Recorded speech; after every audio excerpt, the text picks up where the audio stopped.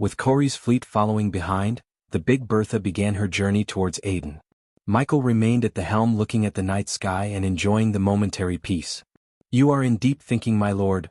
Maxine came to Michael's side and joined Gibson, Corey and Aladir. "Have you notified Vance and Blackmane?" Maxine nodded. Instead of catching the pirates off guard, Michael ordered Maxine to notify Vance and Blackmane about the attack. He wanted the pirates to prepare for the war and use their full might. Only then could Michael destroy them and crush the pirates' morale once and for all. "Vance and Blackmane will be waiting for us with all their fleet, my lord." "Good." Michael remained calm despite the fact that he was about to face hundreds of ships in an all-out war. "Are we really going to destroy them all?" Maxine really doubted Michael would destroy the pirates as he always tried to recruit them. However, by not joining Michael, Pirate Lord Vance and Pirate Lord Blackmane left him with no choice. "Some of them, yeah. Can't have a war without casualties, can we?" My lord, what about their fleet?" "The fewer ships we destroy, the more ships to our fleet." Corey added her thoughts, which aligned with everyone. Except for Aladir, who didn't give a damn about the pirate lords, the others wanted the Dark Lord to spare the majority of the ships. At this point, none dared to doubt the Dark Lord. The two pirate lords may have superior numbers, but the Dark Lord could destroy them with a few spells. "How should I end the war? Should I kill the two pirate lords in front of their fleet or destroy their fleet in front of them?" "If you're asking me, I'd say kill the two of them and end it quickly." Aladir shrugged. "I agree with Lord Aladir, my lord." Gibson said, "Yes, my lord." Killing the two pirate lords would end the war quickly. Most of the pirates would immediately surrender. However, some of the fanatics might choose to fight until death path. "We can destroy them to make a statement," Corey exclaimed. They all shared the same thought. Hence, Michael decided to listen to them because what they said was correct. He should capture the ships and strengthen his fleet rather than destroy the ships. It would take years to rebuild those ships. According to Corey, once he conquered their fleet, he might have almost 500 ships in his fleet. "You focus on destroying the fanatics. I will deal with Vance and Blackmane." It's a pity they chose false freedom over the opportunity to be something great. Some people are born to live a simple life, I guess. Under the full moon, Michael and his fleet sailed towards Aden. The Big Bertha moved in front of 120 ships, including several frigates and man-of-wars. Such a massive force would terrify any foe. But, while they were sailing forward, Michael noticed a few ships in the distance, following them. "Those are Royal Navy," Gibson, who looked at the ships through the spyglass, exclaimed in shock. "The latest _IP_SODIs are on the website. What are they doing in this water?" "Watching us. They want to see the battle." "If I am right, someone very close to the Empress herself is in one of those ships. Should we attack them, my lord?" Maxine asked. "No, let them watch. They are not a threat to us." Meanwhile, in Aden, Vance was looking at the ocean through the window while taking long, deep sips of rum. Several pirate captains in his fleet accompanied him in the room. Some of them looked worried, but some looked outright excited. "How long till they reach our waters?" asked Vance. Melina, the red-haired pirate who Corey met, answered, "4 hours top. We will show them who rules this part of the sea." "Pirate Lord," one of the pirate captains exclaimed. "Still have no news about Blackmane, huh?" Ignoring the pirate captain, Vance questioned Melina. "No, but we have his fleet. So even if he doesn't show up, we can still beat Pirate Lord Corey and her fleet." Vance took another long sip and threw the empty mug away. "What about the magic-wielding captain? Lucifer? Is he coming too?" As soon as they heard the name Lucifer, the pirate captains who were afraid became more terrified. According to Maxina's note, yes. "He is coming. I want to show him the true power of the pirates. I want to show him why those freaks never dared to set foot on our seas." Vance growled, and looking at his fearless tone, some of the pirate captains, including Melina, became courageous. "No negotiation. The moment they come into our range, fire at will," Vance ordered. "Everything is ready, Vance." Melina approached Vance. "Well, take care of them. After today, there'll be only one true pirate lord," she seductively whispered into his ears. "Visit. For the best no understanding experience, Blackmane, you bastard? Where the fuck are you?" Vance looked at the hundreds of ships lining around the island, forming a defense line. Although the fleet included Blackmane's forces, Vance still missed the guidance and leadership of Blackmane. "I also took the liberty to initiate the backstabbing." Vance, Melina licked her lips, and Vance, he just grinned. After everything was said and done, Vance came to his ship, a brigade built for speed rather than battle. Vance named his ship the Sailing Wind. The name suited the ship perfectly because it was one of the fastest ships on the southern continent. Vance used the ship for plundering hundreds of merchant ships transporting rum. Sailing wind speed always enabled Vance to hit and run until the opponent's ship was in no condition to fight. Vance even brought down a man of war with his ship. Now, he waited for Big Bertha to appear in his sight along with hundreds of ships behind him. "Look!" the pirate who stood atop the crow's nest shouted as Vance looked at the horizon through the spyglass. "They are here." Vance could see the giant frigate sailing towards them, leading the fleet of Corey. All those ships flew a pure black flag instead of Corey's flags. Like storm clouds, the black ships approached Aden at the horizon. "Get ready, pirates!" Vance shouted as the sound of cannons creaking resonated throughout the area. Additionally, a loud bell rang in Aden, indicating the approaching danger. "As soon as they enter our range, fire with all you have." Vance shouted again. Even in the face of war, he didn't neglect to bring a barrel of rum and chug a full mug down his throat. Every cannon in the ship in Aden aimed at the horizon and prepared to fire at will as soon as they enter their range. However, all the ships, including the Big Bertha, stopped a few meters away from their firing range. "Why are they stopping?" Melina asked, "Probably to negotiate. What if they don't sail towards us? We will go to them and sink them where they stand." Vance raised his mug, riling up his crew. They all let out a thunderous battle cry and prepared to move forward. But suddenly they saw a bright red light shooting out of Big Bertha. "What the hell?" Vance and his ship turned red like someone aiming a red spotlight at them. Boom. While they were in confusion, a thunderous booming sound echoed through the calm sea. Vance looked up at the sky to see countless stars falling down upon them. Vance and his ship didn't even realize what just hit them until they exploded into bits and pieces. "Oh my god. Pirate Lord. Vance. Shit. The latest _sodies are on the website. Dark magic." The pirates were in utter confusion. Moreover, they were terrified. After destroying Vance's sailing wind, the red spotlight fell on a couple of more ships, and the result was the same. Boom, boom, boom. At this time, the pirates did not wait for Corey's fleet to enter their firing range but began to fire the cannons aimlessly at Big Bertha. As the pirates were raining down cannonballs, a dark cloud slowly flew towards Aden. "Surrender." The demonic voice swept across the sea, terrifying the pirates. Gradually, the dark cloud faded away, revealing the Dark Lord to the pirates. "Fire." However, a daring pirate captain decided to fire at Michael. But before he could take aim, the red spotlight fell on the ship. Boom. The result was the same as the ship exploded into smithereens. The mortar was more powerful than Michael expected. Michael did not stop. Instead, he pointed at Aden, signaling Maxine to aim the mortar fire at Aden. He wanted to destroy the walls and the island partially to make a statement. Under the pirates' shocked gazes, countless meteors landed on Aden, destroying the walls and everything in the explosion's vicinity. "Oh my god," Gibson shuddered in fear looking at all the death and destruction. Instead of stopping with Aden's walls and a couple of ships, Michael continued to point at ships as Maxine fired the mortar, destroying several ships in under a few minutes. Everywhere Corey turned her gaze, there was nothing but explosions. Vance did not even stand a chance. She thought Michael would fly to Vance, grab him by his neck and kill him in front of the pirates. Yet, what happened was the exact opposite. He did not even lift a finger at Vance. "If you want to join your friends, fire." Michael's voice amplified to the point it sounded like a thunderclap. The pirates shivered to hear his demonic voice. Even the most fearless pirate captains shuddered and hesitated to order their crew to fire at him. Meanwhile, Big Bertha and Corey's fleet slowly started to sail towards Aden that was burning like a bonfire. Everything was going according to plan until some of the ships in Corey's fleet began to fire at Big Bertha and the others. Michael quickly turned his gaze towards his fleet to see some ships firing at their allies. Visit. For a better user experience backup plan, huh? Regardless of the sudden betrayal, Michael did not even raise a brow. Instead, he just flew toward Big Bertha to deal with the traitors in a most brutal way. Unlike Michael, the others on the Big Bertha were completely caught off guard. "Traitors!" Shorty leaped onto the railing and shouted viciously. "We can't fire at them without damaging them." Gibson pointed at the friendly ships stuck between the Big Bertha and traitors. Corey shivered from top to bottom, fearing what the Dark Lord would do to her because of her crew's betrayal. "I should have seen it," Corey mumbled. Whoosh. But all of a sudden, a dark emerald green mist enveloped the ships of the traitors. One by one all the traitor ships got covered in thick green mist.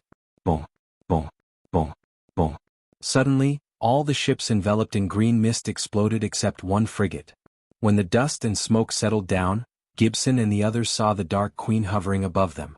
Gaia flew towards the last ship of the traitors and saw a few dead bodies on the upper deck. It was apparent to Gaia that the traitors killed those loyal to Corey. Seeing the others explode to death, the rest of them were terrified. Every single one shivered from head to toe and looked as pale as a white sheet. "You're traitorous maggots." Gaia's shout shook the frigate and sent shivers down their spines. Michael smiled behind his mask, looking at Gaia in action. Under their gazes, Gaia waved her hand as the poisonous green mist coiled around each individual on the ship. Taking the traitors with her, she flew towards Vance's fleet. Since there was momentary confusion among Corey's fleet, Vance's pirate captains tried to attack them. But Gaia destroyed the traitors faster than Vance's fleet could fire at them. The traitors frantically squirmed against the poisonous mist around them to escape. They used all their strength but to no avail. "I would have hated to miss this action," Gaia said, without bothering to hide her killing intent. "Visit. For the best no understanding experience. Let me show them what would happen when someone betrays us." Gaia flicked her wrist as all the 20 traitors lined up in front of them in the sky. At that moment all the eyes were on the traitors. Her cold gaze swept across the traitors as she raised her hand and clenched her fist. As soon as she closed her fist, a sliver of green mist slowly rose upwards and entered their nostrils. Michael wasn't interested in anything else other than watching the traitors violently twitch and puke dark red blood through every pore in their bodies. Not a single sound could be heard except their traits, screaming and wailing for help. It was a long, slow, painful death. But compared to their deaths, Vance and the others were gifted. At least, they died instantly instead of suffering Gaia's poison that corroded their organs from within. After a few minutes, the traitors turned into a bloody puddle and oozed down into the ocean. "Now who wants to fight?" Michael's thunderous demonic voice echoed through the silent ocean. None of them dared to raise a finger at the Dark Lord this time. Instead, the pirates dropped their swords and stared at Corey's fleet, slowly sailing towards Aden. Michael and Gaia floated in the sky until all of Corey's fleet surrounded the island. Afterward, Corey's men rushed into Aden, facing no resistance from the pirates.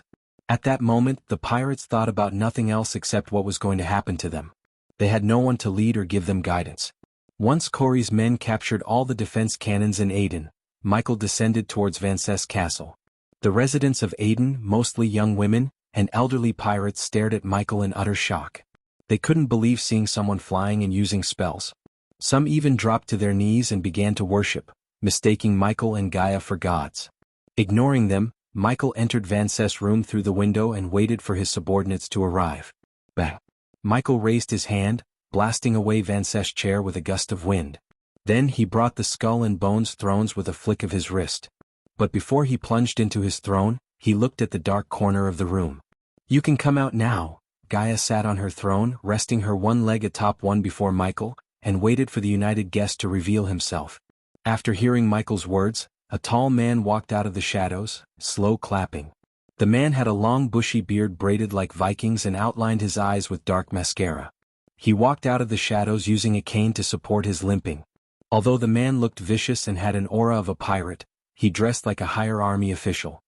He was dressed in white and had medals and ribbons attached to his chest, while several strips of colors were engraved on both of his broad shoulders. Except for the long white coat and a white feather hat, the man looked similar to a Navy officer on Earth. Michael just sat on his throne and waited for the man to introduce himself, although Michael had already guessed the man's identity. Lucifer, aka the Dark Lord. The man used his cane to raise the chair from the ground before sitting on it. "Pirate Lord Blackmane. The pirates still believe you are on a voyage," Michael calmly said in his demonic voice. What Michael said was the truth. The man before them was none other than the most powerful pirate lord of the three, Gibbs Blackmane Jet. Visit. For a better user experience, pirates are an endangering species, Lucifer. We both know that. Gaia remained silent despite the fact she didn't like how he addressed Michael by his name. "I don't blame you for joining the Empress. I have no problem with that as long as your Royal Navy don't raise their flags against my army. On the contrary, Lucifer. I am here to broker peace between the Royal Navy and the pirates. Her Highness believes the new leadership might take the pirates in another direction than the predecessors." Blackmane had a wise tone to his voice. Michael liked how calm Blackmane was despite the obvious fact Michael could kill him with a single snap of his finger. "Interesting. I'm sure there are conditions, right?" asked Gaia. "Simple. The Royal Navy will leave the southern continent waters in exchange for a peace treaty. You don't plunder our merchants and we won't attack you, but you don't conduct business in someone's home without paying them tribute, do you? 20%. The merchants will pay 20% of whatever they are bringing into your waters. It's a nice deal, Gaia whispered into Michael's ears.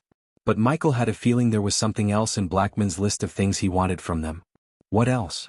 Michael didn't beat around the bush or accept the deal right away. There is an island not too far from Aden. It belonged to Her Highness' father. He bought the island from a pirate named Isaiah. This is the document proving the claim. Blackmane slowly put his hand into his coat pocket and retrieved a golden parchment. He threw the parchment towards Michi as Gaia caught it in midair and opened it to read the contents.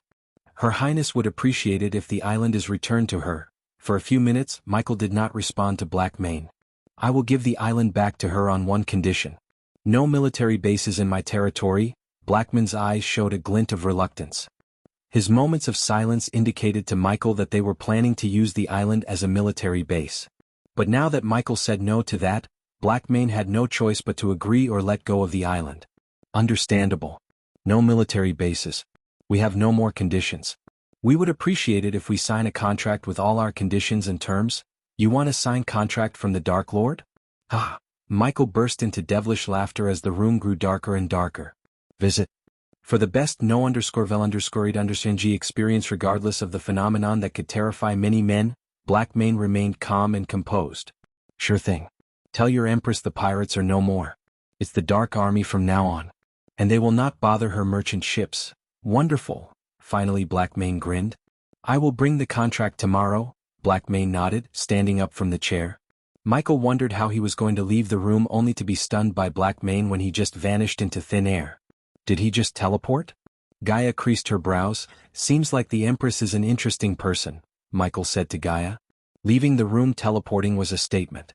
The Empress wanted Michael to know that they also had ways to use arch-energy inside the void line. Since Michael anticipated it from the most powerful continent in the world, Blackman's little teleportation trick didn't surprise him. My lord. Eventually, Corey and Maxine entered the room after putting out the fire and capturing all the pirates who tried to escape Aden. It's done, my lord. We removed all the masts and put them in the dungeon beneath the castle. They can't move anywhere unless they want to go swimming, Maxine said with an amused tone. I am sure Vance has a hoard of rum somewhere here. Distribute it among the men. Make sure they have a good time, but no plundering of women, Gaia added coldly. As you wish, my lord. What about the pirates, my lord? Corey asked, looking at the hundreds of ships outside through the window behind Michael. Give them a choice between joining us or leaving Aden. From now on there will be no more pirates and piracy. We are going legit, Gaia simply ordered Maxine and Corey. Getting 20% of the merchants without plundering was a great deal. When the word about their deal gets out, more and more merchants will venture into the southern continent. As a result, not only would they get free stuff, but the economy of Jysel and the kingdoms under Michael's control would also drastically improve. To stay in control and power they needed a steady revenue stream such as this. And you two should take a break too. You deserve it, Michael said as Corey and Maxine nodded because they were tired and needed a break. Ghosty, it's time you return here. The king and queen are asking for you. After Corey and Maxine left the room, Michael heard Nightmare calling him. Let's go back to Royal Land, visits. For the best no_vel_ed_ng experience. By the time Michael returned to the castle, King Kramer and Queen Amat were waiting for him with a red-haired young man. He adorned matching fiery red robes and had a deviant look to him. Ghost. Meet Moriette, King Kramer's long-distant cousin. Queen Amat emphasized the word distant to Michael. By the look on her face, Michael could see the tension between the two. Several miles distant, Moriette exclaimed with a mocking smile. Pleasure to meet you, Moriette. Michael firmly shook the young man's hands with a smile. The pleasure is all mine. Let's sit, shall we? They all plugged themselves onto the white sofa as the maids brought down several beverages, including orange juice for Michael. It's so amazing to see such a young fusion stage cultivator. I thought all fusion stage cultivators are old, Moriette laughed. People say hardwood never fails, but it's not true always. I mean, no matter how hard you cultivate, if you don't have luck, resources, and talent, you can't climb higher stages. Michael took a little sip of his orange juice and told Moriette. That's true, Moriette nodded. But it doesn't matter. If you can't get to the higher stages, enjoy what you have. Yeah, right. Believe me or not, I live by those words. Look at me, I can't get past the body strengthening stage. I tried so many potions and stuff but I simply lack the talent. So now I'm focused more on enjoying the mortal pleasures instead of sitting in a room, cultivating. Michael noticed Queen Amat rolling her eyes, thinking no one had noticed her. End of the day, enjoying the life all it matters. Michael pretended to agree with Moriet. I am so glad to see someone who's powerful as you agree with my views. Now please tell me what kind of property you're looking for in Royal Land. I have several in the capital and I'd be happy to give one of it to you. I heard you wanted to offer a share? Michael nodded. The latest _IP_SODIs are on the website. That works great for me too. Now that I remember, one of your people came to me asking to buy one of my buildings in the capital. Pardon me for not agreeing then, Moriet apologized. He was a pervert who wanted to bed Raylene, but he was not a fool to think about her anymore. As Moriet said, he valued his life, and touching a fusion stage cultivator's women would be like jumping into the fire. Therefore Moriet erased the thought of touching Raylene. It's okay. Is it still available? I'd appreciate it if I can use that building to open up another branch of Hades in Royal Land. Consider the building is yours. I'll send one of my men to you with the deed. Wonderful, Michael grinned. What about we celebrate it over a nice boat party? Michael sighed after hearing Moriet. It's not that Michael was truly disappointed, but he pretended to be upset. As a fusion stage cultivator, Michel could kill Moriet without much worry. To be honest, Michael didn't think King Kramer would go to war with him if he killed Moriet. However, being strong didn't mean he should make more enemies. Instead, Michael chose to use his power to make more allies. Unfortunately, I have to go to R to attend the Aqua auction. But I give you my word, when I return, I'll definitely attend one of your parties. After all, we are kinda partners right now. Partners, huh? I like the sound of that. Moriet clanked Michael's glass with his wine glass. Although Queen Amat was annoyed, King Kramer looked relieved. Finally, his good-for-nothing cousin got a powerful young man as a friend. King Kramer just couldn't help wishing Moriet would be like Ghost. Queen Amat was Moriet's family, but even she hated him to the core. But none of them noticed the spider crawling on Moriet's sleeves and disappearing into his collar. After everything was said and done, Michael departed from the castle, heading towards the Holy Church. In the mid-air, Gaia and Nightmare joined him. What is this? Michael wiped the cookie crumbs off her mouth. After Michael cleaned her mouth, she grinned from ear to ear. Her eyes were full of excitement, just like Nightmare. So we are finally going to R, huh? Asked Gaia. She rubbed her hands together in excitement. It had been so long since she returned to R. She couldn't help thinking of her kingdom, Nagaland, an island in the seas of R. Visit. For the best no_vel_ed_ng experience, aren't you guys missing something? You told me you would kill that guy who tried to creep on Raylene? Nightmare asked Michael and Gaia while slowly flying towards the Holy Church. We will go to R and meet Eve. Then teleport back to Royal Land, finish him off and return to R again. That way no one will suspect us, Michael quickly explained to Nightmare on his way to the Holy Church. After several minutes of flying, the yellow maple valley appeared in their eyes. This time, they flew directly towards the Holy Church because Michael had the privilege to fly in the church's vicinity. The teleportation portal was on the northern side of the castle where an enormous garden of roses surrounded the portal. The blue vortex was in the middle surrounded by hundreds of blood-red roses. A bald man approached Michael with a gentle smile when Michael, Nightmare, and Gaia landed on the garden pathway. Believer Ghost. His Holiness asked me to give you access to the portal. I am Believer Maxwell. Michael bowed towards Maxwell and so did Nightmare and Gaia. This is my fiancée Elia and my familiar, Nightmare. They are also loyal worshippers of the Great One and Two. Maxwell was stunned to hear a dragon was actually a worshipper of the Great One and Two. But after hearing Ghost, Maxwell grinned so brightly. It feels so great to see youngsters and a dragon believes in the Great One and Two. This world needs more people like you. Gaia almost coughed blood and burst into laughter. One big donation and the entire Holy Church began to believe Michael was a true worshipper of their gods. To be honest, Michael was the last one who would believe in the Great One and Two. He was using these idiots but they had no idea. So instead they believed Ghost to be a true believer. The exit portal is located in Ysirius in Kingdom Thera. Wonderful. Michael was glad that the exit portal was on Ysirius, Eve's home city. Otherwise he would have had to fly from one city to Ysirius. He preferred to meet Eve first before starting to explore R. Have a wonderful journey, Believer Ghost, Believer Elia, and Believer Nightmare.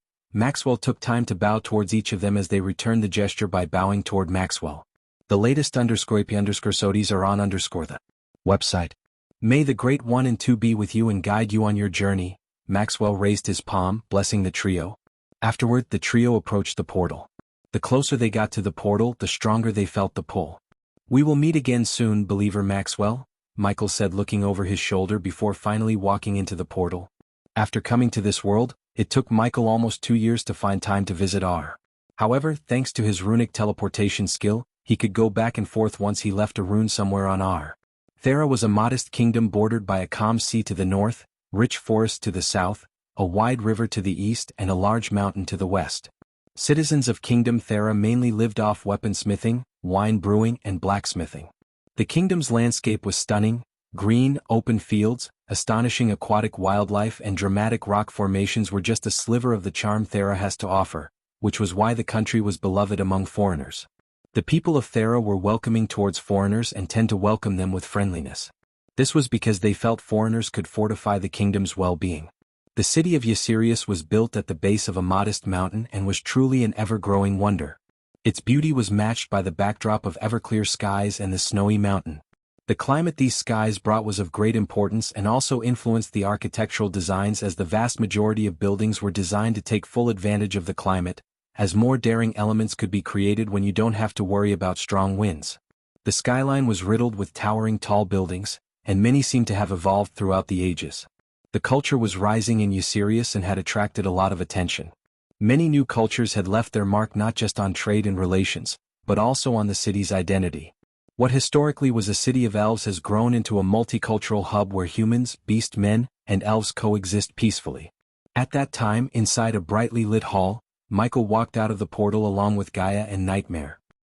As soon as he stepped out of the portal, the trio was stunned by the man who welcomed them. Maxwell? Michael tilted his head, staring at the man from top to bottom. The man welcomed Michael, Gaia, and Nightmare looked exactly the same as Maxwell. Believer Maxwell is my twin brother. I am Believer Vishrian. Welcome to Kingdom Thera. The man bowed and the trio did the same. Visit. For a better user experience, you must be Believer Ghost. Michael nodded. Yes, and this is my fiancée Elia and familiar Nightmare. After exchanging pleasantries, Vishrian finally led them towards the golden door. While walking towards the door, Michael felt the excitement coursing through his veins. It was time he dominated the most powerful continent in the world. The excitement to explore a new land coursed through his veins. However, Vishrian dosed cold water upon his excitement by taking out a pale blue face mask from his space ring. Put this on before you step aside. Michael creased his brows. I don't get it. There is a plague ravishing Kingdom Thera, Believer Ghost. The sinners are reaping what they sow, Vishrian said so calmly, like it was a simple matter. Plague? Gaia was in a state of shock. The last time a plague hit R, millions of people including Nagas died. You don't have to worry about the plague. The Great 1 and 2 protect those who believe in them. These words showed the extent of Vishrian's idiocy. Although the Holy Church believers were good to him, Michael felt he was dealing with a bunch of fanatics. Given a chance, the Holy Church would do more harm than good. They just didn't have the resources and power to rival the Great 8 clans. But with the recent fall of Guardians, the Holy Church was getting more popular among the people. Michael may have given a torch to lunatics in disguise. So are we even allowed to go to Thera? Normally when a plague hit, they close the borders, right? Michael asked, standing before the golden door. They will close the borders soon. So I hope you will get what you're looking for, Believer Ghost.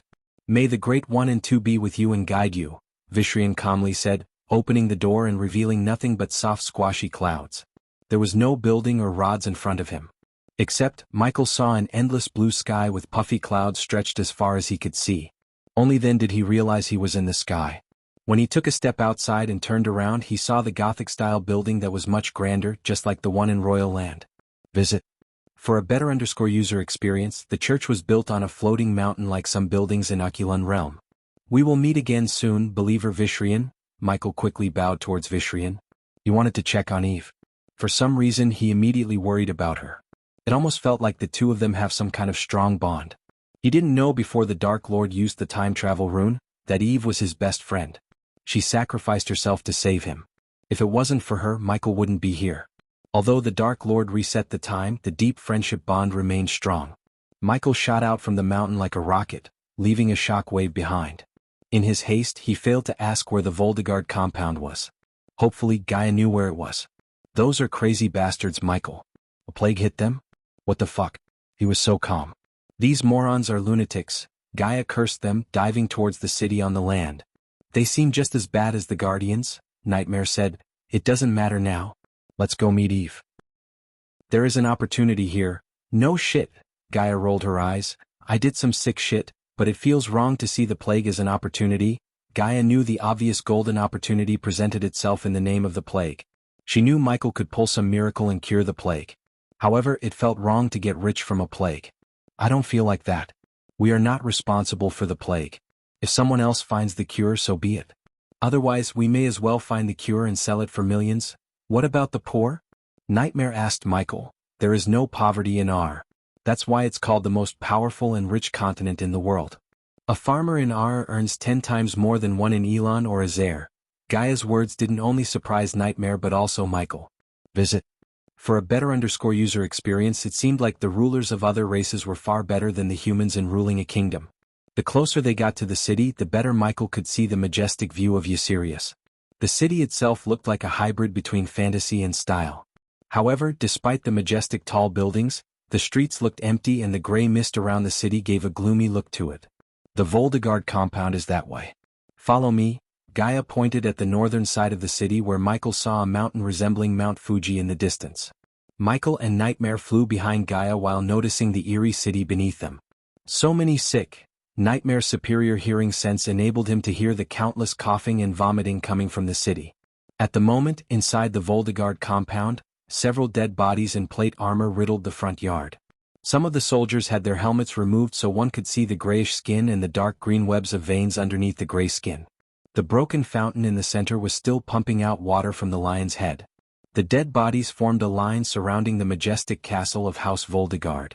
A regular gate with great wooden doors, a drawbridge and hot oil pots guarded the inhabitants of the castle. It was the only easy way in.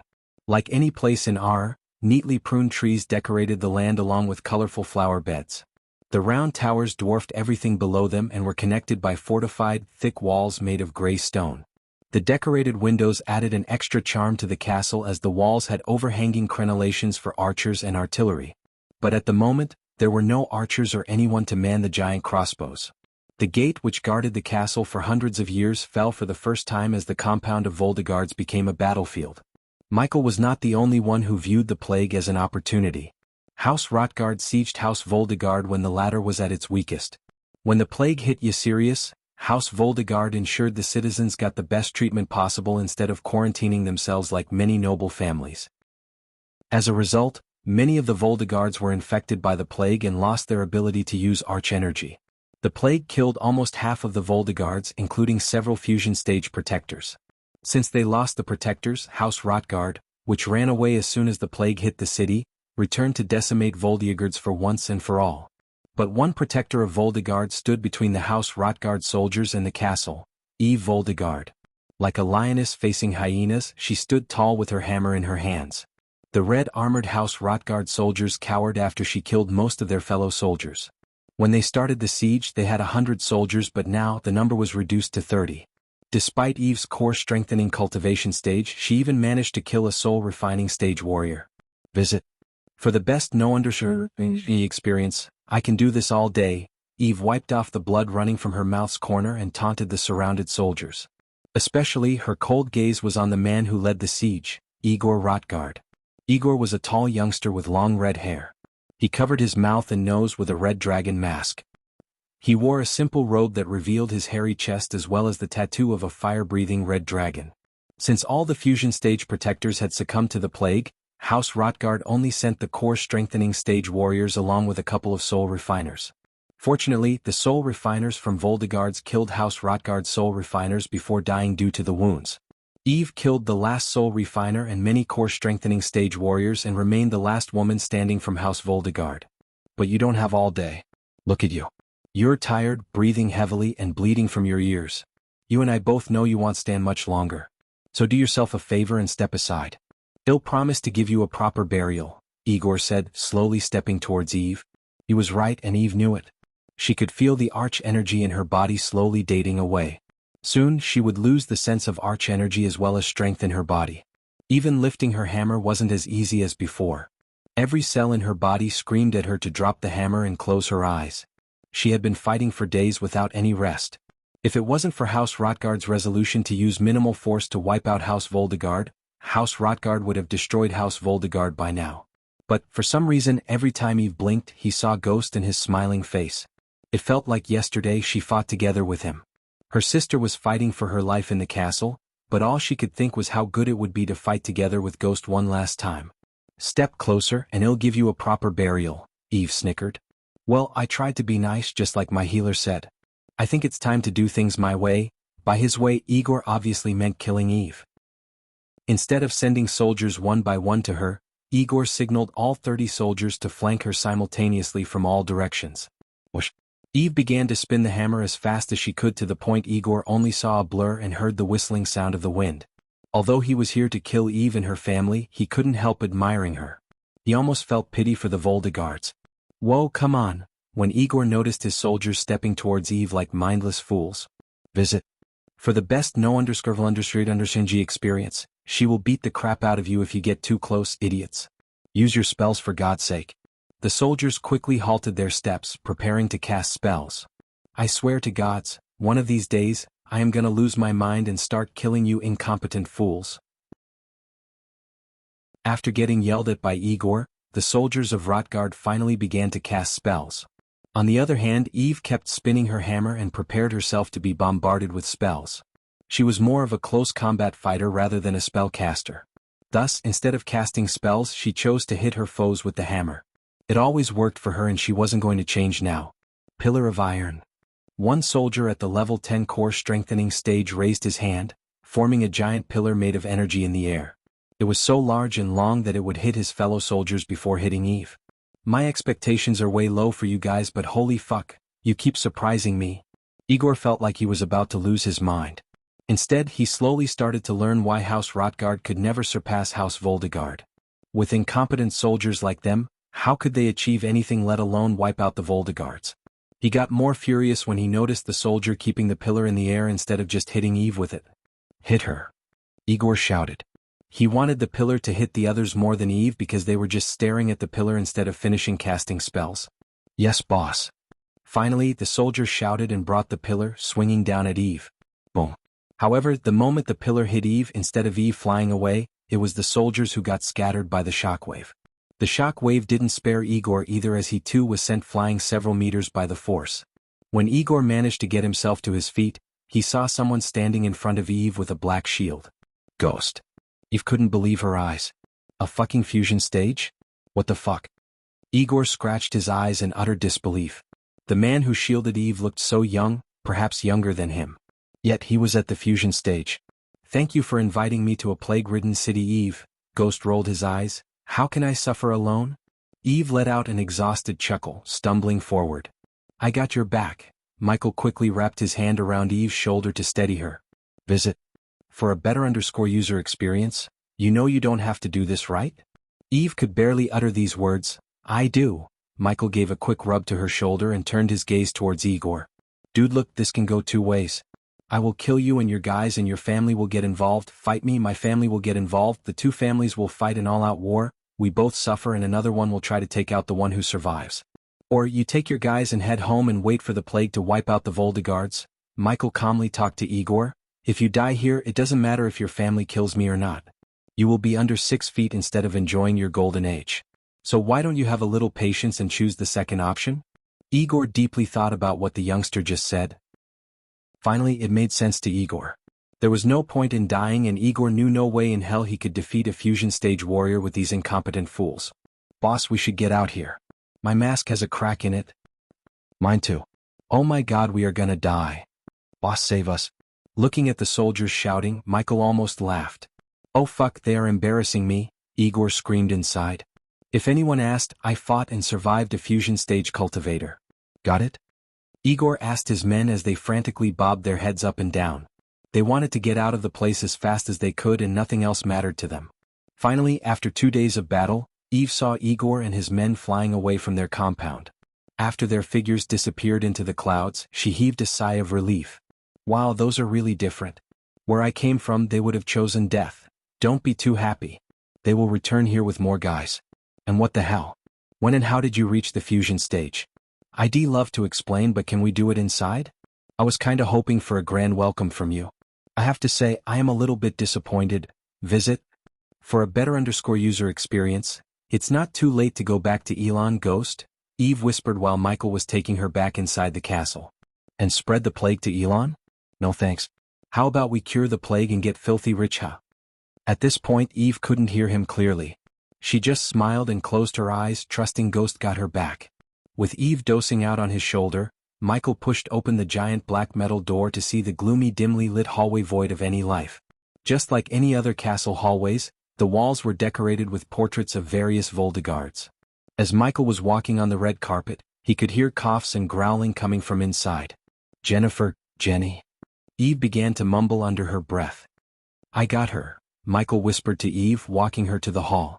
As soon as he stepped out of the hallway, the sight of countless people on the marble floor welcomed him. The people were coughing and vomiting blood. He didn't expect the air to be so pungent with a strong nauseating smell. It was enough to turn any grown man's face green. You better pray I don't get sick, bastard. Michael heard an angry shout and looked up to see Gaia climbing down the stairs with Nightmare on her shoulder. And Eve Voldegard, I presume? Gaia looked at Eve, who kept mumbling Jennifer's name. What then ruckus out there?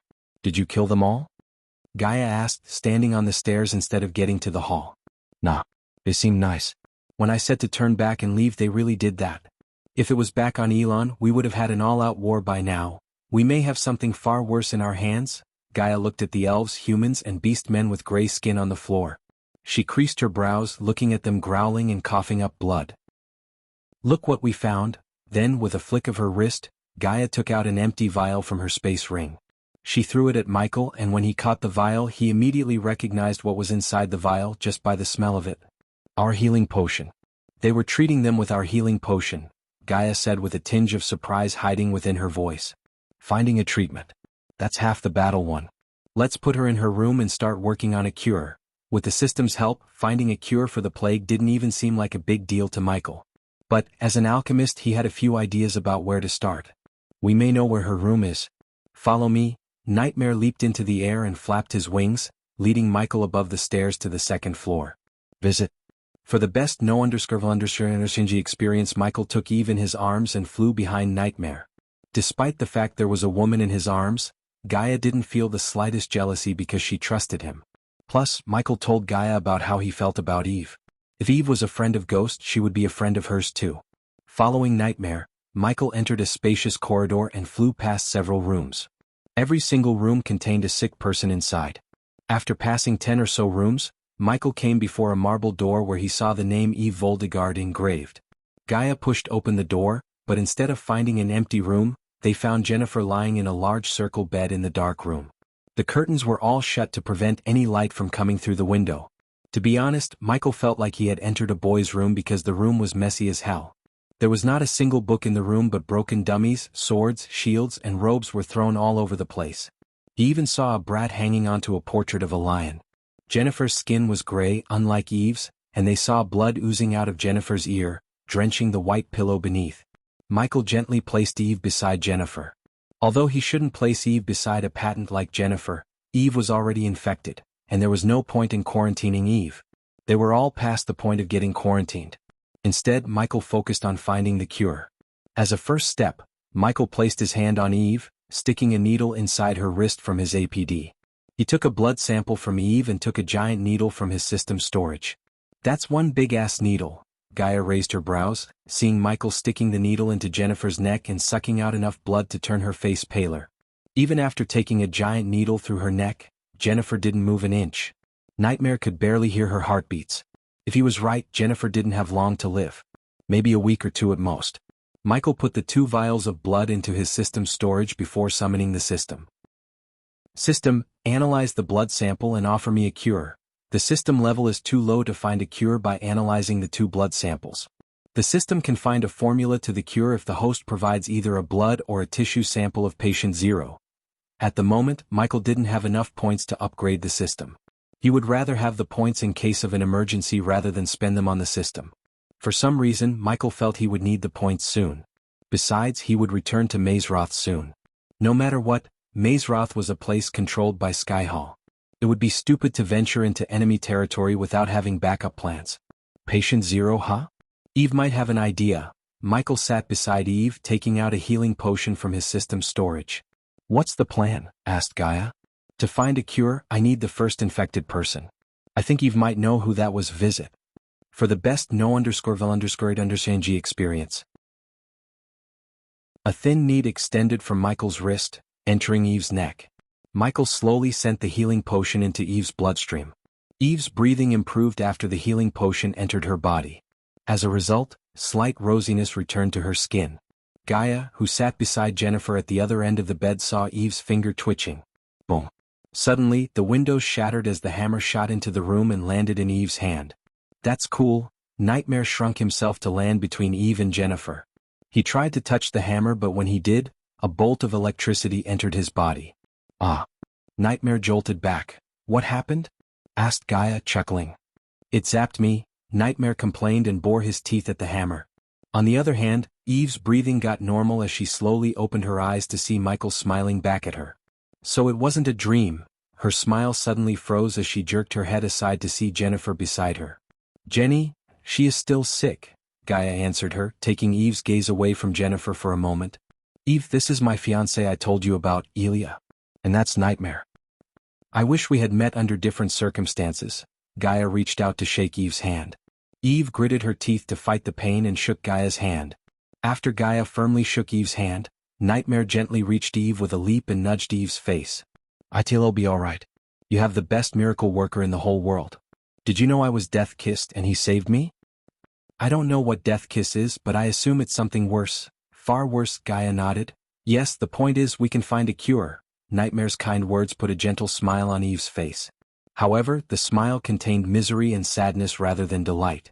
The latest _AP_SODs are on the website. Our best healers tried before succumbing to the plague. Our only hope is the heavenly alchemists. Fuck the heavenly alchemists. You have the godly alchemist right in front of you. Gaia's brash words quite surprised Eve, but what she heard from Ghost surprised her even more. I can find a cure if you get me to the person who got infected first. Any idea who that was? Before answering Michael's question, Eve flicked her wrist, taking out a healing potion. This is the last one. Eve sighed before gently opening Jennifer's mouth to pour the healing potion into her mouth. I don't know when the shipment is coming next. You do know Ghost brewed that potion, right? Eve took a deep breath and nodded as an answer to Gaia's question. After the plague hit 2 weeks ago, no one could get their hands on them. I sent someone to ask for yourself, but he never came back. Weird. How much did you pay for a potion? 25,000 after the plague. Before that, it's 15 to 18,000. As soon as these words escaped Eve's mouth, Gaia's eyes went wide, and the veins in her eyes popped, turning her eyes red. We were being scammed. We sell the 80% pure healing potion for 9,000 and the 90% one for 12,000. When I get my hands on that motherfucker who is screwing us, he'll cut his head and shove it way above where the sun doesn't shine. Gaia's words frightened Eve as she never expected a girl like her to be so foul-mouthed and brash. Eve looked at Nightmare to see him grinning embarrassedly. You'll get used to it. That's not a problem we have to deal with right now. Eve, who was the first person to get infected? Asked Michael. A dark elf. But he is buried in Essia, a village in Ysirius. I don't think they would let us excavate his remains. We will get arrows instead. Permission. There is no way they would let us. Then we want, Michael calmly said, visits. For a better _user experience, we will go there by night, dig his grave, take whatever Ghost needs, and get the hell out of there before no one notices us. Gaia quickly laid out a plan as Eve stared at them wide-eyed. It was shocking to see Ghost and Elia talk so casually about grave robbing inside a dark elf territory. Usually, Eve would have stopped them, but looking at her sister and thinking about her family, she couldn't say no to something that might lead Ghost to find a cure. Are you sure you can find a cure for this? The last time Eve heard, the entire kingdom of Thera and the Empress Court of Healers were trying to come up with a cure yet had no breakthrough. However, Ghost talked so simply about finding a cure. His words sounded confident rather than arrogant. Somehow, Eve believed he could really find the cure. After all, Michael had a reputation for pulling several miracles, such as becoming the youngest fusion stage cultivator. Even Rowena wasn't as young as Michael when she reached the fusion stage. But before we do anything we need more healing potions. Unfortunately, I don't have enough to keep everyone in the castle sustained. Can you brew enough potions if you had the ingredients? Eve quickly asked Ghost. If I brewed until the nightfall, we would have enough to keep them alive until I come up with a cure. What about moving to another safe house or something? Those guys who attacked you won't stay far away for long. They might get impatient and try to wipe you out. I know a place. Eve quickly thought of the place her father bought weeks before he fell sick. Since it was a recent purchase, none of the outsiders knew about it. Does this place happen to have a portal connected to it? Unfortunately, Eve shook her head. We have to fly there. Michael pondered for a moment before standing up from the bed. Okay, here's the plan. Ilya, put everyone in a large carriage and fly there. I will stay here and brew the healing potions. Michael could fly to Eve's safe place with the two girls, but Michael wanted to stay in the castle to kill in case anyone showed up to wipe out the Voldegards. Suppose House Rotgard sent fusion stage cultivators to finish the job. In that case, Michael could turn into Dark Lord, wipe them out and earn enough experience points to level up without worrying about revealing his true self. Ghost had to fear making enemies but not the Dark Lord. Why are you doing this, Ghost? You have only known me for a few days, Yves's voice stuttered. To be honest, I have this feeling. A feeling you and I are so close, like best friends. For a change, Michael just told Eve the truth instead of making up a story. Eve was completely taken aback by surprise as she too had the same feeling. Visit. For a better user experience despite everything, Eve sadly chuckled. I have the same feeling too. Is it weird? I mean, we've only known each other for a few days, but I feel like we've known each other for ages. I think we may have been best friends in our previous lives? Who knows? We may have been. Michael just smiled before looking at the front yard through the hole in the window. The previously neatly taken care of and pruned front yard now looked like a battlefield. All those soldiers deserved a proper burial, but Michael had the living to save. After finding the cure, he didn't only have the chance to get rich but also had a way to solidify his friendship with House Voldegard. If he played his cards right, he could become an influential person in Aar right out of the bat. To achieve anything he had to find the cure first. Follow me. I will show you the storage. I have to give you everything you need before I lose consciousness like the others. Eve gestured at them to follow her behind. She took a deep breath and took each step with great difficulty. When you lose consciousness, just relax and try not to worry about anything. When you wake up, everything will be back to normal, Michael said, following Eve through the corridor. I doubt it, Ghost. Most of the protectors are dead except my father and uncle. Even if you managed to cure them, it'd be near impossible for the House Voldegard to get back on its feet. Difficult times lie ahead, Ghost. Although Eve sounded strong, Michael could sense the sorrow and despair in her tone. As she said, even if he cured the plague, the House Voldegard wouldn't be as strong as it used to be. Several other clans might attempt to take over the Voldegard or what's left of it, like vultures. However, there was a way where House Voldegard could survive and dominate Thera. We can help you with that, but it depends on how ruthless you are, Gaia exclaimed. Even with Ghost, if Eve didn't have the resolution and ruthlessness to do what's necessary, no one could revive House Voldegard. Michael and Gaia were on the same wavelength as she had the same idea as Michael. I saw my men getting slaughtered in front of my eyes. They died so House Voldegard could live. I think that would make me more ruthless than you actually think I am, Ilya. Good. When you are in a position where you can't reach your foes, bring them down to your level, how are we going to do that? Eve curiously asked Gaia. We are going to use the plague against all your enemies. Eve immediately halted her steps to turn around to look at both Michael and Gaia. Nightmare wasn't as surprised as Eve because he expected it. On the contrary, he would have been surprised if Michael and Gaia didn't try to exploit the plague to their advantage. Visit. For the best no_NG experience, you are serious? Eve asked, pretty shaken up by Gaia's words. We specialize in dismantling enemies, Eve. Just think of us as your hired fixers. Michael grinned, giving Eve some courage to move forward with their plan. But even if she disagreed, Michael had already decided to weaponize the plague and spread it to his foes. He just needed some guinea pigs, and House Rotgard seemed like a great testing place.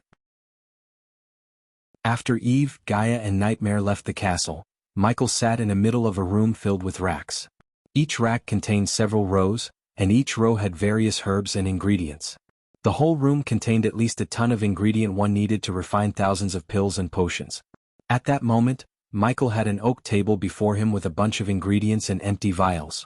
My lord, here's the glass of water you asked. Azazel brought Michael a glass of hot water and placed it on the table beside the herbs. Michael's dark flames dimly lit the already dark room. Since Azazel had a physical body, he was helping Michael by bringing the herbs needed to brew the healing potion. "My lord, you've been brewing the healing potion for hours now. You should take a break," Azazel suggested to Michael, only to see Michael shaking his head. "I don't need rest. But what I need is the tissue sample of patient 0. Did you get the blood from the deceased?" "Yes, my lord." Azazel flicked his wrist, taking out 3 vials of dark grayish blood. "I also took the liberty to place spiders inside and around the castle, my lord. Someone may have disrupted the security arrays because I found no resistance. The main warehouse is empty. I assume someone cleaned the place out before the plague broke out. That someone is Eve's father. Apparently, he transported their treasury to the Immortal Council's vault." Immortal Council? This was the first time Azazel had heard about Immortal Council. Michael wasn't familiar with them either until Eve brought it up. Yeah, after someone reaches the half-immortal stage, they would be invited to join the Immortal Council. Eve's ancestor is a member of the council. Still, they got attacked? Azazel questioned Michael. He could understand how a family of someone powerful enough to be the Immortal Council's member could be attacked and almost wiped out from the map. To be honest, Michael asked Eve the same question. First, the council won't meddle in mortal affairs. Michael emphasized the word mortal like he was air quoting the word. That means if you're a council member and your family gets into trouble, you can't pitch in and rescue them. Unless the council members agree upon it. Secondly, those old bastards have lived long enough away from their families to not give a damn about their descendants. How could they do it? I don't know. But I guess living 300-400 years in seclusion away from friends and family will do that to you, Michael explained to Azazel while throwing the herbs into the dark flames dancing atop his palm. So they have rules against saving their families? Azazel asked, knitting his brows together. I'm afraid so. As far as I heard from Eve and Gaia, they are like a bunch of crooked politicians who have nothing but time on their hands. They play politics and cultivate to get higher stages, visit for a better user experience, but what if a member intervenes in mortal affairs? They just debate over the issue and pass their judgment on you. Which in most cases is kicking you out of the council or smite you to hell. It seems like joining the council has nothing but disadvantages, Azazel frowned as Michael chuckled. Apparently, after reaching the half-immortal stage, climbing each level would take decades. That is, if the cultivator is a genius. So the council gives you unlimited resources to cultivate. In return, you don't meddle in mortal affairs. It makes sense. Just imagine immortals and half-immortals running around the world. They will be absolute superpowers. They could enslave a kingdom if they felt like it. Having a council to put a leash on them is not a bad idea. At least it works great for me. When I wipe out some of the noble families, no one would be there to stop me. I just need to find a way to deal with the fusion stage cultivators. Michael explained his thoughts to Azazel while brewing the potions. So the council is one of the great 8 clans? No, they are like an independent group. As I said, they don't give a shit about anyone. A most one member could do for their descendants is doing small things like providing access to a vault. Azazel nodded as Michael waved his hand, putting out the dark flames. Then, Michael took the blood vials on the table and kept them before his eyes. Now I just need to find a cure before weaponizing the plague. The last thing I need is to bring down a plague upon my subordinates. One wrong move and everything will come back to bite me in my ass. Michael waved his hand as the vials disappeared from sight. When Michael finally rose from his chair, there were thousands of healing potions glistening in the darkness. The radiant blue light emitted by the healing potions brightened the room. We shall go meet Eve and Gaia. What about this castle, my lord? Just let the rot guards have it. When I am done, there won't be anyone standing against the Voldegards. Although Michael decided to help Voldegards because of Eve, his main goal was to make Voldegards his allies. In addition, having a powerful family by his side would make establishing a name for himself in Ar much easier. What would you have me do, my lord? Just stay here and monitor the situation. I am pretty sure the rot guards would return soon. Do not make any moves. Just observe and report. Got it? Yes, my lord. The latest _facilities are on website. After ordering Azazel to stay in the castle, Michael put the healing potion in his system storage and exited the storage through the dark door. A few hours ago, the dark clouds shrouded the sky, preventing the golden sun rays from reaching the plague-ridden kingdom Thera. Under the rambling thunder clouds, Nightmare soared through the clouds like an arrow carrying a giant carriage on his back.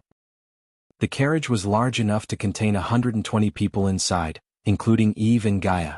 The Valdegards used the giant carriage to transport massive pillars to build castles and bridges. A rare race called giants pulled these carriages from one end to another. Fortunately, Nightmare grew almost 18 meters long to carry the carriage upon his back. Inside the carriage, Eve leaned against the carriage holding Gaia's hand. "I don't think I have much longer. Are we there yet?" "You tell us. Where are we going?" asked Gaia after hearing Eve's weak voice. "You will see." Eve gently brushed Jennifer's head which lay on Eve's lap. Her face had almost turned to stone-like color. In simple words, Jennifer seemed like a statue. "How did you meet Ghost?" Eve turned her gaze towards Gaia. "Just like you, I was in a helpless situation. I thought I was done for. But he changed my life. I have lost count of how many times he pulled some shit no one would imagine. You really think he could find the cure, huh?" "I know he would. Trust me, you will recollect all these events and laugh soon. I wish." Eve let out a deep breath as Gaia felt Nightmare slowing down. "Hey, I think we reached the place. Elia, you should come out." Gaia sensed a tinge of shock in Nightmare's voice. Therefore, Gaia squeezed Eve's hand, reassuring her before dashing out of the carriage. As soon as she exited the carriage, her eyes went so wide to the point her eyes looked like they could pop out any moment. The reason for her shock was the barren floating mountain on the horizon. The floating mountain looked like a sword. The base was the blade, and the tall pillar resembled the hilt from which an elegant streamy waterfall flowed. However, unlike the floating mountain she had seen in the Aculon realm, the sword-like floating mountain was barren and void of any man-made buildings. Visit. For the best no_underscored_undersing experience other than the waterfall, there was nothing in the floating mountain. After starting at the barren floating mountain for a few minutes, the duo resumed flying and approached the island. The closer they got, the bigger the floating mountain looked. Yet, it was far from exceeding the floating mountains in the Aculon realm by far. It took Nightmare and Gaia a few minutes to land on the barren land and put down the carriage on the ground. Considering the ground had no trees, and the clouds above them looked dark and gloomy, Gaia decided to keep them inside the carriage instead of taking them out. She didn't want the sick people to get drenched in heavy rain. "This place looks good," Nightmare creased his brows. "This place looks barren and deserted. There is nothing in the place that would make anyone say it's good." "You lack imagination, lizard." Nightmare rolled his eyes. "I don't lack imagination, but I just don't see the point of imagining anything in the place. It's not ours." Gaia grinned without telling what was going on inside her dead to Nightmare. "I'll go take a look around the place. You stay here and make sure they stay safe." Gaia didn't even wait for Nightmare's agreement as she took off from the ground to fly around the floating mountain. A few minutes later, Nightmare shrunk his size to enter the carriage. However, when he came to Eve, he noticed her skin color had slightly changed to gray. At that moment, Eve was sleeping peacefully while holding Jennifer's hand in one hand and her hammer in the other. Now that he had brought Eve and the Voldegards to a safe place, all he could do was wait for Ghost to find a cure for the plague. But something told Nightmare, Gaia and Ghost would take full advantage of the plague before curing it. After flying around the barren mountain for an hour, Gaia finally returned to the carriage. This time she wasn't alone but brought Ghost with her. "Ghost?" Nightmare welcomed Ghost with a wide grin as usual. He slowly hovered above the sick people to reach Eve. Instead of pouring the potion into Eve's mouth, Michael placed his hand on Eve's neck, which was burning hot, injecting the APD filled with 90% pure healing potion. The latest _IP_SODIes are on _the website. While Nightmare gave the sick a healing potion, Michael woke up Eve. "I am awake." Eve spoke in a weak tone. After slowly opening her eyes, she looked at Michael and Gaia. The recent memories flooded her mind. Since Michael had given her the healing potion, she slowly regained her strength. However, the plague effect prevented her from using arch energy. As a result, her cultivation dropped from the core strengthening stage to the body refining stage. She quickly looked down to see how her sister was doing. Unfortunately, even Michael's 90% pure healing potion couldn't wake her up. Eve combed Jennifer's hair and bowed down, gently placing a kiss on her forehead. "We should go now to reach the Essia by nightfall." Eve slowly stood up, holding the wall for support. "Whoa, cool your roll, Eve. You're not coming? What?" Eve creased her brows immediately after hearing Michael. "No offense, but in your current condition, you'll be more of a burden than help." Surprisingly, Eve dropped the hammer and let out a heavy breath. "You're right. But I can't sit here and do nothing. How can I? My people are dying. I need to do something. Otherwise I'd lose my mind." Both Michael and Gaia understood her feelings. Thus, they looked at each other for a moment before Michael turned his gaze back to Eve. "I get you. What about this? You can fly atop Nightmare and be our lookout. That way you wouldn't have to wait here wondering what we are up to. I can do that. Eve quickly bobbed her head up and down. It's settled then, Gaia nodded, waving her hand as her silver robes turned completely black. She also covered her face with a cloak and a dark mask. Seeing Gaia adjusting her mask, Michael said, "Don't fret. The plague isn't airborne. As far as I studied the samples, it's spreading in water and food." "Really?" Gaia sighed in relief. "So you had any galas recently?" Nightmare asked Eve. Almost all the Voldegards were infected by the plague. So if the plague wasn't airborne and spreading via water and food, Nightmare concluded that the Voldegards hosted a gala or a feast. Otherwise they wouldn't have succumbed to the plague at the same time. The latest _IP_SODIs are on the website. We hosted a gala celebrating Jennifer's birthday. All the Voldegards were there, including our ancestor, the half-immortal one? Asked Michael to see Eve nodding her head. Was he sick? Gaia wondered whether the plague could affect the immortal or not. To be honest, she didn't believe it could because the half-immortals and immortals wouldn't die by normal means such as illness.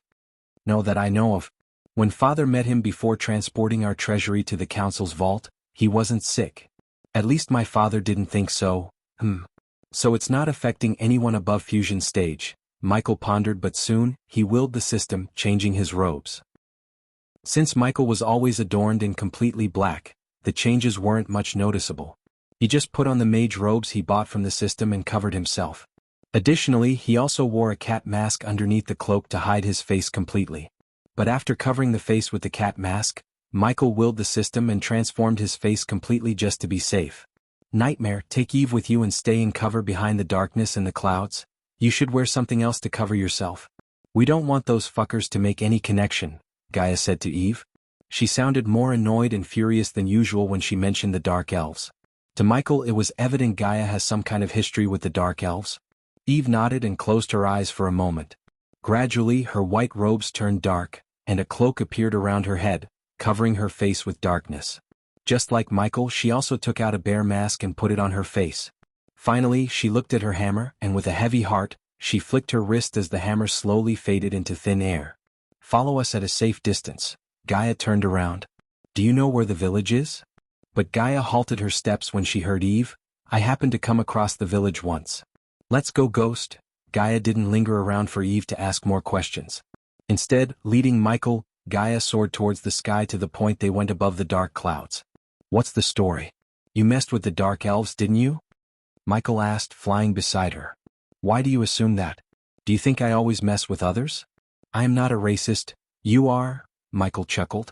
"You hate the other races. That's the definition of a racist. Visit. For a better user experience, I don't hate you. You used to. Remember, you tried to kill me with a candle holder? You know what? Fuck you. I'm not a racist. If you think I am a racist, just wait till you meet the Dark Elves." She just snickered and sped up. Considering Michael studied with the elves in Mazeroth, he could understand the meaning behind Gaia's words. However, he didn't have the pleasure of meeting any Dark Elves in Mazeroth. Now that Michael thought about it, he had never met a single Dark One since he came to this world. By the time they reached the outskirts of the village, night had fallen upon them, erasing any light from existence. Lightning flashed across the dark sky, brightening the sky out of its darkness for only a single moment. The rain drizzled, creating a piece of rhythmic music. The journey towards Essia village was peaceful as Gaia didn't say a word until Michael saw a distant forest. He shouldn't have seen the forest from above the clouds. Each tree in the forest stood at least 300 meters tall and 50 meters wide. For a few moments, Michael stopped flying and stared at the forest with giant trees. He had never seen such a forest made with trees that seemed to be touching the clouds. "What is this place?" Michael asked Gaia in utter shock. To his surprise, the trees were glowing like a city. When he looked closer, he could see man-made structures in the forest. The Dark Elves built houses inside and outside the tree above the ground. He could at least see hundreds of elegant tree houses that looked extremely cozy. Instead of runes or lamps, the houses were lit with luminescent mushrooms. These colorful mushrooms lit the three-layered houses. The first layer glistened in blue, brightening the crowded little homes.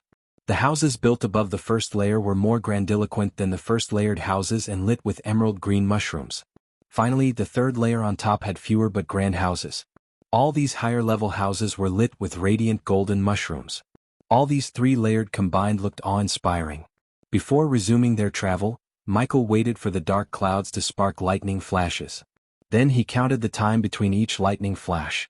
After calculating their approximate gap, Michael prepared to cast the lightning dash. Michael slowly hovered towards Gaia and held her hand. 1, 2. Michael began to count in his mind and cast the lightning dash spell as soon as he counted up to 3. Just as he cast the spell, a flash of lightning streaked across the sky, masking the golden trail left by Michael. In a few blinks of an eye, Michael reached the other end of the forest, where Michael saw a lush green field with several wooden headstones. The headstones were accompanied by saplings of different ages. Some saplings had grown almost 4 feet, while some just had foot-tall saplings growing out of the grass field. Luckily for Michael and Gaia, the graveyard had no dark elves guarding it. Dreend Esrit, that's the name of the dark elf who died first, Gaia, who learned the name from Eve, told Michael. Let's split up and search for the headstone, Michael instructed Gaia and descended towards the graveyard. When Michael landed in the graveyard, he saw a wooden headstone named Dremzal Rinzudia. Although he was in a dark elf's graveyard, he didn't desecrate the place. Instead, he floated a few inches away from the cemetery, leaving no footprints. He respected the dead no matter their race. He floated above the headstones, checking the names one by one. Gaia also checked on the headstones, but unlike Michael, she left a few footsteps until she saw Michael floating above the ground. The latest _IP_SODIs are on the website. Ghost, we are in position, Michael heard Nightmare's voice in his head. He quickly looked up, activating the thermal vision to see a tiny ball of heat signature behind the clouds. Keep an eye out for us. We'll get out of here as soon as we find the right grave, Michael informed Nightmare and continued to look for the grave that belonged to one Dreend Esrit. Michael's luck finally turned up as he found the headstone named Dreend Esrit. Hey, found the grave, Michael quickly talked to Gaia through the earpiece as she dashed towards him. Without wasting time, Michael took out a shovel from the system storage and began digging the grave. Michael dug the grave as fast as he could and hit the casket made of red hickory in a few minutes. Tap, tap, tap. Gaia heard the shovel hitting the casket and felt excited. However, Nightmare's words halted her excitement. Look out. But before Gaia and Michael could react, an arrow flew past Gaia's face, butting through the cloak and a strand of her hair. Shit. Gaia quickly turned around, realizing they had been found out by the dark elves. Watch my back. Michael didn't lose his calm but increased his digging speed. He wasn't going to turn back without getting what he needed. While Michael was breaking open the casket, Gaia raised her arm towards the sky, creating a thin shield around them. Fuck, they are here, Gaia cursed, looking at the numerous dark elves flying toward them. So much for being stealthy, Gaia snickered as the arrows hit the shield but couldn't penetrate through. However, the more arrows hit the shield, the weaker the shield became. Visit. For the best experience, hurry up. Michael initially thought of just getting a few stripes of flesh and a piece of bone as samples. However, he changed his mind after seeing the dark elves bombarding him and Gaia with arrows. What surprised him more was he didn't detect anyone in his environmental scanning. The distance between the cemetery and the forest was at least 900 meters. Still, a dark elf managed to hit Gaia with deadly accuracy. Michael wanted to see that dark elf. It was no-brainer that the dark elf who fired the shot didn't go for the kill but rather had given Gaia a warning. Holding the shield around them, Gaia could see at least hundreds of arrows soaring toward her. She used every bit of arch energy in her body, strengthening the shield. Like droplets of water hitting the puddle and creating ripples, the arrows created countless ripples on the shield when they hit. Without wasting any more time, Michael broke the casket with his bare hand and pulled out the decayed body of the dark elf burning within. He put the halfly decayed body on his shoulder and jumped out of the grave he dug. Let's go, Michael said as Gaia slowly stepped backward, preparing to fly away from the graveyard. However, just when they were about to fly, a golden arrow shattered the shield and sent Gaia flying into Michael. Michael quickly caught Gaia in one hand while holding the decayed body in the other. Gaia gritted her teeth, holding the bubbling anger within her. Every fiber in her body told her to go berserk on the dark elves, but she managed to control her anger so they could escape the place without revealing themselves. Make a move if you want to meet your makers. Out of the blue, a chiming bell-like voice traveled in the wind and breezed through them. The voice made Michael look upwards to see a dark elf carrying a golden bow and arrow descending from the sky. The dark elf's glistening bow brightened his sharp features. He could be described as black-skinned and dark-haired in appearance. The most distinguishing feature was his brownish skin due to living under the shade of the forest. Like all elves, he too had pointed ears almost as long as the normal elves Michael met in Mazeroth. However, his facial features were visibly sharper than those of other elves. They had a more angry brow curve, which coupled with their sharp, carnivorous teeth, gave them a rather savage and predatory appearance. As the dark elf's feet touched the ground, several others landed around Michael out of nowhere as though they sprouted from the ground. They all raised their bows taking aim at Michael and Gaia. Although they weren't muscular as the human warriors, nonetheless, every single dark elf had at least one tattoo ranging from icons of a deity to runes with actual magical enchantments. Because symbolism and tattoos played an important role in dark elven culture, tattoos and piercings were highly abundant. For example, the dark elf who appeared in the sky had an eagle tattooed on his neck as well as an arrow pointing towards the sky on his forehead, right between his brows. "You have desecrated a sacred ground," the dark elf spoke in a cold, murderous tone. Since Michael paid the system to mask his actual cultivation level, the dark elves thought he was only at the core formation stage. As a result, the dark elves felt superior and didn't bother to call for backup. The dark elf who threatened Michael and Gaia was the strongest, who stood at soul refining stage level 4. "Put him down," the dark elf said, looking at the decayed body hanging on Michael's shoulder like a piece of cloth. "Visit. For the best no_SNG experience, no one has to get hurt. Just lower your bows and let us go," Gaia calmly said, but the dark elves didn't even budge. Except their stars intensified more. "Leave," Michael growled at the dark elf before them a few meters away. However, he didn't direct the word to him. In reality, he ordered Nightmare, not the dark elves. "You will pay for your crime at the first light," the dark life coldly said without reacting to Michael's words. But, unknown to Michael, today was an auspicious day in the dark elves' calendar. Thus, they were prohibited from taking life unless facing a calamity.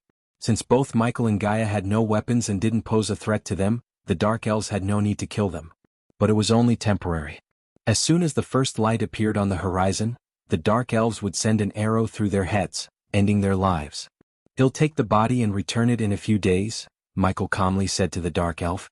To be honest, Michael didn't want to fight the dark elves because he had desecrated their holy ground. They had all the right to kill them. If someone had done the same to a place Michael held holy, he would have killed them in a blink of an eye.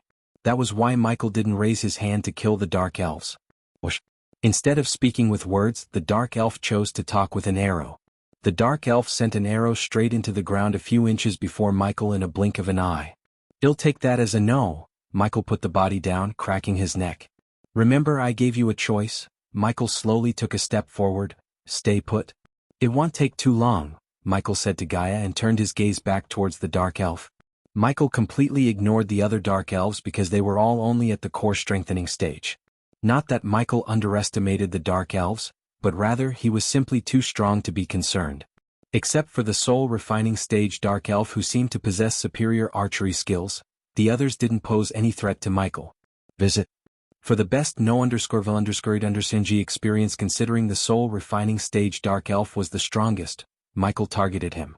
Seeing Michael readying for a battle, the dark elves tensed. Then they slowly pulled back the bowstring as they were only inches away from releasing the arrows they knocked. Whoosh. Suddenly, Michael dashed at the leading dark elf as fast as a lightning bolt. His speed startled the dark elves.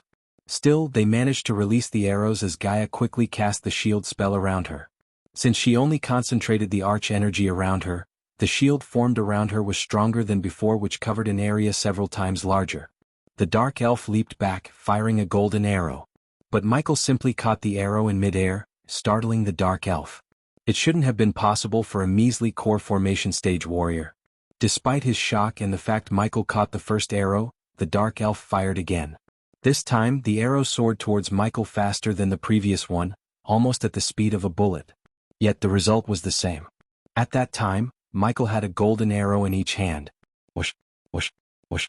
The dark elf rapidly fired arrow after arrow, and so did the others, only to see Michael using the arrows as steps to climb higher into the air. In a few blinks of an eye, Michael reached the dark elf leader using the arrows as steps in mid-air. Except for a few, the dark elves targeted Michael.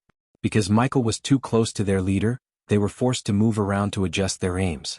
Gaia saw Michael move as swiftly as a feather in the wind, evading the arrows and fighting the dark elf. Surprisingly, the Dark Elf was just good in hand-to-hand combat as he was in archery. Thus, the Dark Elf managed to block and dodge Michael's punches. The way the Dark Elf dodged and blocked his punches surprised Michael. Usually, an archer wouldn't be as proficient in close combat as the Dark Elf. The Dark Elf blocked Michael's punches with the bow and arrow. If Michael lost his concentration even for a second, the Dark Elf would break his mask and stab him in the chest with the arrow. Visit. For a better user experience, obviously, the Dark Elf was a good fighter, but Michael was better. The more he fought with the Dark Elf, the more he learned about the Dark Elf's fighting style. Hence, Michael was able to predict his moves before even he could make them.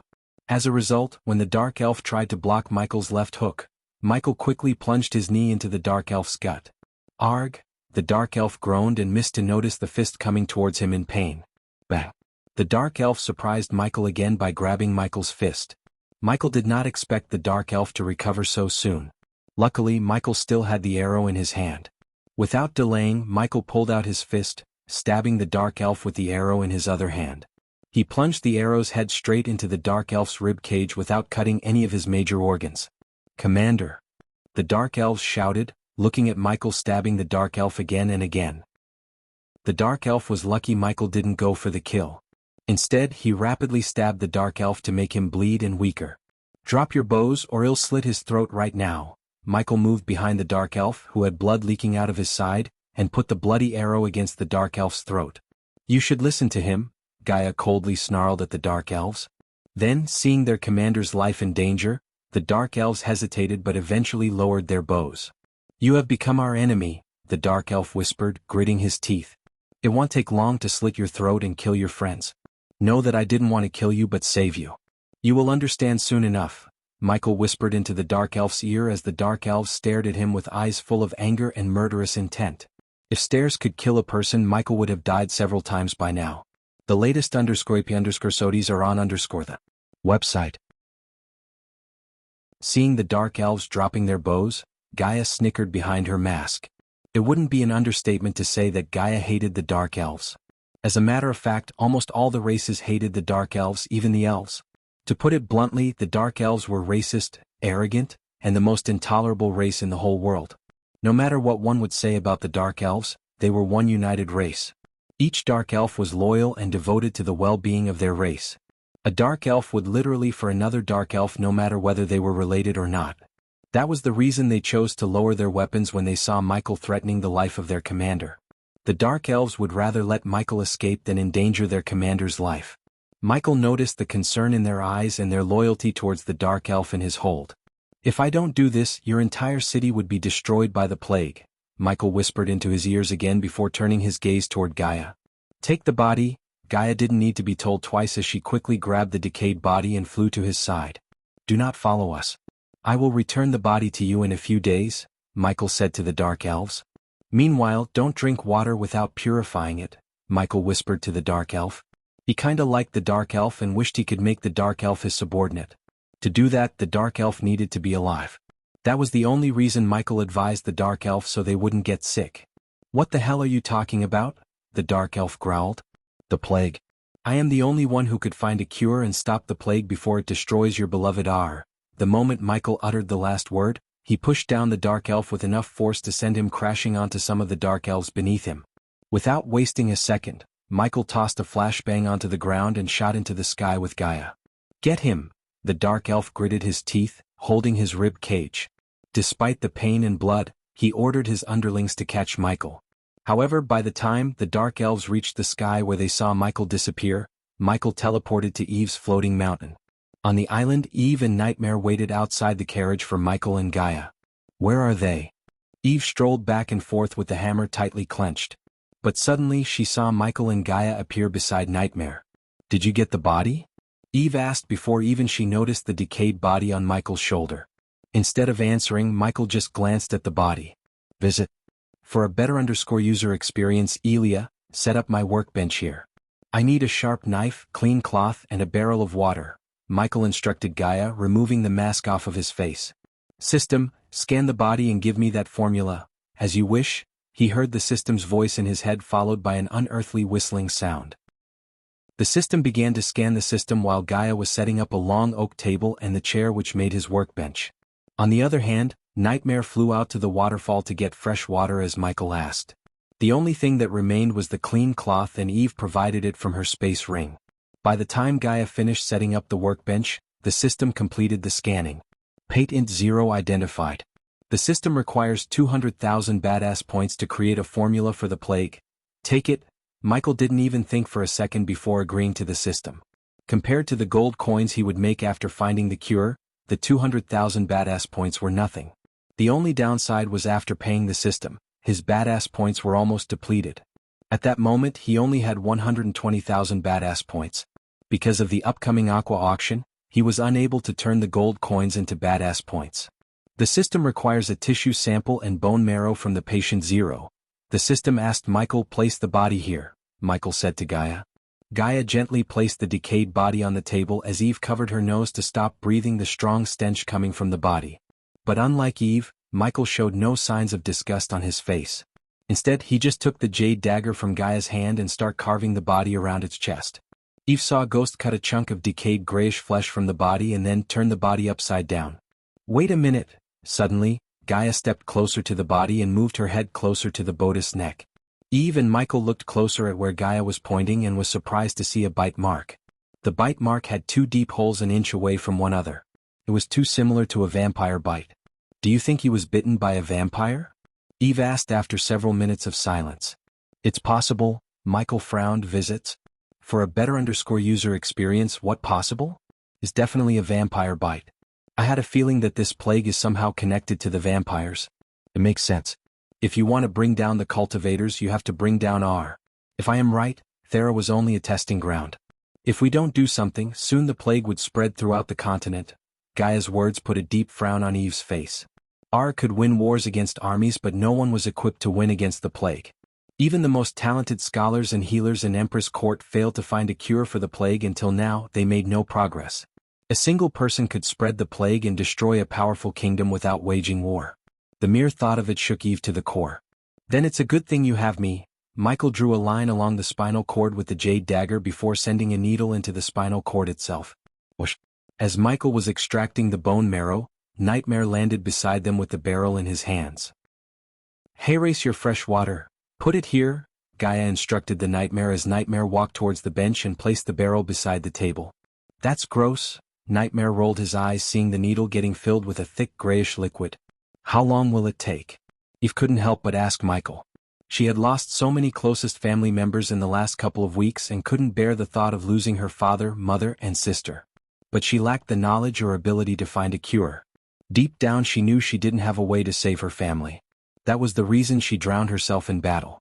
Ghost was the last ray of hope she had. System. Instead of answering Eve, Michael put the flesh and the needle into his system storage. Then he summoned the system. Analyzing the samples, creating a formula, converting the formula into a potion recipe. Michael waited for the system to finish creating the formula patiently, even though time was of the essence. Just give him some time, Gaia said to Eve, noticing Ghost's silence. Visit. For a better user experience for almost 10 minutes, only silence filled the lonely mountain and they heard nothing but the melody of the waterfall. Cure found. Imparting the recipe into the host's brain. Finally, the system etched the recipe into Michael's brain in the form of a potion recipe. He was suddenly flooded with new knowledge about the plague and a potion to cure the plague. With his new potion he could not cure the sick but also prevent anyone from getting infected in the future. But unfortunately, his knowledge about the plague also came bearing a piece of bad news. According to Jennifer's condition, she didn't have much longer to live. At most, she had 2 days with the constant supply of healing potion. Eve. When Michael finally turned his gaze towards Eve, her heart almost skipped a beat. She shivered, waiting for his next words. I have the cure, but we need to find the ingredients fast. Since time was of the essence, Michael even tried to buy the ingredients from the system store, but the system required 600,000 badass points. Even if he took along, he wouldn't get 600,000 badass points. Hence, the only way to get the ingredients was to buy them somewhere. But hearing Michael's words, Eve's face brightened and at last, a relieved smile appeared on her face. Anything. Bunyip bone, Hydra hook, Dryad lock, Behemoth eye, Naga scale, Walperdinger antler, and Plague barberry. You don't have any of these back in the castle. We need to buy them somewhere and we need them fast. Your sister has only 2 days, Eve shuddered, hearing his last words. In a blink of an eye, Her mind was flooded with the sweet memories she had with her little sister since they were little. Then what are we waiting for? Let's go to the Aqua Palace and buy these. I am pretty sure they have everything you need. Nightmare always tried to stay positive, but Gaia shook her head, sighing. Aqua Palace is in Kingdom Sil Allery, not in Thera. We will go to Sil Allery. I don't give a damn about the lockdown. I will kill anyone who stands in my way, Eve said with a stern, dominating voice despite her condition. However, Gaia knew that the lockdown wasn't the only obstacle they had. Visit. For a better user experience, it would take at least 2 days to reach Sil Allery. But I have a way and you might not like it. Gaia paused for a few moments before shocking Eve with her words. The Rotguards have a portal to get to Sil Allery. How did you know that? Eve asked, surprised by Gaia's words. She grew up in Ysirius but never heard House Rotguard possessing a portal to reach Sil Allery. She wondered how the heck Elia knew this. I happen to travel a lot, Gaia simply shrugged. Although Eve could tell she was lying, she didn't poke into the matter deeply because she had no need to. But I don't think the Rotguards will welcome us with open arms. Even Nightmare couldn't stay positive after hearing Gaia's plan. He was optimistic but not naive. Eve, do you remember Elia asked how ruthless you would be to save your family? Eve nodded at Michael. I am asking you again. How far would you go to save your family? As far as I have to. Would you kill the Rotguards? Yes. I will wipe out them in a heartbeat. Michael did not even finish his question when Eve stomped the ground and roared. Good. Michael simply nodded before turning his gaze back at the body. He then cut another piece of flesh and a strand of gray hair from the head. Michael submerged the flesh and the strand of hair into the barrel Nightmare brought. The three of them stared at Michael without any clues of what he was doing. Under their curious gazes, Michael washed the flesh and the hair. Eve, go give your sister the healing potion, Michael told Eve as she nodded and went inside the carriage. When she disappeared from their sight, Michael quickly willed the system to teleport to Eve's castle. After Michael vanished into thin air, Nightmare came to Gaia's side. Are you thinking what I am thinking? Nightmare asked. Yep. He is doing it. Gaia's face had a devilish grin, unlike Nightmare, who seemed a bit worried. A few minutes later, Michael appeared again before the oak table. With a flick of his wrist, he took out a bunch of ingredients from the system's storage. As Michael conjured his alchemy flames which burned with emerald green flames, Gaia and Nightmare approached him. Visit. For a better user experience, so you're weaponizing the plague? Asked Gaia, looking over Michael's shoulder. Do you see another way to infiltrate the House Rotguards and use their portal? Michael didn't look at Gaia but focused on refining the ingredients. I just want to make sure it wouldn't come back to bite us in the butt. It won't. When I finish modifying the plague, it will only affect the soul refiners and fusion stage cultivators, Michael explained while extracting the essence from the herbs. Initially, Michael thought of making the plague airborne and affecting all the cultivators. They hadn't taken the vaccine he was about to create. However, the modified strain of plague would be extremely unstable and prone to mutate. Moreover, Michael did not want to start a pandemic that he wouldn't be able to control. Since Michael had reached the fusion stage, he did not need to kill the weaker cultivators with the plague. Instead, Michael decided to modify the plague strain with the help of the system to only affect fusion and soul refining stage cultivators. This new modified strain wouldn't mutate and was easily fused with the fear toxin. That's good. How does it work anyways? Nightmare asked Michael. Once you breathe in the newly enhanced fear toxin, you will experience coughing, vomiting blood, and losing control over your celestial and arch energy. Boom, in a couple of minutes you are nothing but a commoner. I assume you will modify our masks too? Asked Gaia. Since they hadn't taken the cure yet, the modified fear toxin was dangerous to them. Therefore, Michael had to buy 3 masks from the system and modify them. Luckily, it was a simple task for Michael as he was a 5-star inventor and possessed all the necessary parts. But first, Michael needed to finish modifying the plague. At that moment, black essence beads floated about the green flames. These beads radiated an ominous smoke as Michael slowly merged them together. After which, Michael sent the flesh and the strand of hair into the fire and burnt them. When the flesh and hair burnt in the fire, Gay and Nightmare closed their mouth and nose with their hands. The strong scent was nauseating to the point Gaia felt like throwing up. Soon, a crimson-red smoke gradually emerged from the green flame and merged with the dark ball of essence above the flame. The two mixed together to form a mysterious smoking goo that swam in the air like a fish. Gaia and Nightmare sighed in relief, thinking he had finished, but Michael had only completed half the process. Go stall Eve, Michael told Nightmare as the dragon nodded, shrunk its size and walked towards the carriage. Meanwhile, Michael rolled up his sleeves, revealing the dark bracelet around his right wrist. "Remove it," Michael asked Gaia to remove the bracelet as he controlled the plague goo with his other hand. Instead, Gaia gently tapped the bracelet and lifted it from his wrist. Screech. The latest _AP_SODs are on the website. When Michael willed the APD to come off his wrist, the bracelet split in the middle, and the needles inside Michael's wrist retracted. After Gaia removed the APD, Michael moved the dark goo above the flame, but this time the fire turned from jade green to black. The heat produced by the dark flames immediately vaporized the black goo as Michael surrounded the vapor with his arch energy and pulled it into a large vial. As soon as the dark vapor entered the vial, Michael closed it with the cork. "Now I have to mix it with the fear toxin." Michael took out another vial with a gray liquid inside. With utmost caution, Michael pulled out the liquid through a syringe and injected the liquid into the plague vial through the cork. To his surprise, when the vapor and liquid made contact, it sparks a purple flame. The flame burnt brightly for a few moments until finally condensed into a dark dusty element. "This will be our weapon for ultimate domination," Michael devilishly grinned, looking at the dark vial in his hand. "So, have you given any thought to mixing the blood tonic into the cure? I thought you would never ask. Unfortunately, the cure won't work with the blood tonic mixed in. It's only a setback though. I will find a better cure in the future which could be mixed with the blood tonic." Michael really tried to squeeze the blood tonic into the cure, but the formula simply didn't allow it. The cure had to be in its purest form. Otherwise, it wouldn't heal the infected and prevent one from getting infected. "We would have been gods if it worked," Gaia sighed. "Yeah." Michael opened the compartment connected to the needles and APD and put the one in his hand inside. "You can't use the fear toxin while you are in your ghost persona." Gaia was indeed right. If Eve noticed the effects of the fear toxin and saw the Dark Lord using it by any chance, she could make the connection between Ghost and the Dark Lord. Hence, Michael quickly brewed another modified plague and enclosed it in vials without mixing with the FAR toxin.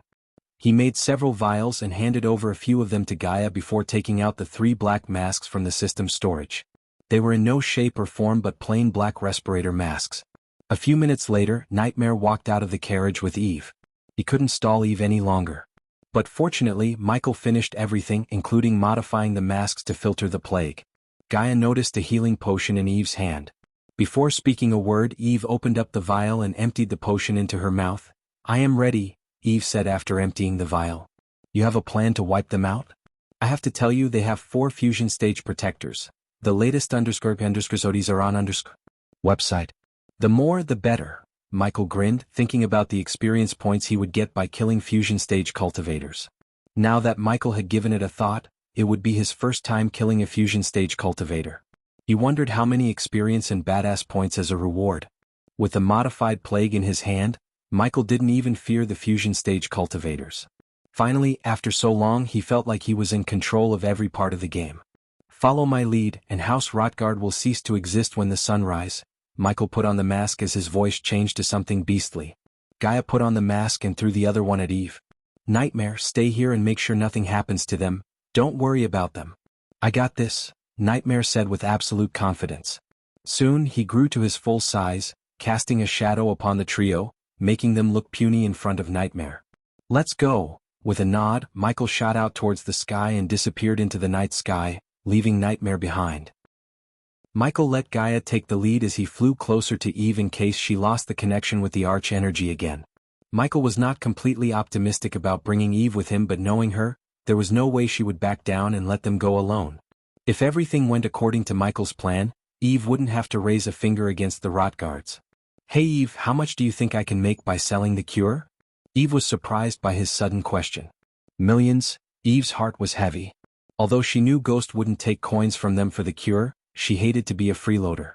No matter what, Eve wanted to repay for everything he did somehow. "Hey Eve, if you're worried about getting the cure for free, don't. I'm not giving it to you for free. I want Voldegards to be my allies and help set up my majestic empire in Ar. Anything for you, my friend." Eve placed his hand on his shoulder and revealed an alluring smile that hid the immense sorrow in her heart. "And thank you, the latest _AP_SODs are on the website. Hey friends, don't say thanks. I am pretty sure you will get to save my ass once or twice in the future." Michael patted Eve on the back and continued their journey towards Yesrius to wipe out the Rotguards.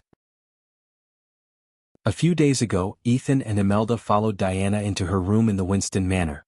"Diane, stop!" Imelda called out to stop Diana, who strolled into her room, blasting the door open. After she entered, Ethan quickly closed the door behind her. Despite Imelda calling her repeatedly, Diana didn't even turn around but rushed into the room. After entering the room, Diana walked straight to the book rack beside the black bed. "Diane, please listen to us." Ethan slowly approached Diana as she pulled out a crimson-red book from the neatly stacked books on the rack. As soon as she pulled out the book, a golden light enveloped Diana before the orange curtains were replaced by dark curtains, turning the room dark. But the chandelier hanging down the ceiling lit the room as Imelda saw the book's rack slowly moving aside. Imelda was startled to see the dark robes, black swords, and daggers on the wall behind the book rack. A cold chill ran down her spine, looking at the wall because it reminded her of the memories Imelda desperately tried to forget. "Diane, just stop and think about this. You cannot go up against the Guardians." Ethan tried to stop Diana.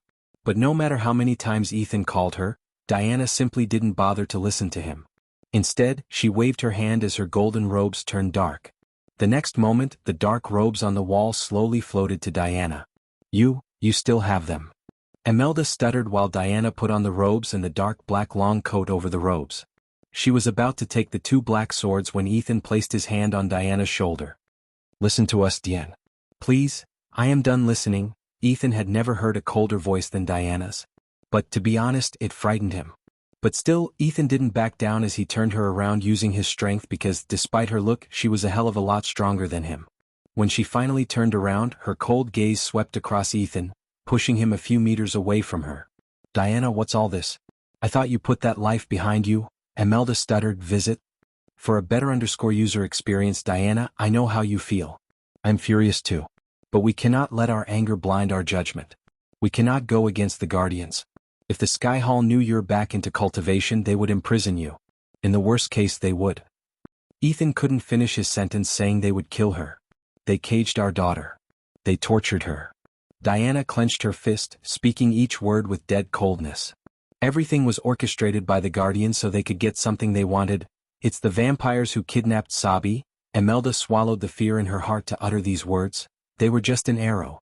"The one who fired the arrow was the Guardians," Ethan growled. It was true that Ethan didn't want Diana to go against the Guardian. However, it didn't mean he wasn't furious. Only if Ethan had the power, would he have destroyed the Guardians by now. Since it wasn't the case, he had to stop Diana from making any decision they would all regret later. "Get out of my way, Ethan. I am constantly failing to protect my children and I am sick of it." Diana turned around and grabbed the two swords from the wall. Imelda shivered to see the black swords in Diana's hands. Unlike Ethan and Diana, only she knew what really happened 21 years ago in the forest. She knew what the Sky Hall was capable of. Granted, Imelda felt the same anger as Ethan and Diana after she heard what happened to Sabrina, but her fear of Sky Hall overshadowed her anger towards the vampires and the Guardian Guild. For the first time, Imelda felt grateful toward Ghost. If it wasn't for him, Sabrina would have died twice. Although Sabrina told everything that happened to her except the truth about Ghost being the Dark Lord, the three of them knew Ghost was the Dark Lord. "You didn't fail them, Diana." "I did. As a father, as a husband, I failed." Ethan sighed, swallowing the lump in his throat formed due to grief and helplessness. "Both of you, please." Imelda stepped forward. "Let's talk this through. Diana, you're not Harriet Hunt anymore. She died in our. Forget about Sky Hall. If the Hunt family knew you are alive, they would be at our doorstep the next moment." However, Diana didn't bother to pay attention to Imelda because anger consumed her mind and heart. "Think about Noah and Rowena. If you go against the Guardians, our secret will be exposed. What do you think will happen next?" Ethan asked Diana. "You agreed when we told Sabrina not to say a word about anything to Rowena and Noah." "Please, Diana, stop," Imelda begged Diana. Just like she said, the three of them told Sabrina not to reveal anything that happened to her to Rowena or Noah. They believed if Sabrina told them, Noah would renounce the Guardians and start a battle against them, which would ultimately result in Rowena stepping in. If Rowena stepped in, the Sky Hall would investigate the matter, and as a result, Ghost's identity would be exposed. It could only lead to one thing: the destruction of the Winstons.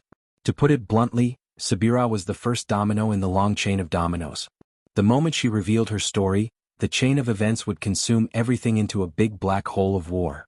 That was why Imelda and Ethan made her promise not to tell anyone about anything, especially Rowena and Noah. Visit. For the best no_vel_read_ng experience by making her promise however, they destroyed Michael's plot to set Noah against the Guardians. You are missing the point. Finally, Diana's hair turned from striking golden to raven black. I am not going against the Guardians. I am going against the elf who orchestrated everything. As she said, Diana took a step forward, unleashing powerful energy that forced Ethan and Imelda a few steps back. Seeing Diana in black hair and dark robes, Imelda shivered from head to toe. Once upon a time, an entire continent feared her. Then after 2 decades, what Imelda thought she buried returned alive to haunt her. Remember the words you said before leaving Ethan. You made a promise to always stand by my side. Do not break that promise now. Step aside, Diana coldly said as Ethan saw a blue light flickering in her eyes. Diana, please. Boom. Ethan tried to change her mind, but he was sent crashing onto the wall behind by a strong gust of wind. I'm sick of you two trying to change my mind. Diana roared before stomping the ground with enough force to shake the entire room.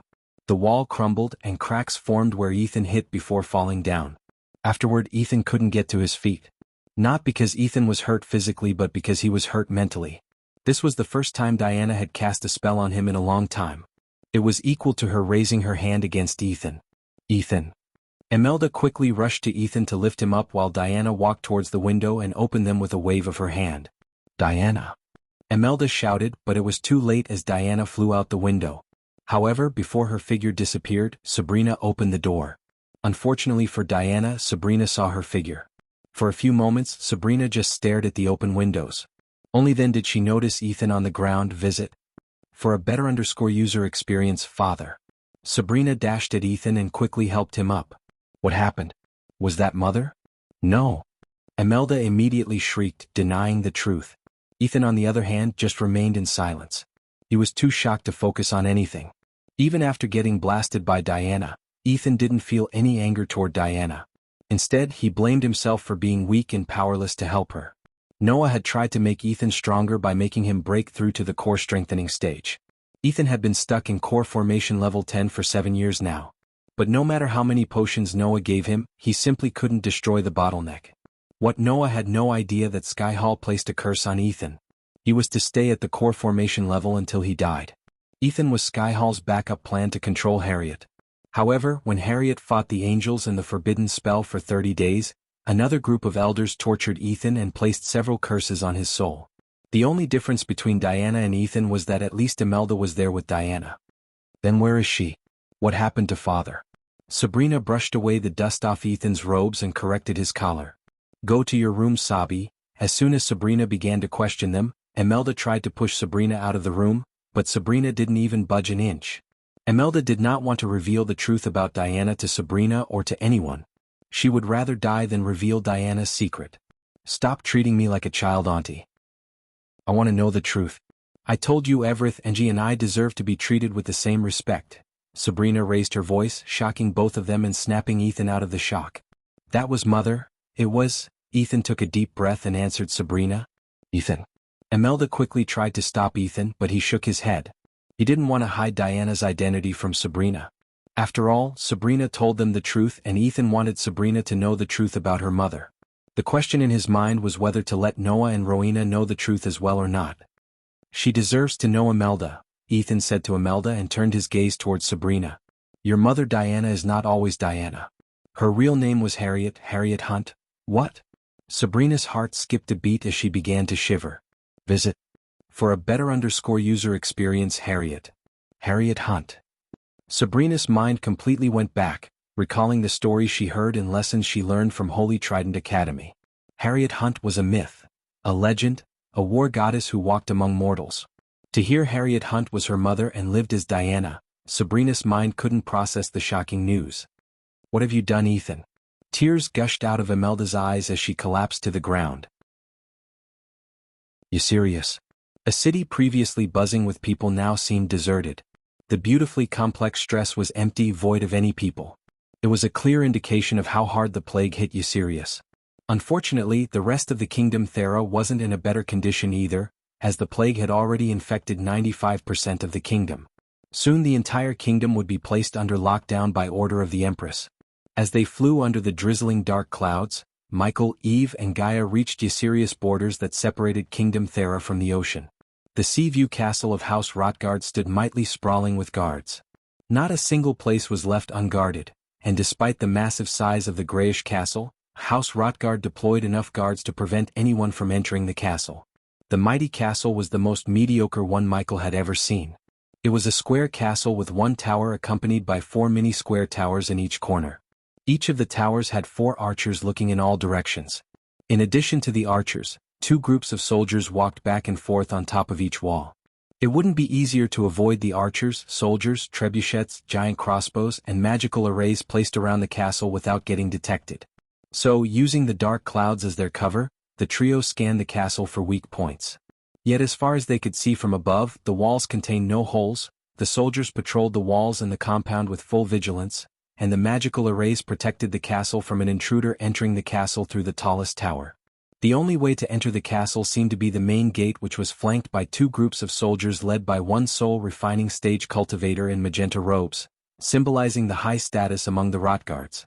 No one could get inside or outside without the soul refiner's knowledge. This is troublesome.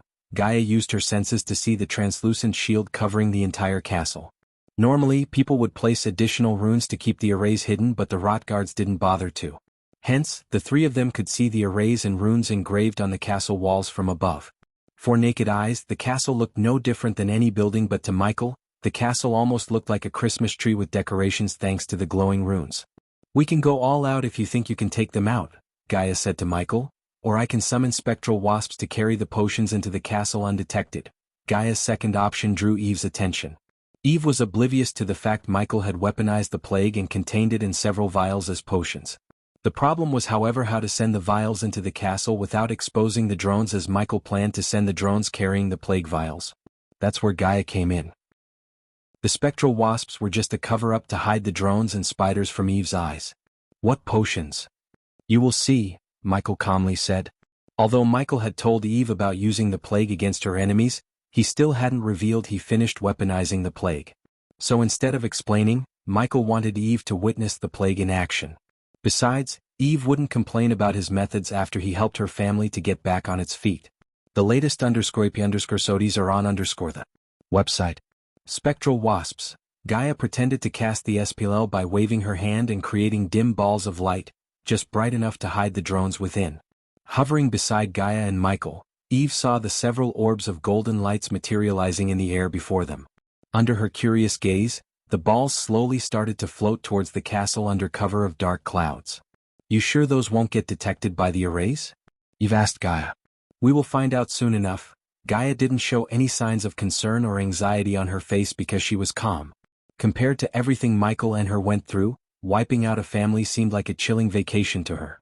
The golden balls gradually lost their glow and disappeared from Eve's eyes. But her full focus was on the thin blue layer of light enveloping the castle. Unlike Eve, Michael could see the drones flying through the thin light layer without triggering the arrays.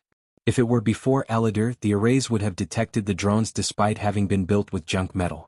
Now all of Michael's drones and spiders had Elidor's special cloaking runes that prevented almost 98% of the arrays from detecting them. While piloting the drones via his mind, Michael carefully paid attention to the video feed transmitted by the drone camera to his mind. The drones may have fooled the arrays, but they were still visible to the naked eyes, especially the vials they were carrying atop them. So any archer or a soldier could still see them and shot them down from the air. Hence, Michael carefully piloted the drones to the center tower's highest point. No problem until now. Gaia felt the excitement coursing through her veins. If the drones got detected, which was highly unlikely, she could go rampage on the Rotguards. Otherwise, she could walk through the main gate and kill the plague-stricken Rotguards, which would be as easy as killing insects. Either way, the fate of the Rotguards was sealed. She almost felt pity for the Rotguards but didn't show her emotions to Eve. To be honest, it was quite common in R. Like any other continent, R wasn't an exception to the rule of killing or being killed. If you were not strong enough and you were in someone's way of getting more powerful, you were as good as dead in R. The Voldegards put survival over helping others, which led them to be almost exterminated by the Rotguards. However, Gaia admired how Rotguards handled themselves. As soon as the plague hit Thera, Rotguards closed their compound to anyone and ordered everyone to stay put except for a few groups. They completely cut out any ties from the outside, including drinking, eating, or having physical contact with others. Compared to Voldegards, they certainly had better scholars who gave proper advice and safeguarded the Rotgards. You have a plan to start over? Putting the Voldegards back on their feet won't be easy. At the same time, Michael was busy piloting the drones into the castle undetected. Gaia started a conversation about the future of the Voldegards. Visit. For a better user experience, I'd rather let my father take of it. He has been leading us for decades and it won't change anytime soon. I only wish we can cure him sooner. Eve was a great warrior and Michael could vouch for that. However, her leadership qualities were still hidden. No matter how good of a friend Eve was to Michael, he wouldn't recommend handing over House Voldegard to Eve without knowing how good of a leader she was. Since Michael planned to make House Voldegard his ally, he wanted someone great to lead the house to a golden age. But Michael really doubted whether Eve's father was up to the task. Although the Voldegards didn't get weaker, they didn't get stronger either under his leadership. I know it's not a good time to talk about the future. But give some thought to it. The path ahead of you won't get easier. Gaia placed her hand on Eve's shoulder to console her. I will. Eve nodded as she knew Gaia was right and just looking after her. Sooner or later, Eve knew she had to deal with the future of House Voldegard. However, she just wanted to focus on curing them before paying attention to other matters. On the other hand, the drones entered the castle through the open windows in the tower. He could clearly see the brightly lit throne hall directly beneath the tower. At that moment, a man wearing crimson-red robes and a crown with a large rub on the front sat on a lavish throne decorated with gold and gems. The man on the throne was undoubtedly the Lord of House Rotgard, Ivan Rotgard. He stared at the four protectors of the house who were seated on their own thrones facing the Ivan and Igor on his one knee. There is no point in wasting resources on House Voldegard anymore, Uncle Ivan. Igor received cold death stares from the gray-haired protectors. Still, Igor tried to convince the House Lord to focus on capturing House Voldegard's business and stream of revenues rather than trying to kill all the Voldegards as the protectors suggested. For Igor, fighting Voldegards was nothing but a waste of resources. He would rather accumulate power, capture more revenue streams, and make allies than wage war against all their enemies. Only if your father was here to hear those words. A bald old man with a goatee snickered at Igor. My father fought the Voldegards all his life. What did he get in return? Death. Igor didn't stay silent but talked back with a cold tone. All the more reason to wipe the Voldegards off the world. You should have died like your father on the battlefield instead of running away from a young fusion stage warrior. Another elder heir quoted the words young fusion stage to ridicule Igor.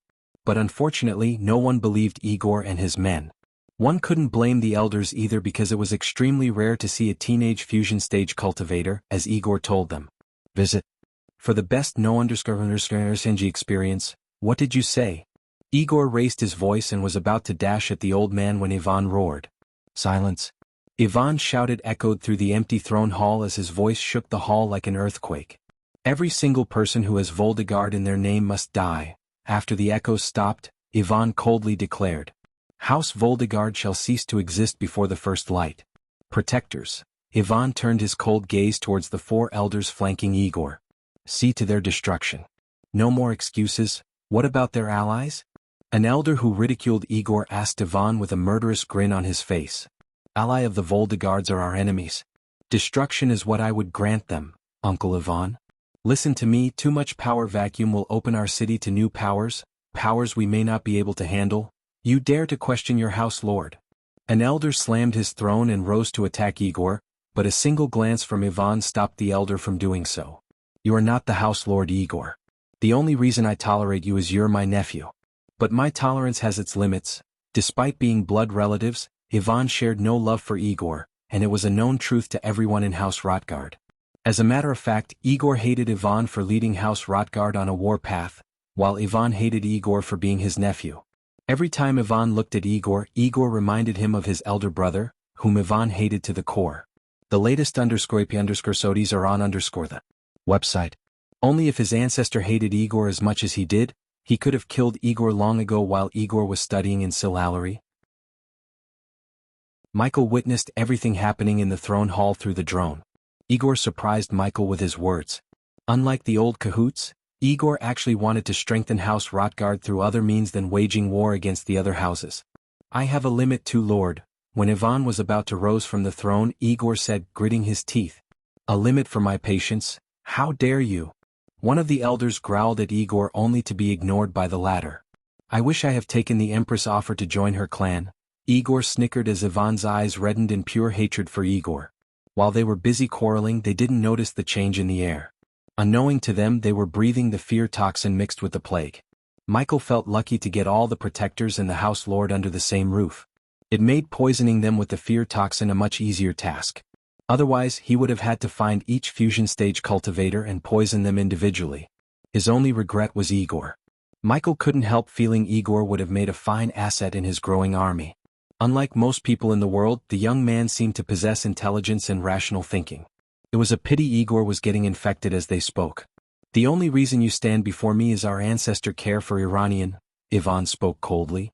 Iranian was Igor's late father, and when Igor heard his name from Ivan's mouth, Igor felt his anger bubbling deep within him.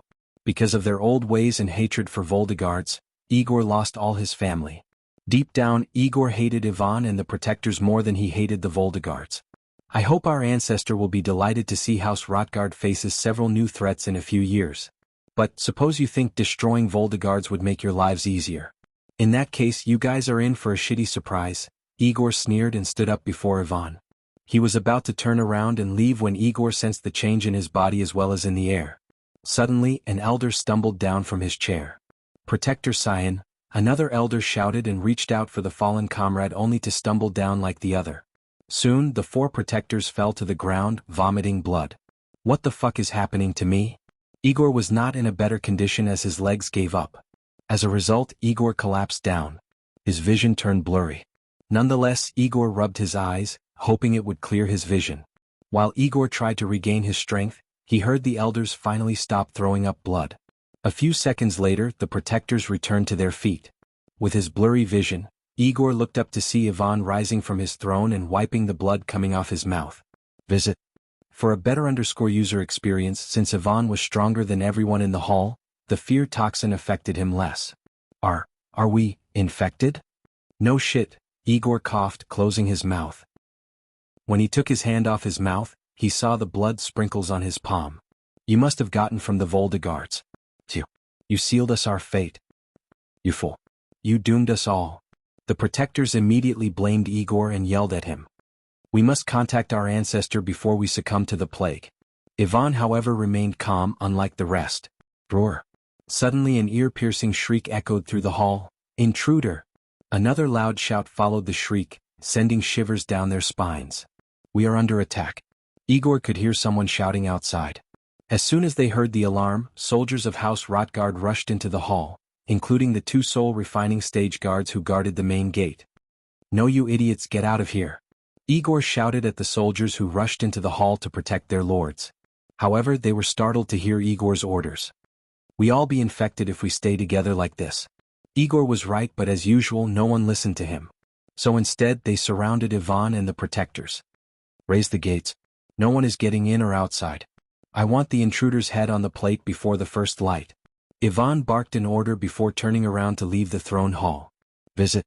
For a better user experience, he was in quite a rush to meet his ancestor, who may be their best chance to survive the plague. What's the rush? Out of the blue, another calm voice resonated in the hall. The voice, however, didn't sound like a human but a beast. What the? Who was that? Am I hearing things? The soldiers looked around frantically, trying to locate the voice's source. Creak, creak, creak. Igor's heart skipped a beat as he jerked his head around to look at the front door leading outside. The door shuddered, glowing for a second. Following the front door, the doors on the left and right sides also glowed and shuddered. Looking at the phenomenon on the doors, a curious soldier rushed towards the door. He tried to open the door, but no matter how hard he pushed, the door didn't budge. It's locked. Igor sighed. Someone locked us in the same hall. Now we are all stuck here to get infected by the plague. Igor just sat on the ground, rubbing his temples. Is it true? My lords, what should we do?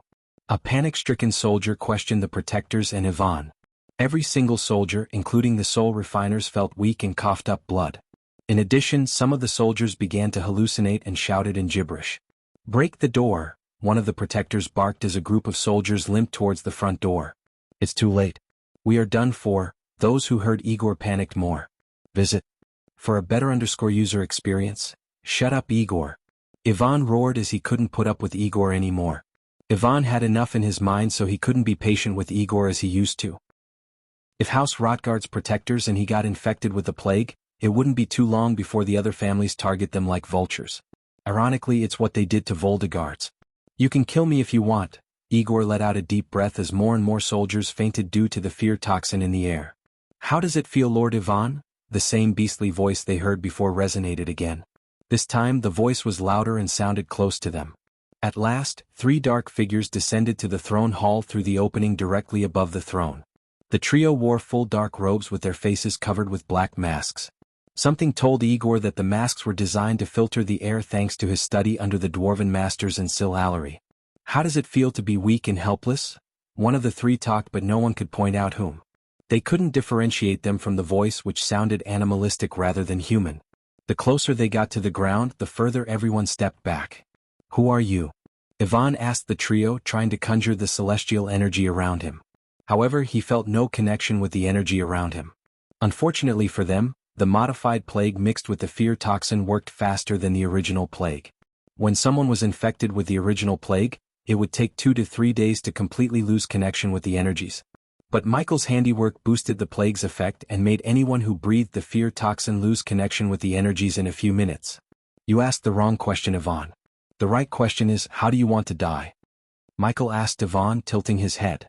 My lord, when the protectors saw Michael place his hand on Ivan's shoulders, they tried to rush towards him to protect him. However, as soon as they took a step forward, Gaia blasted away them with a powerful gust of force. Despite their weak status, the soldiers unsheathed their weapons to attack the intruders. Some even tried to cast spells. One who kills must be prepared to be killed. Michael grabbed Ivan's neck, and before Ivan could fight against his hold, Michael simply snapped his neck. Since Ivan lost his connection with the celestial energy, his body became weak. Thus, Michael could simply snap his neck like a twig. Ding. Congratulations to the host for killing a fusion stage, level 10 cultivator. The reward is 750,000 experience points and 10,000 badass points. My lord! The soldiers and the protectors screamed, seeing Ivan's lifeless body hitting the ground. His eyes were still wide open and contained a hinge of shock and horror. Igor, who hated Ivan to the core, surprisingly felt relieved and had a tinge of joy seeing Ivan's body. The protectors are mine to kill. After killing Ivan, Michael quickly instructed Gaia and Eve. He wanted the experience points of killing the fusion stage protectors. The rest? Gaia questioned Michael with a devilish grin behind her mask. The latest _IP_SODIes are on the website. Accept him, kill everyone. Michael surprised himself by killing a mighty fusion stage cultivator like he was nothing. However, the killing came with a shock that he wasn't aware of yet. The protectors and soldiers looked pale and shivered after witnessing Ivan's sudden death. Even Eve's heart shuddered seeing Ghost's power.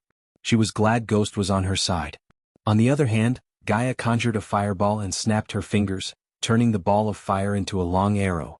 Considering she was in her Elia persona, she could not use the powerful spells in her arsenal. Almost all her spells utilized her poison, which radiated an emerald green mist. Fortunately, the weakest spell like the fire arrow could kill the 6 soldiers. You should blow off some steam by killing them, Gaia advised Eve. Gaia's voice pulled Eve out of her shock. Ah yeah, Eve nodded. She felt no remorse or pity for the House Rotgard soldiers after she witnessed Rotgard massacring her family members. After killing Ivan, Michael put the fear of God in everyone's hearts. Moreover, the fear toxin terrorized their brains by enhancing their fear several folds. In a blink of an eye, Michael appeared before a protector and grabbed him by his neck. The old man punched Michael's hand and kicked him in the gut, trying to escape his hold. Yet all of his attempts yielded no fruits. Finally, with a simple flick of his wrist, Michael took out the jade dagger he used to carve the elf's decayed body. Poch! Michael plugged the dagger as deep as he could through the old man's rib cage. The blood splashed across Igor's face, snapping him out of shock. Still, Igor couldn't even take a step toward the black-masked monster who killed his uncle in a blink of an eye. Igor knew he should feel anger and fury, but surprisingly he didn't feel anything. Instead, his hatred and disappointment towards the protectors and his uncle reached a point that Igor couldn't care less about them. However, Igor hated dying in the throne hall. He had so much to live for. Despite the obvious death, Igor sighed and decided to die like a man, then begged them for mercy. The elder who got stabbed was just at his arm's length, but Igor felt no urge to save him. Instead, Igor stared at the dark-robed figure stabbing the elder again and again and again until the elder's white robes turned red. It was not a kill but a statement. Seeing the brutality, the rest trembled in overwhelming fear which caused some of them to lose consciousness and hallucinate. Michael dropped the dead protector down and stomped the head, crushing the skull under his feet. Ding. Congratulations to the host for killing a fusion stage, level 2 cultivator. The reward is 750,000 experience points and 10,000 badass points. Congratulations to the host for leveling up. The current level is the fusion stage level 2. The fear tightened Igor's muscles as his legs refused to move even though the killer was walking toward him.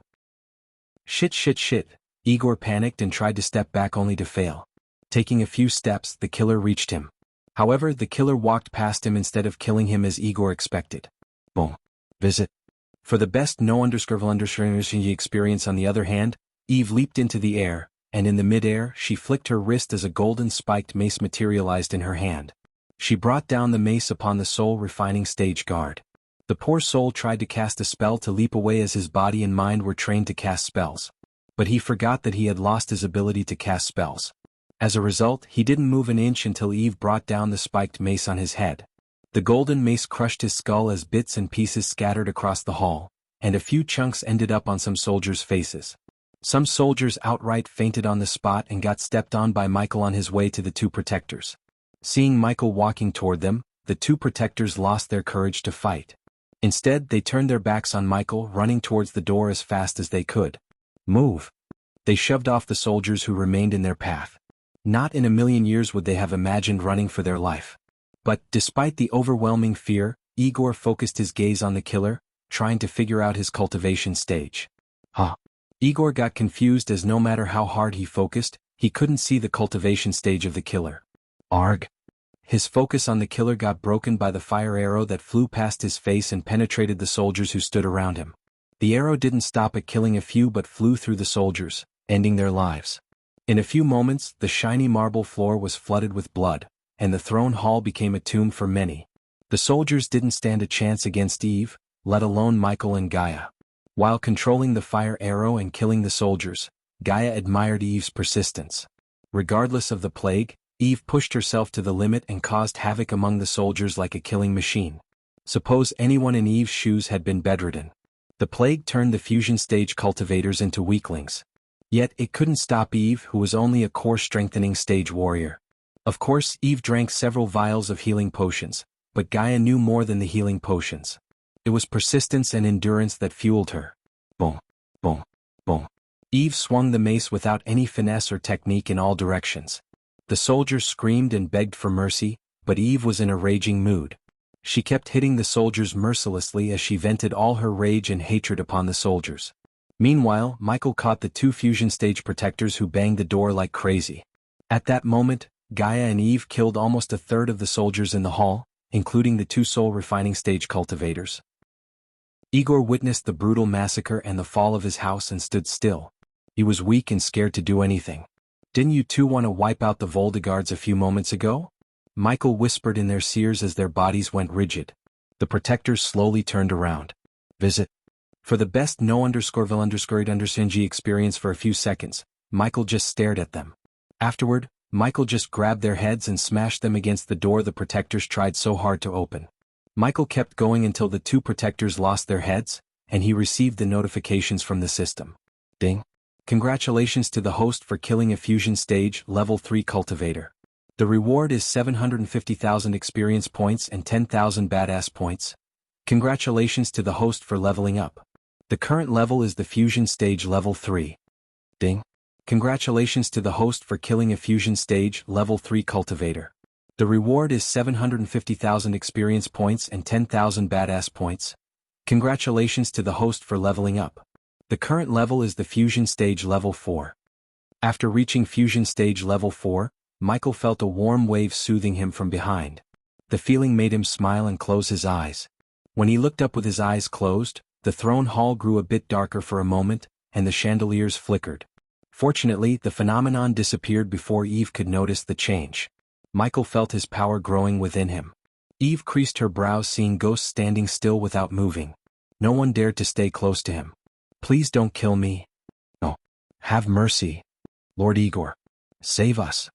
The remaining soldiers went to their knees and began begging for mercy. Some even grabbed Igor's legs, pleading with him to save them. But unfortunately, Igor had no power or will to save them. Instead, Igor was stuck in a state of utter fear and shock. On the other hand, Michael remained with his eyes closed until the screams and cries died down, and the hall became deadly silent. At that moment, they only spared Igor's life but scarred him for life. It would take years for Igor to come out of the trauma caused by the three of them. Show us the portal to Sil Allery, Gaia grabbed Igor by his neck and asked. Despite her cold tone, Igor said no word. Instead, he looked like his mind was somewhere else. The latest _sodies are on the website. Hey. Gaia slapped Igor to bring him out of shock. Where is the portal to Sil Allery? Gaia asked again, shaking Igor by his collar. Portal, Sil Allery. Igor mumbled, leave him. I know where it is. Michael finally opened his mouth. He located the portal through the drones and spiders. So they had no need to threaten Igor. Michael spared Igor not because he wanted to know the portal's location but because he wanted Igor to consider joining Voldegards. It was apparent Igor hated the protectors and the House Lord. Now that he had killed them, Michael wished to rope Igor into joining Voldegards. Michael turned around and slowly walked towards Igor.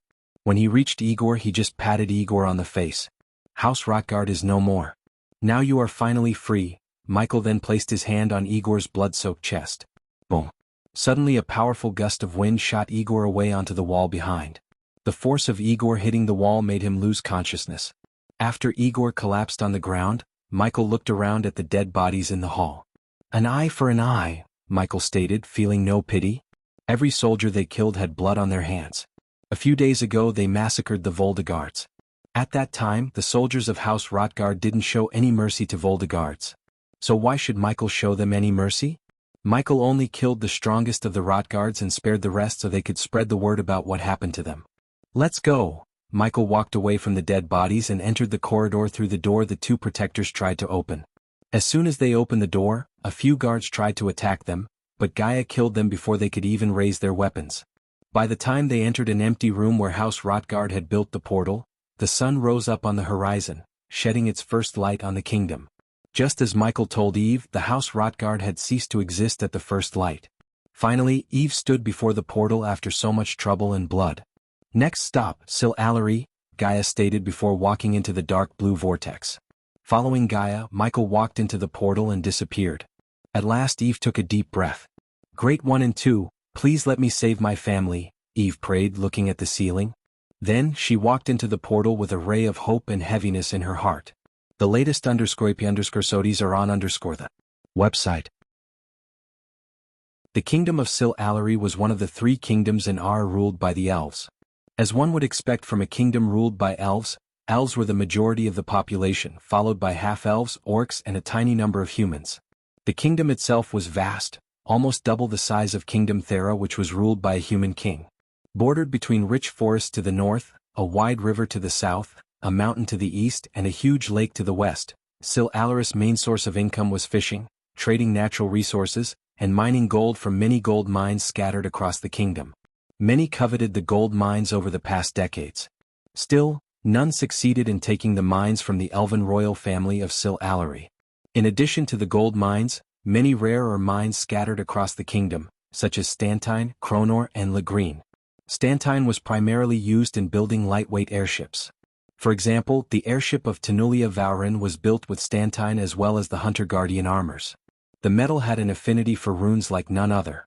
Hence, placing runes on the metal was much easier than on other metals.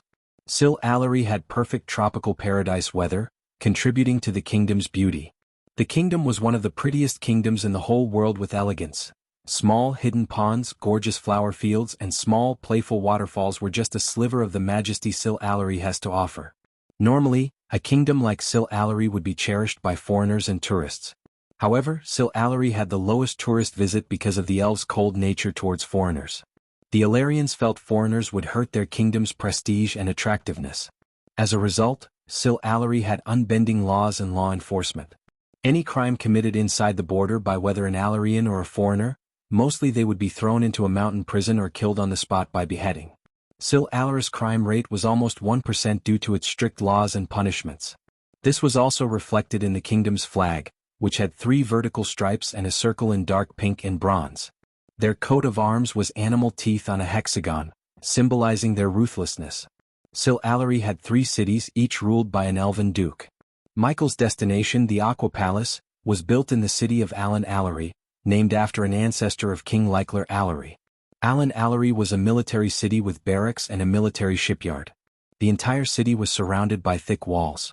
The ruler of Alan Allery, Duke Aelas Allery, King Leicler Allery's cousin, resided in the most fortified forts in the entire kingdom, which could be seen from anywhere in the city. The elves and dwarves built the castle atop a mountain with a beautiful ocean backdrop behind them. Michael, Gaia, and Eve stepped into a dimly lit room where they noticed 2 guards sleeping peacefully. The 2 guards wore pale red robes, symbolizing their roots in House Rotgard. With a flick of her wrist, Gaia took out a dagger to cut their throats in their sleep. However, Michael stopped her. "Let them be." Michael opened the window slowly to jump outside instead of killing them. The trio landed between 2 buildings built with gray brick stones. The sun was still on the horizon, slowly rising to light the dark alleyways. Michael quickly removed his mask and put on his usual black robes before walking out of the dark alley and stepping onto the street. Considering it was still early in the morning, the streets weren't as crowded as one would expect. Rather, only the early birds walked out of their homes to start their days. Most of them were elves. The air itself smelled rich and sweet just like the elves. Visit. For the best no-understanding experience, this way, Eve and Gaia said at the same time and looked at each other, smiling. "You lead the way," Eve told Gaia before taking out a healing potion. "You'll be all right. We are close to the cure." Michael patted Eve on the back as Gaia walked forward, leading them to the Aqua Palace. The elves on the streets threw a cold glance at the trio, showing their irritation towards humans and foreigners. "Fucking elves." Gaia suppressed her anger and cursed them in a low-pitched voice. She rarely muffled her voice, yet even Gaia didn't dare to offend the elves, knowing the rules and punishments. The streets were brightly lit with blue street lamps. Many were put out since the sun has risen on the horizon. "How far is it?" Michael asked, walking on the street straight as an arrow. While following Gaia, Michael noticed the castle atop the mountain in the distance. Looking at the castle, he couldn't help imagining a castle of his own. But at the moment, he just sighed and followed Michael without noticing Eve's gaze on him. Michael had a hard time believing Gaia when she said there was no poor in Ar until he noticed the elegant buildings on either side of the street. He had seen at least 50 elves and none of them looked slightly poor. Instead, they looked like the nobles in Elon, even the elf carrying a bucket full of bread.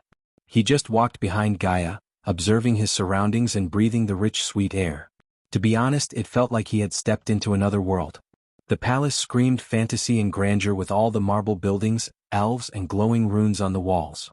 Moreover, the concentration of arch energy was so thick that he almost wished he could cultivate like others. "After we deal with everything, we should stay here for some time and cultivate," Michael said to Gaia. "You know, if you want to cultivate, you should rent the Aqua Garden." Eve informed them as she used to cultivate in the Aqua Garden. As the name suggested, it was a gigantic garden with a high concentration of arch and celestial energy. There were several private cabins built in the garden for cultivation. One could rent these cabins according to their preference and cultivate if they had wealth. Of course, the cabins were categorized into several categories such as lotus, lily, jasmine, and green leaf. The lotus cabin was the costliest, while the green leaf was the cheapest. But the cheapest green leaf cabin would cost 40,000 gold coins for 2 days. Although Michael didn't need any energy-concentrated places like others, he wanted to give Gaia the best place to get stronger. With his 40% boost from the system, Gaia could break through to the soul refining stage in a few weeks if she stayed here. "All right." Gaia dragged her words. "Visit." For a better user experience unlike Eve, Michael felt something was amiss. But he couldn't ask her in front of Eve. So Michael just pretended not to notice anything and followed her behind in silence. Almost 15 minutes later, they turned left in the street and reached the pier, where Michael noticed several boats of various sizes docked. The ocean breeze swept across his face as the sight of the rising sun on the horizon captivated his mind. Then, for a few moments, he just leaned against the railings and watched the sunrise in the majestic lotus-shaped glass building on a tiny island. The glass building was a peak of architectural beauty and mastery. The golden sun rays illuminated the building and made it look like a giant lotus floating on the ocean. "Sorry to disturb your sightseeing, but we are in a rush." Gaia flicked his ears, snapping him back to reality. "I'll go rent a boat." Gaia turned around and went to the line of boats adjacent to the long wooden pier. While Gaia was hiring a boat, Eve joined Michael in sightseeing. It was more like resting her body than sightseeing. She wanted to lean against the rail to regain some strength. "How are you doing?" Michael asked. "Better than the most, I guess." Eve took a deep breath.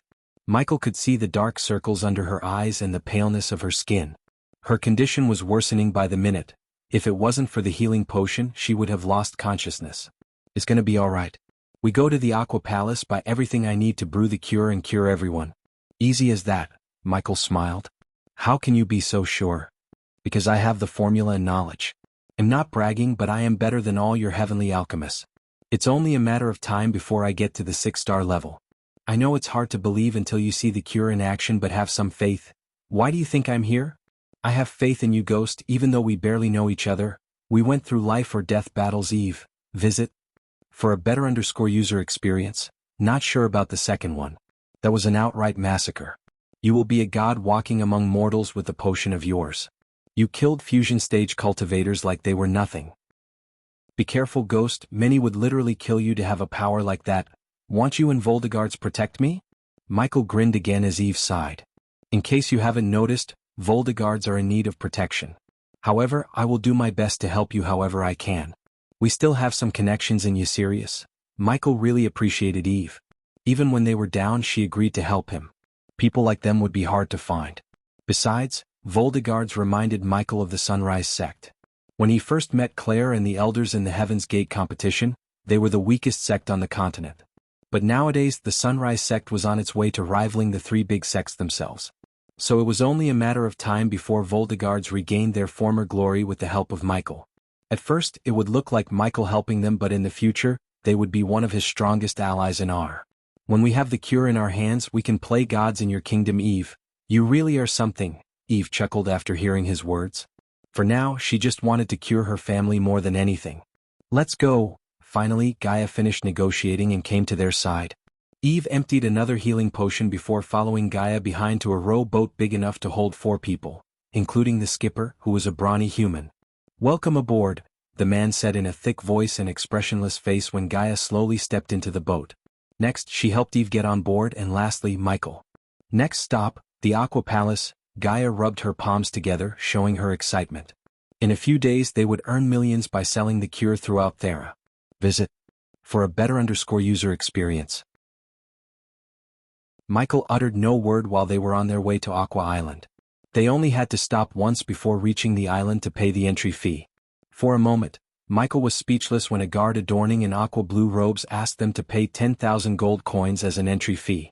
One could buy a healing potion for 9,000 gold coins in Elon. Calculating how many gold coins the Aqua Palace would earn in a month alone made Michael jealous of the Aqua Palace. In reality, the Aqua Palace had a monthly income of 50 million in gold coins. In addition, they received rare artifacts, herbs, and ores as another source of income. Eventually, after 20 minutes of rowing the boat, they reached the island. "Do I have to wait here?" the man asked Gaia, but she shook her head. "No need." Gaia stepped onto the dock and helped Eve. The Aqua Palace looked more majestic closer than when Michael looked at it from the pier. Michael activated his X-ray vision to see countless glowing runes etched on each glass petal, which could easily contain 100 humans. Aqua Palace held the #1 spot for being majestic and grandeur among all the buildings Michael had seen in this world. Imagine a giant lotus made of glass and glistening in the sunlight. To Michael's surprise, there weren't many guards patrolling the premises. In fact, it was void of any guards. However, that didn't mean the Aqua Palace was vulnerable. Instead, hundreds of runes and magical arrays, including killing and illusion arrays, protected the Aqua Palace, leading to minimal use of actual guards. The Aqua Palace wanted its customers to feel at home and offered high-quality customer service. They believed having guards patrolling the premises would make the customers feel like they were inside a military base. Hence, they used arrays and runes instead of guards. To those who had no guide like Gaia, the Aqua Palace placed markers pointing the visitors towards the front door. It was so easy to get lost on the island without any supervision. "So, who owns the Aqua Palace?" Michael asked, following Gaia. "The Arctic Hall of the Sea Folks. This is one of the very few establishments of the Sea Folks," Gaia answered Michael. "Sea Folks, huh? We don't hear about them often, do we?" "That's because we live in Elon. In Ar they are quite famous. Are you from Ar, Elia?" After hearing Gaia, Eve couldn't help asking. Elia seemed to know much more about Ara than Eve expected her to. It was quite surprising for a resident of Elon to know a lot about Ara unless Elia had some kind of connection with Ara. She travels a lot, Michael answered Eve and asked more questions about the Aqua Palace. It was an excellent time to learn more about Ara and Aqua Palace since it would take at least 10 minutes of walking to reach the front door. However, the water fountains, flower beds, and butterflies made walking a soothing experience. Aqua Palace was one of the most well-maintained places in Ar. On one side was a bed of sunflowers, except these flowers had bright blue petals. On the other side, the red maple trees provided shade as well as carpeted the pavement with their red leaves. Visit. For a better user experience, the trees looked ancient and well-pruned. I thought Aqua Palace was owned by the Empress. Most people think that. But they don't know that the Empress owns this island, not the Aqua Palace, Eve explained to Michael.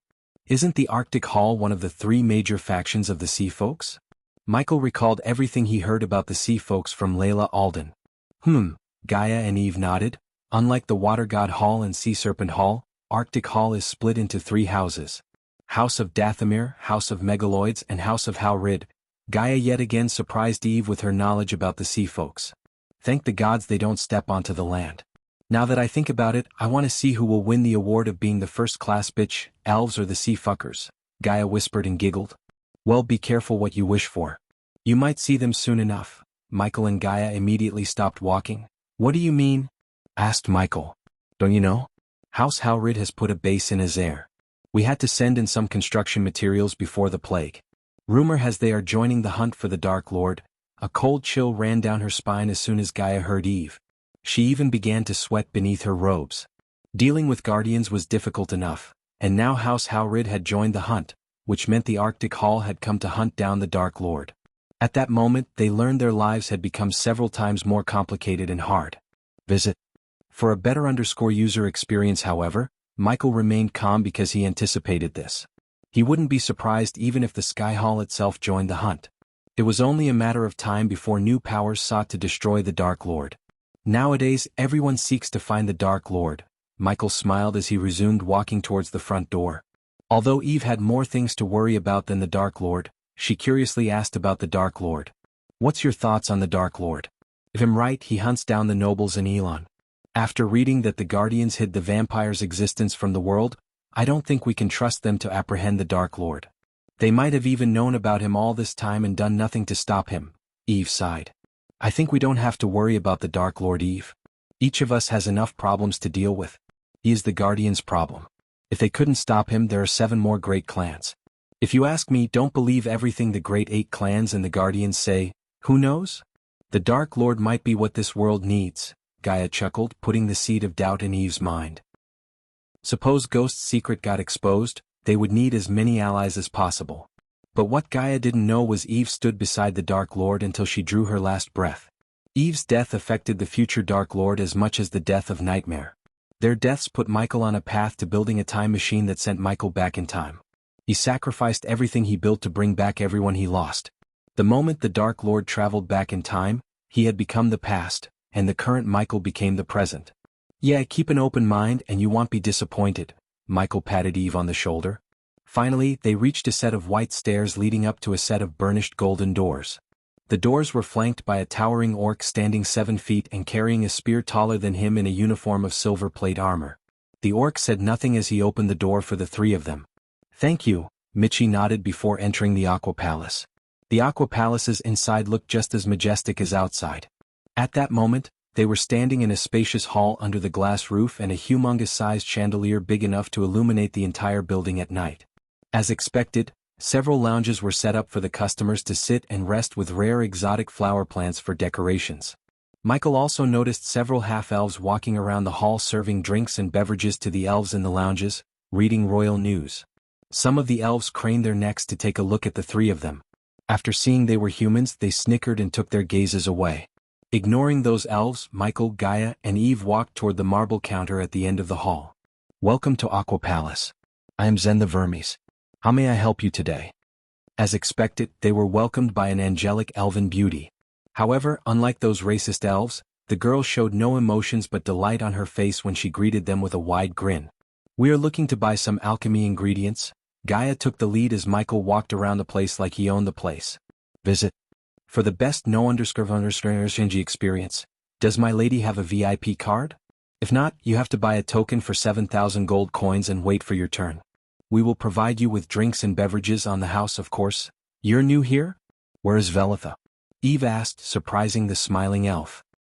Here. With a flick of her wrist, Eve took out a deep blue card with the words Voldegards engraved in golden letters under the Aqua Palace crest, a water droplet encircled by 2 sea dragons.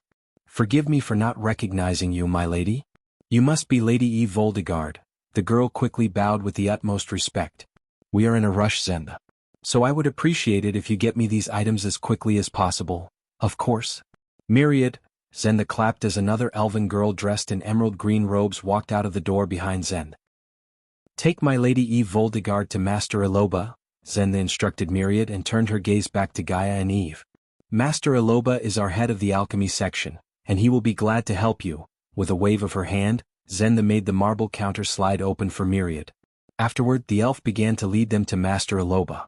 Looking at Eve and Gaia following an elf behind, Michael stopped gawking around and followed them behind.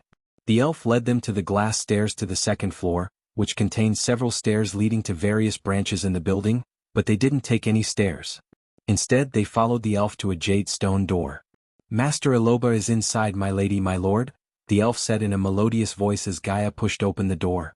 Thank you, Michael nodded before following Gaia through the door. As soon as Michael entered the room, he felt like he had entered a penthouse instead of a showroom. Take a seat. Surprisingly, a dark elf greeted them, sitting behind an oak table flanked by black roses the size of a small child.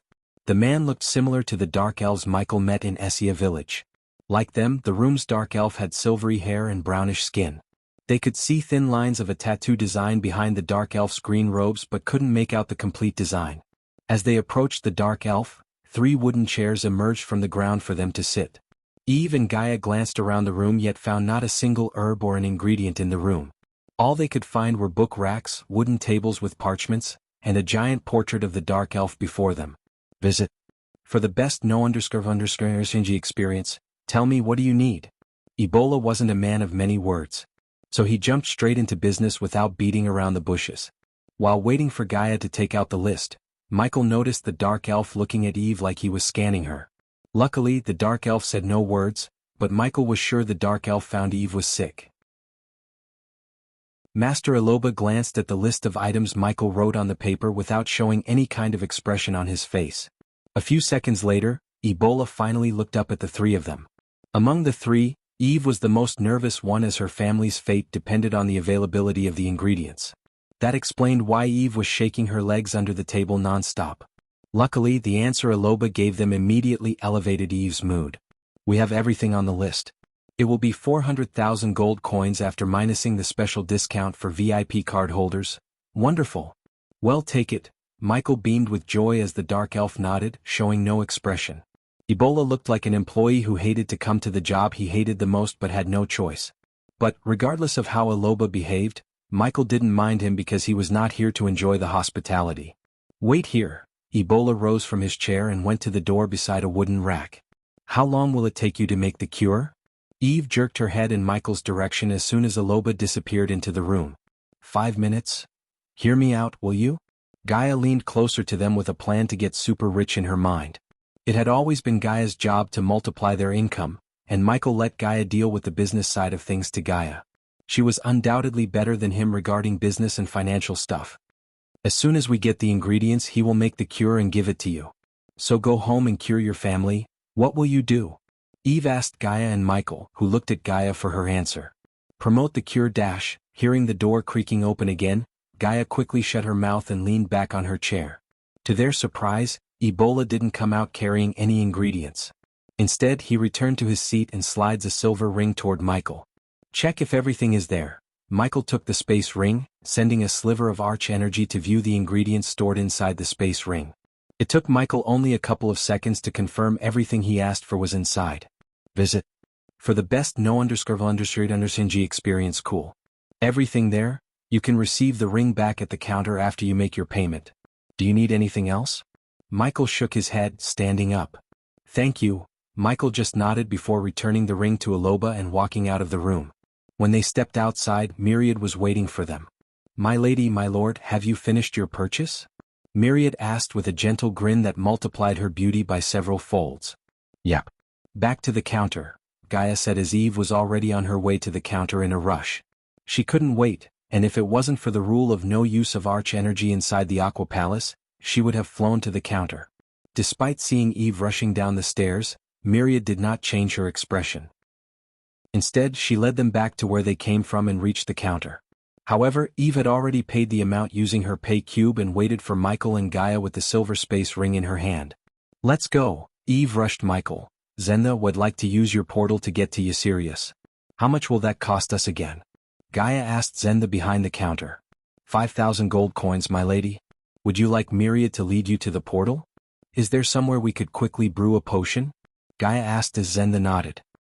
"Since my lady belongs to the proud house of Voldegards, you can use the VIP lounge of Voldegards." Only after hearing Zenda did Eve remember that they have a lounge in Aqua Palace. The latest _sodies are on the website. Put a pin on the portal. We will get back to you. "Now if you may, please lead the way to the Voldegards lounge," Michael asked Myriad as the elf once again led them towards the staircase. Like before, they climbed the stairs and arrived at a junction where they saw several stairs to the various parts of the building. This time, Myriad led them to the southeast staircase leading to the highest floor. Once they climbed the last staircase, they were welcomed by a brightly lit corridor. The corridor walls were painted in charcoal black and complemented by the walls with shiny marble floors. Instead of chandeliers, the runes engraved on the ceiling lit the place and gave a modernized feeling to the corridor. "This way, my lord and my lady," Myriad politely said and walked in front of them. She didn't even ask why she had to lead Eve to her own lounge. Although Eve had visited her lounge a couple of times to attend the auctions, at this moment, the distance between them and her lounge felt like an eternity. After passing through a few doors, Michael's gaze landed on the door with the name The Barnes engraved. As soon as he saw the name, his blood boiled and his eyes reddened. No matter how hard he tried, he couldn't stay calm whenever he saw something related to Thusia. Luckily, Gaia noticed the name and dragged Michael away from the door. Finally, after passing the door with the door named the Hunt family, they came before the door with the Voldegards engraved in golden letters. Eve quickly flicked her wrist, taking out the VIP card. The runes brightly lit up when she placed the card on the door, and then the door clicked open. "You don't have to wait for us. Well, meet Zenda in a while." Michael dismissed Myria before stepping into the Voldegards lounge. The room itself was round, warm and welcoming. There were lots of dark purple hangings, burnished black metal, and overstuffed sofas and armchairs upholstered in purple and black. The glass wall provided a view of a humongous stadium with thousands of seats around and a grass field in the center. This was the auction stage allocated for only special annual auctions. The stadium was big enough to rival the biggest football stadiums on Earth. The sunlight coming directly above that brightened the grass field like a natural spotlight, made the auction stadium more majestic. The Voldegards lounge also had a large, purple wooden mantelpiece with carvings of a Pegasus on it.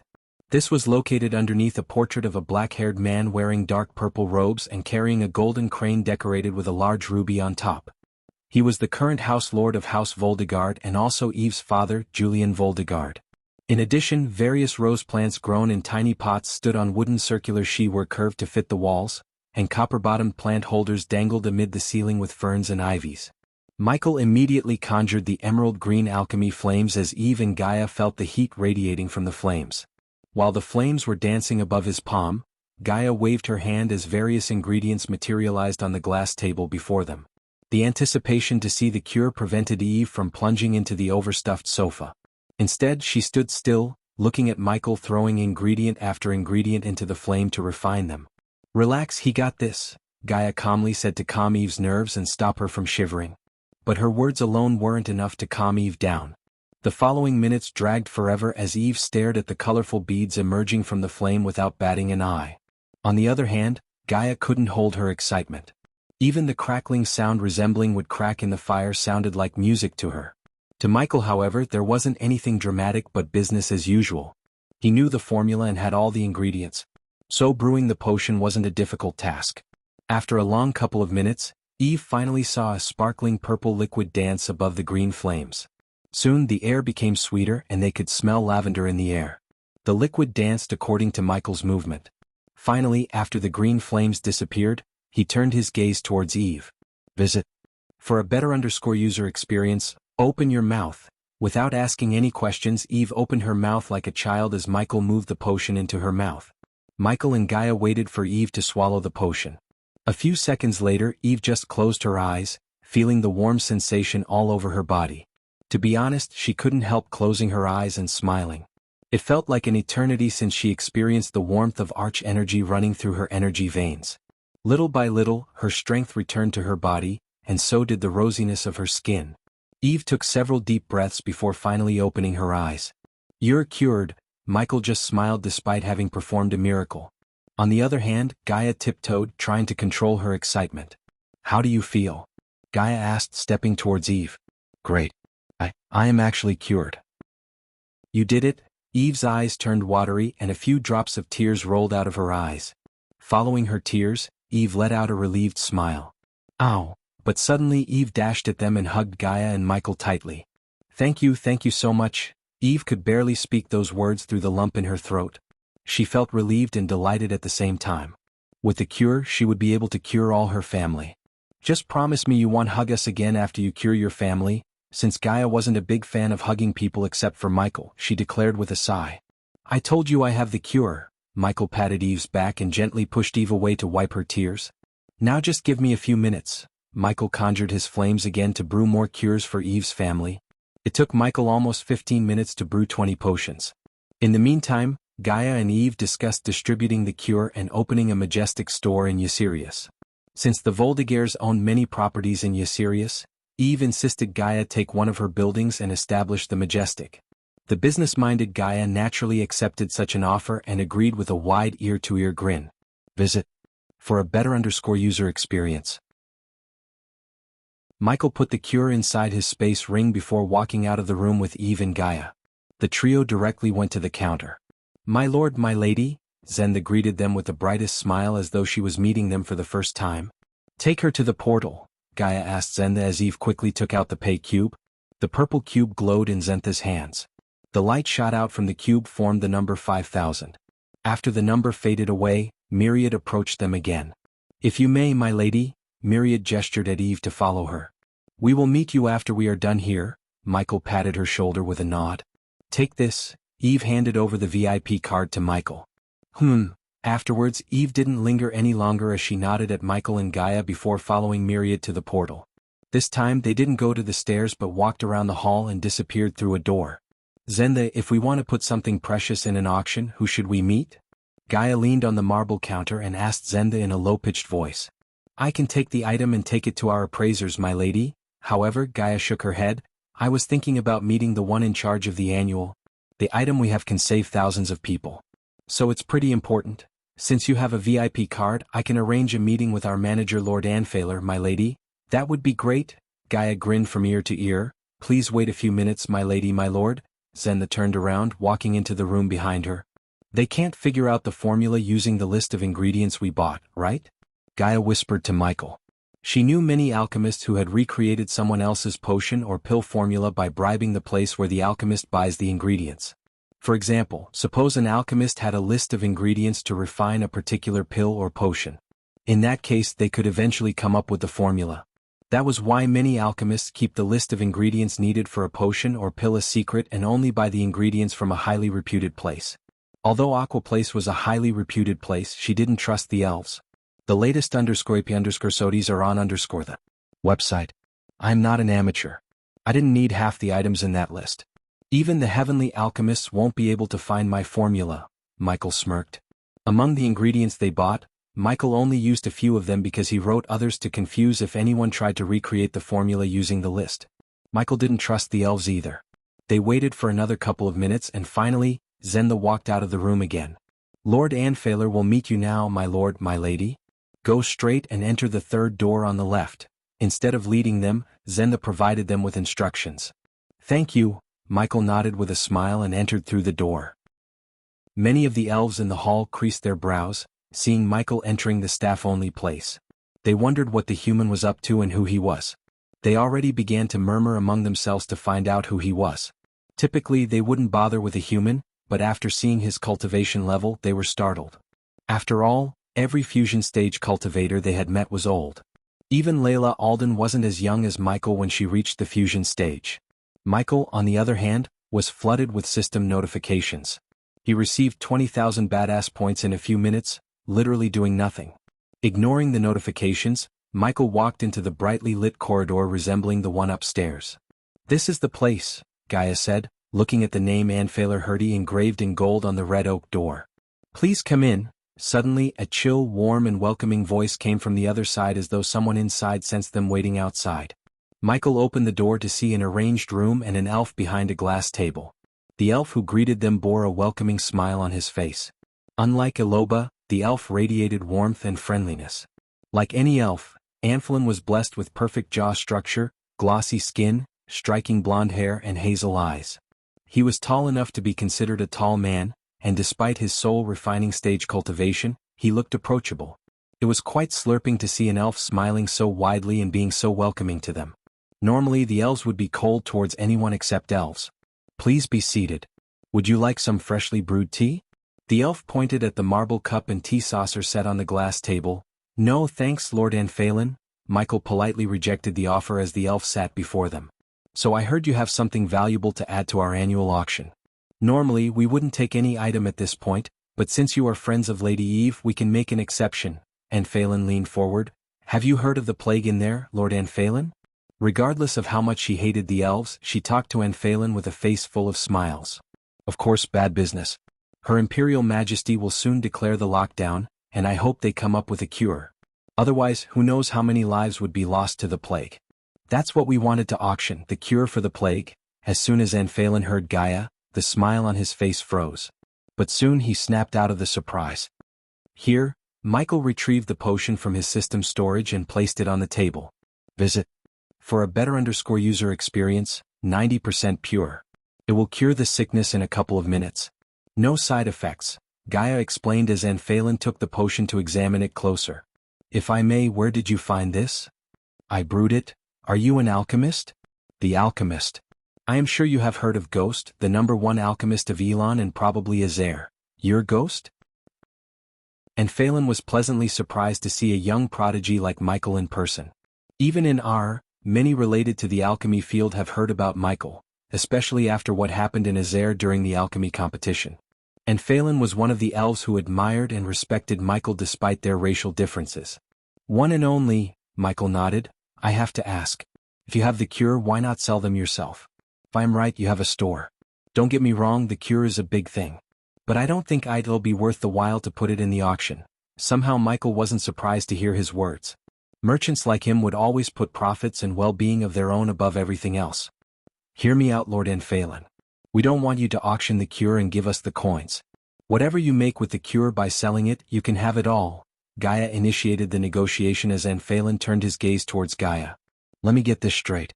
You want us to auction the cure and take all the coins ourselves. You don't want anything, correct?" Gaia nodded. "You can have it all. We don't want a single coin," and Phelan was speechless until Gaia explained her plans to him. "You will get coins and we'll get promotion in one of the biggest stages. It's a win-win situation. Moreover, we are planning to venture into the treacherous ocean. If you do this favor, we'll choose the Aqua Palace to auction the rare items we get there. Visit." For a better user experience, Gaia sweetened the pot by mentioning the treacherous ocean. For a few moments, the elf was completely taken aback by surprise. Of course, no sane one would venture into the treacherous ocean voluntarily. Still, after seeing Ghost's cultivation level, Phelan didn't think they would surely die. Besides, it was a great deal for the Aqua Palace. They would be the first ones to introduce the cure. First, however, Phelan wanted to check if they really had the cure. "Have you tested the cure?" Phelan asked without agreeing to Gaia's terms yet. "Yes. We cured the Voldegards with the cure. Here, take this and test it on a sick one." Gaia placed another potion on the table. Phelan didn't say no to another potion. He had a sick one as Aqua Palace was researching the plague and trying to find a cure. In fact, every single major organization was working hard to come up with a cure. Whoever finds the cure first could earn millions as well as the Empress' favor. "They'll be with you in a few minutes. Please make yourselves at home." Taking the two potions, Phelan left the room, leaving Michael and Gaia behind. Although Phelan left the room, several recording stones were hidden in places such as inside the chandelier above, behind the bear statue on the table, and on top of a portrait watching Michael and Gaia. They were like CCTV cameras recording everything. Michael could easily disable them with the system. But instead, Michael put his hands behind him and released the spiders. The little spiders quickly camouflaged themselves with the environment and crawled away. Since they were being watched, Michael and Gaia didn't speak to each other. Instead, they acted casual and stared at the big stadium outside. The auction is next week, right? Gaia nodded. This was the only conversation they had until Phelan returned almost after 10 minutes. Sorry for keeping you waiting. So what your scholars tell you, Lord Phelan? Michael asked, seeing Phelan not answering. Michael smiled. Oh come on Lord Phelan, you have to test the cure. I completely understand that. How can you take something and accept it as a cure for the plague? Phelan looked a bit flustered because of the cure's effectiveness. The Aqua Palace had a few sicknesses underground and studied them to find the cure. So Phelan just had to give the potion to one of the test subjects to validate the potion. Every scholar, alchemist, and healer responsible for finding the cure was completely startled when they saw the potion cure the sick in a couple of minutes. The cure was legit. The Aqua Palace wasn't swindlers. Many others would have said the cure was fake, killed Ghost, and tried to replicate the potion to sell the potions themselves. If they wanted Ghost dead, the Aqua Palace had all the resources to kill him despite his cultivation level. However, that is not how Aqua Palace conducted business. The latest _IP_SODIs are on the website. I can put the cure to the auction, but the Aqua Palace needs something else. Phelan may be warm, welcoming, and friendly, but he was still a merchant in blood. So Michael and Gaia weren't surprised to see him asking for something in return and negotiating for more. But to be honest, they were both expecting. Please, Michael gestured at Phelan to continue. The Aqua Palace wants to help you distribute the cure throughout the continent, Master Ghost. Michael's smile disappeared as he creased his brows. What do you mean throughout the continent, Lord Phelan? The last time I heard, only Thera has this plague. Phelan leaned forward and talked in a low-pitched voice. Can I trust that you won't tell a soul what I am about to tell you? Of course, Lord Phelan. You have my word, Michael nodded. The plague isn't restricted to Thera. A village has been put under lockdown in Sil Allery. We heard the news that people are also turning up with the same plague symptoms in other kingdoms. Each kingdom is doing its best to contain the news, but eventually, the news will spread across the continent. Soon, the Molten Plague will affect the entire continent. Molten Plague. That's what they named the plague. Phelan nodded at Gaia and turned his gaze back at Michael. So basically I am sitting on a gold mine? Phelan saw a cold, opportunistic grin on Ghost's face that showed his other side. A gold mine that puts a target on your back, Phelan said in a grave voice. I know you've been using the Rainshade Merchant Guild to distribute your products. No offense to them, but they won't be able to handle this. Because the moment the Molten Plague breaks out, the continent will be turned upside down. Those who weren't affected will run around like rabid dogs, and if they heard there's a cure, they would go to any length to get their hands on it. Forget about the cure, the rogues will target the source. The Rainshade Guild's strongest is a soul refiner. How could they fight against fusion stage cultivators? The latest _IP_SODIs are on the website. The news was simply too shocking to Gaia. If what Phelan said was true, even the Empress isn't safe anymore. No matter how big of an army she had, no one could fight the plague. She wouldn't be surprised if the Aqua Palace itself sabotaged their supply lines and blamed it on the rogue cultivators. But, as far as she was concerned, Phelan was a good guy to extend a helping hand instead of sabotaging them or simply killing them. So let's negotiate, Lord Phelan. What's the Aqua Palace's cut? 30%, Gaia immediately shook her head. 25%, and you will provide us with ingredients?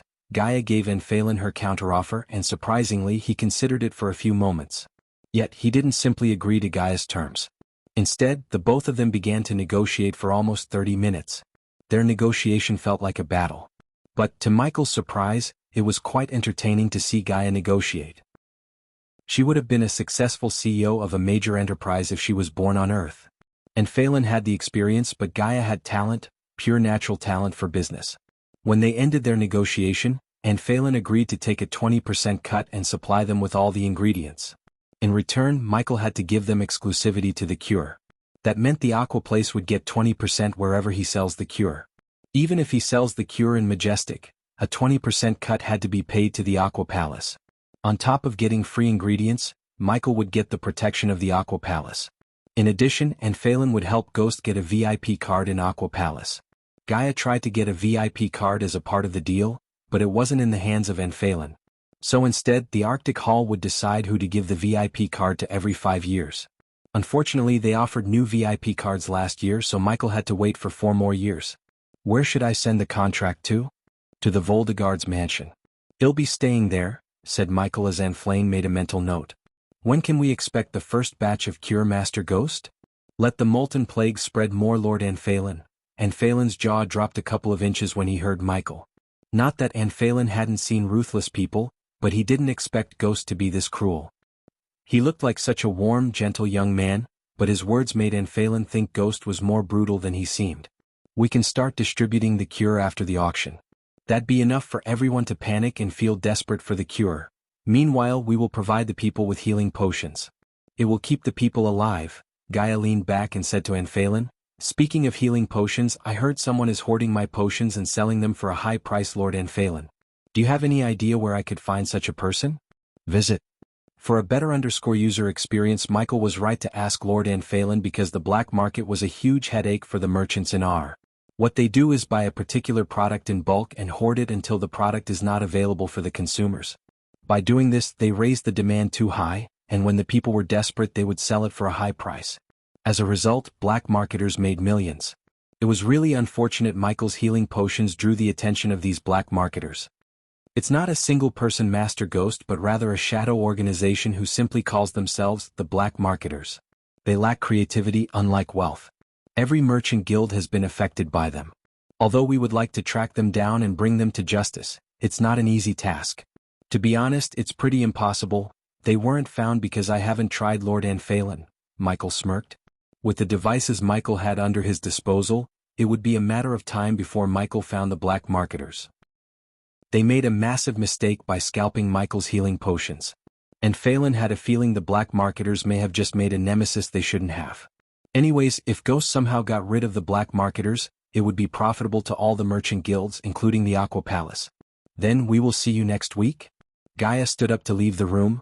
He'll be waiting, Anphalin shook both their hands firmly before walking them out as a courtesy. After talking to Anphalin, Michael was glad he attended the alchemy competition and received the token to bid. According to Anphalin, even he couldn't give any more tokens. If Michael didn't get it from the Alchemists Guild, he couldn't have taken part in the bidding and depended on Eve to bid for him. You really embraced the darkness, huh? Gaia asked after Anphalin sent them away. I didn't create or spread the plague. I am just taking advantage of it. Michael didn't feel any remorse at all. He wasn't Noah to run around the continent and try to cure every single sick person. Instead, Michael decided to wait until R was pushed to the brink of destruction. Then he would come up with the cure and earn millions. The vampires spread the plague, but Michael was the one who will reap the benefits. Michael and Gaia directly went to the counter and received another space ring with enough ingredients to brew the first batch of cures. Would like to use the portal to Ysirius now, Zenda. Michael took out his pay cube and handed it over to Zenda. Then, just like before, the number 5000 appeared in the form of a holograph above the pay cube. It was the middle of the day when Michael and Gaia appeared in the sky out of nowhere. Unlike the portals they've been using before, the portal in Aqua Palace teleported them to the sky above Ysirius instead of into a building. The drizzling clouds added an extra layer of gloominess to the already plague-stricken city. The air itself turned slightly palish green, giving the city a depressive look. Visit. For a better user experience, Michael and Gaia flew straight to the floating mountain without lingering around any longer. Finally, after almost 5 minutes of flying, the mountain appeared in their sight. Unlike before, they saw a few people gathered around Nightmare. When Michael and Gaia got closer to the island, Nightmare looked up to see them descending. Surprisingly, the carriage was nowhere to be found. Instead, all the sick ones were laid on the ground facing the open sky.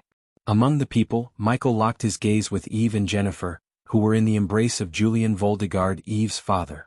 There they are. Eve pointed her finger at Michael and Gaia as they landed a couple of meters away from Eve. As soon as they landed, a group of people surrounded Michael.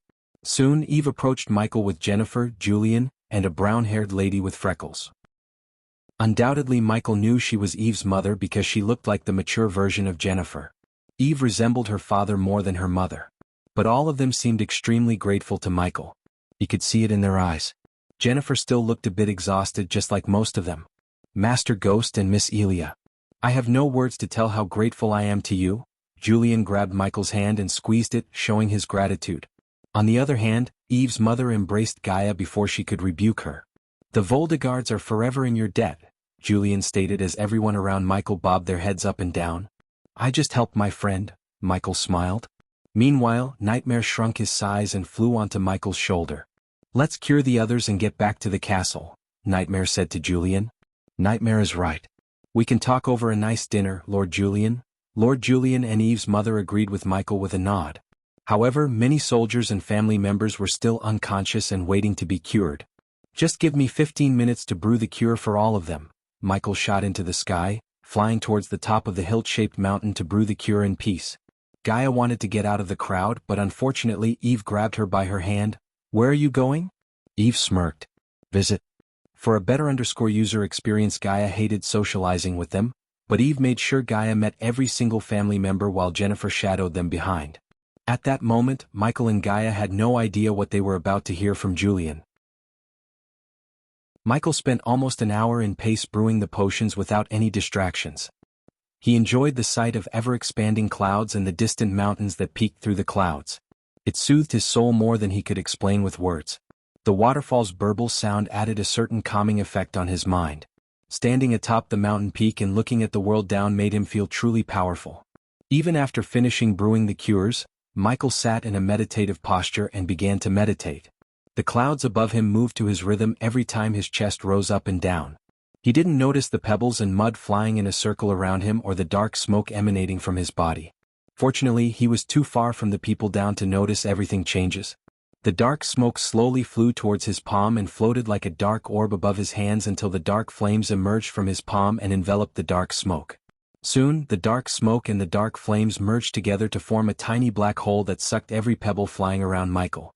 The black hole was only the size of a dot and still was in a weak state. The black hole wasn't a spell or any that appeared due to the system.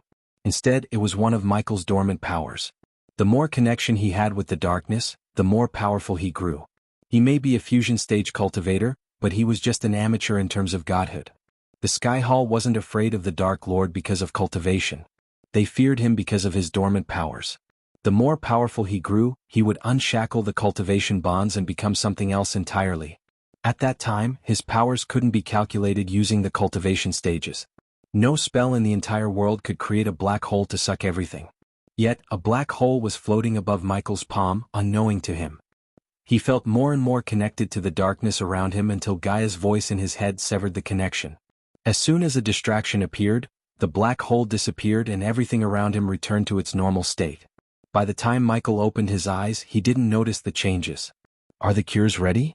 "Not to rush you, but someone is about to die if we don't give him the cure." Gaia couldn't care less about a lowly soldier of Voldegards, and Michael could see that in her indifferent tone. "It'll be there." He took a deep breath before standing up and dashing to the edge. After he left the place where he meditated, one could see a dark spiral appear in the ground for a moment, split second, and disappear. Back on the ground, a soldier had turned completely gray and his skin looked like it was made of stone. When Michael landed on the ground, he saw Lord Julian and his family surround the soldier. They all looked worried. Seeing a lord of the house worry for a foot soldier was quite a surprise. Here, Michael threw the cure like it was nothing to Eve and stood beside Eve's family. "Sorry, Lord Julian, I couldn't resist meditating. That place has some effect." Lord Julian looked at the top of the mountain for a moment. "Indeed, visits?" For a better user experience, Eve emptied the entire cure into the soldier's mouth. "Nightmare," Michael called for the Nightmare, who comfortably sat atop Gaia's shoulder. Seeing Michael calling him, Nightmare came to Michael with a single flap of his wings. "These will be enough to cure everyone. Make sure no cure leaves this place." Michael waved his hand as a few wooden crates full of potions materialized on the ground. "Shall we take a walk, Master Ghost?" Lord Julian asked Michael. Lord Julian's eyes had a sliver of concern and Michael could see it clearly. At that moment, Michael thought Lord Julian was worried about building the Voldegards and bringing them to their former glory. After all, the Voldegards lost 3 fusion stage protectors. In a world where the fusion stage cultivators were scarce, losing 3 fusion stage warriors was devastating.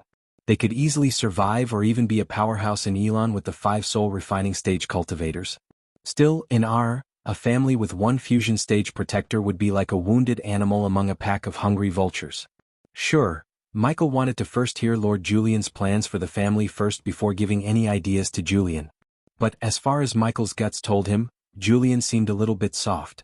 To lead House Voldegard to its former glory, Michael would prefer a leader like Eve, who was pretty ruthless and not afraid to get her hands dirty to get the job done. Leaving everyone behind, Michael and Julian walked along the stream. Sorry, Master Ghost, for being blunt, but what's your relationship with Eve? Michael was taken aback by Julian's question. He didn't expect Julian to ask about his relationship with Eve instead of family matters. Are you two in love? No. Michael shook his head rapidly. To Michael's surprise, Julian sighed in relief. Thank the gods. Julian looked relieved and smiled. Visit. For the best no understanding experience. Wow, I didn't think I was such a bad choice for your daughter. Michael let out a small peal of laughter. Oh God, no. People would be in line to marry their daughters to you. It's just Eve is not a good fit for you. How come? Michael had no intention of marrying anyone other than Gaia, but he wanted to know why he was not a good fit for Eve. Julian took a deep breath. If she marries you, she will be in your shadows until she dies, Master Ghost. You reached the fusion stage at such a young age. Heaven-defying talents like you only appear only once in thousands of years. No doubt you will reach the immortal stage, but Eve. Julian looked at Eve, who was helping the soldiers in the distance, and sighed. She is destined to be at the core strengthening stage forever.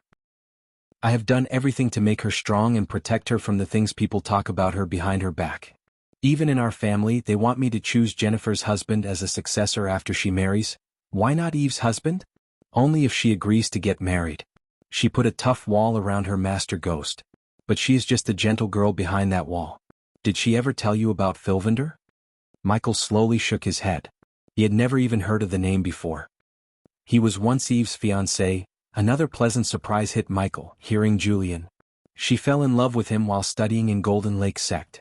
Even though Filvander was an elf, we agreed to their love because we wanted Eve to marry someone she loves rather than someone we choose for her. Lord Julian's voice cracked, showing the great pain in his heart. What happened? Michael asked. The latest _sodies are on the website. After she reached the core strengthening stage, Eve and Filvander went to Nalanthelas to meet his parents. Filvander was an heir to one of the prominent families in Nalanthelas. He promised Eve he would convince his parents, and they also agreed to their marriage until they decided to see Eve's potential in cultivation. Once again, Lord Julian stopped talking for a moment. He couldn't speak freely due to the lump forming in her throat. Just thinking how many days he spent watching Eve crying herself to death. It took Eve almost a decade to come out of her breakup, and only now Michael knew about her life. They were the ones who told us that Eve cannot break through to the soul refining stage. She was destined to get old and die as a core strengthening stage warrior. Filvander's parents couldn't let their precious talented son marry such a mediocre girl. So he broke the engagement and her heart before leaving for Mazeroth. Michael was glad that he got to know more about his friend. Deep down, Michael felt the urge to visit Filvander and slaughter them all. However, something rubbed Michael in the wrong way when he heard the story. Eve was just 29 or so old. Reaching the core strengthening stage at 30 years old was considered a talent, let alone reaching the core strengthening stage at the age of 20. She was not anything but a mediocre cultivator. Nonetheless, time was such a cruel thing, as it made once a talented prodigy into a mediocre cultivator. Everything Julian had said made sense except the part where Filvander's parents initially agreed to let their son marry a human girl. Something about their agreement and later they checked Eve about cultivation didn't sit right with Michael. He had a feeling something was amiss. I cannot let my girl go through heartbreak again. I don't think she could go through it again. You're talented, good-looking, and talented. Any girl would fall in love with you, Master Ghost — Lord Julian. Michael interjected. Lord Julian, a guy and a girl can be friends without being romantically involved. Eve and I are friends. In this life I already gave my heart to Elia. I appreciate you telling me everything, but if you ask me to stop being Eve's friend, you and I are gonna have a problem. Michael's gentle smile completely vanished from his face. Instead, he looked at Julian with an intense cold look. Although Julian was at fusion stage level 8, he couldn't help but get scared by Michael. To be honest, he shuddered. I want to abandon my friend because someone who doesn't deserve Eve left her years ago.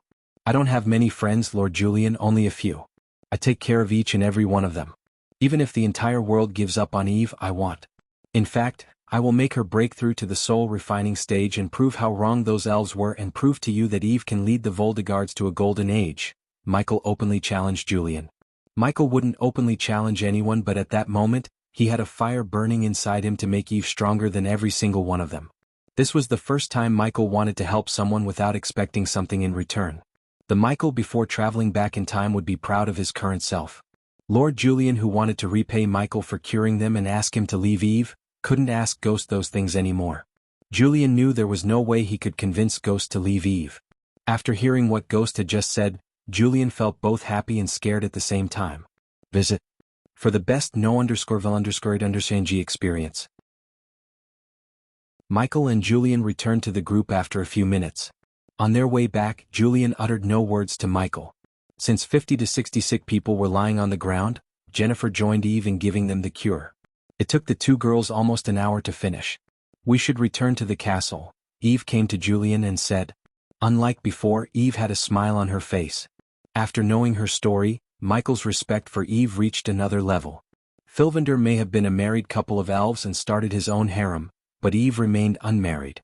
There would be countless suitors for Eve if she agreed, and Michael was certain, given a chance, Noah might add Eve to his harem. Yes, Julian. Just thinking how much cleaning we have to do is giving me a headache.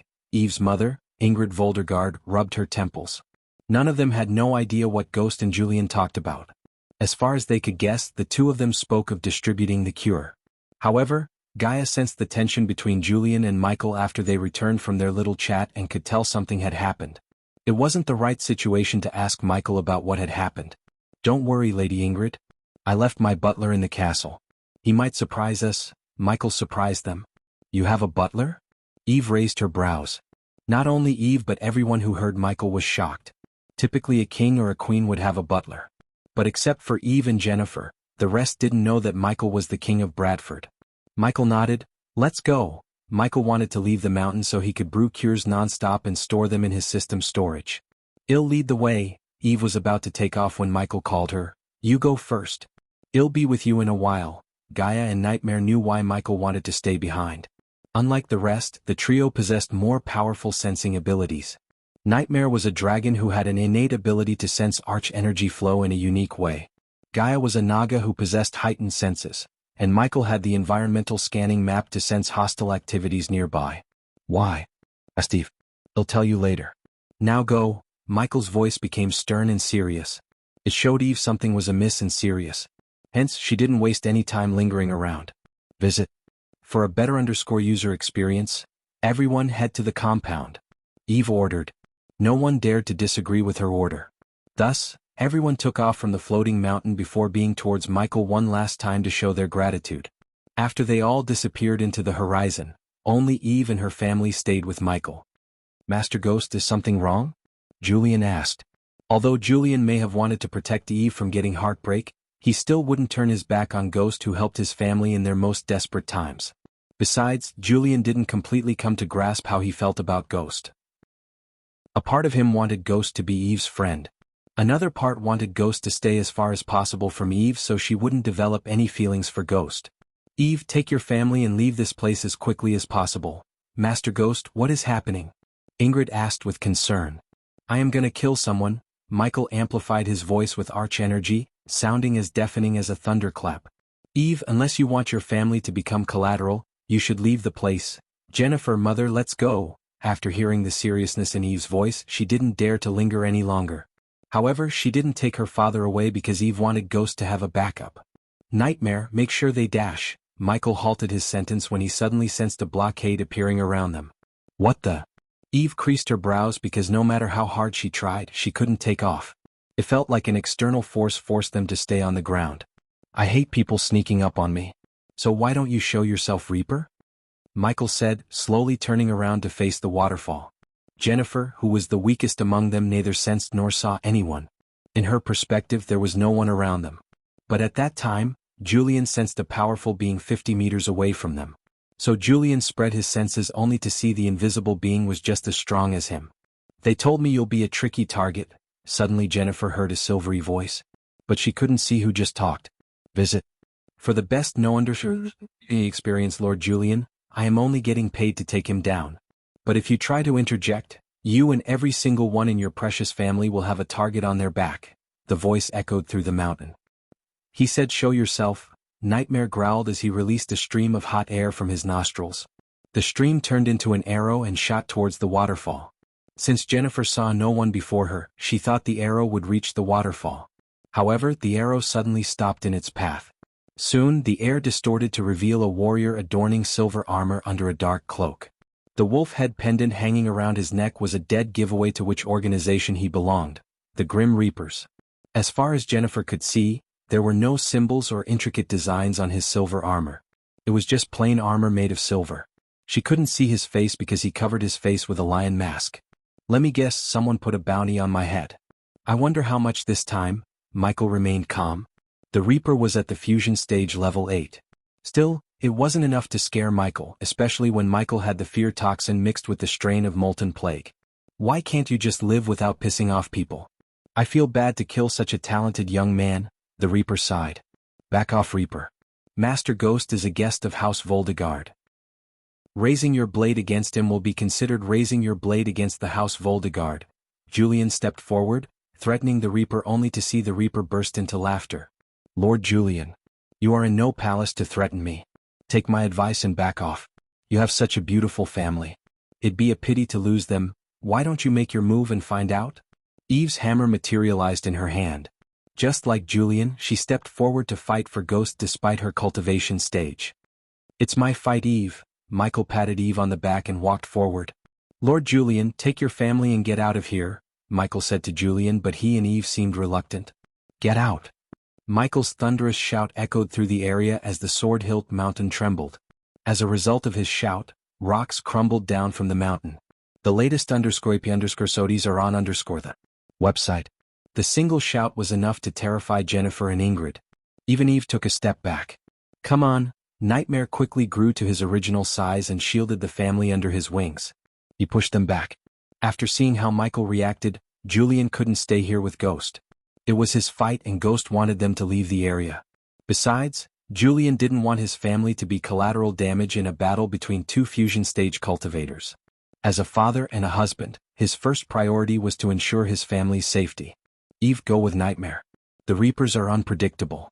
They will use you and your family against Ghost, Gaia stated. Meanwhile, the Reaper patiently waited for the family to leave. However, Michael wondered one thing: they were about to leave before the Reaper revealed himself.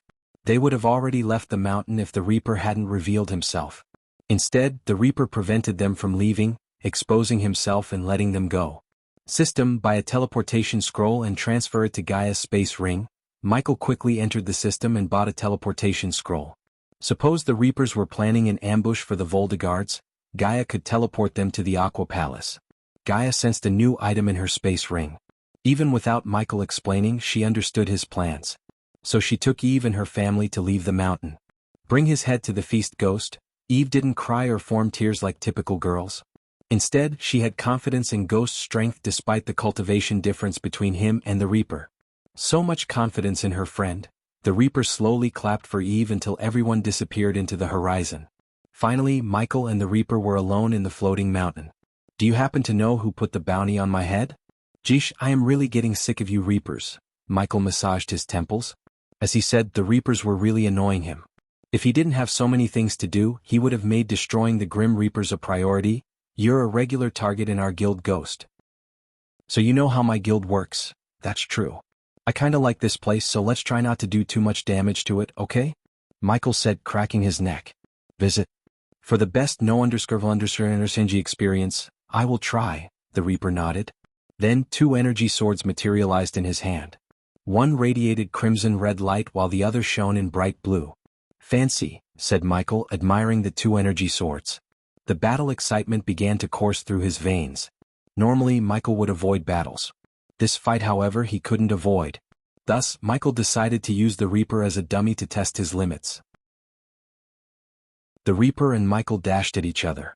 In a midway before clashing with the Reaper, Michael took out his 2 swords from his sheath hanging on his back.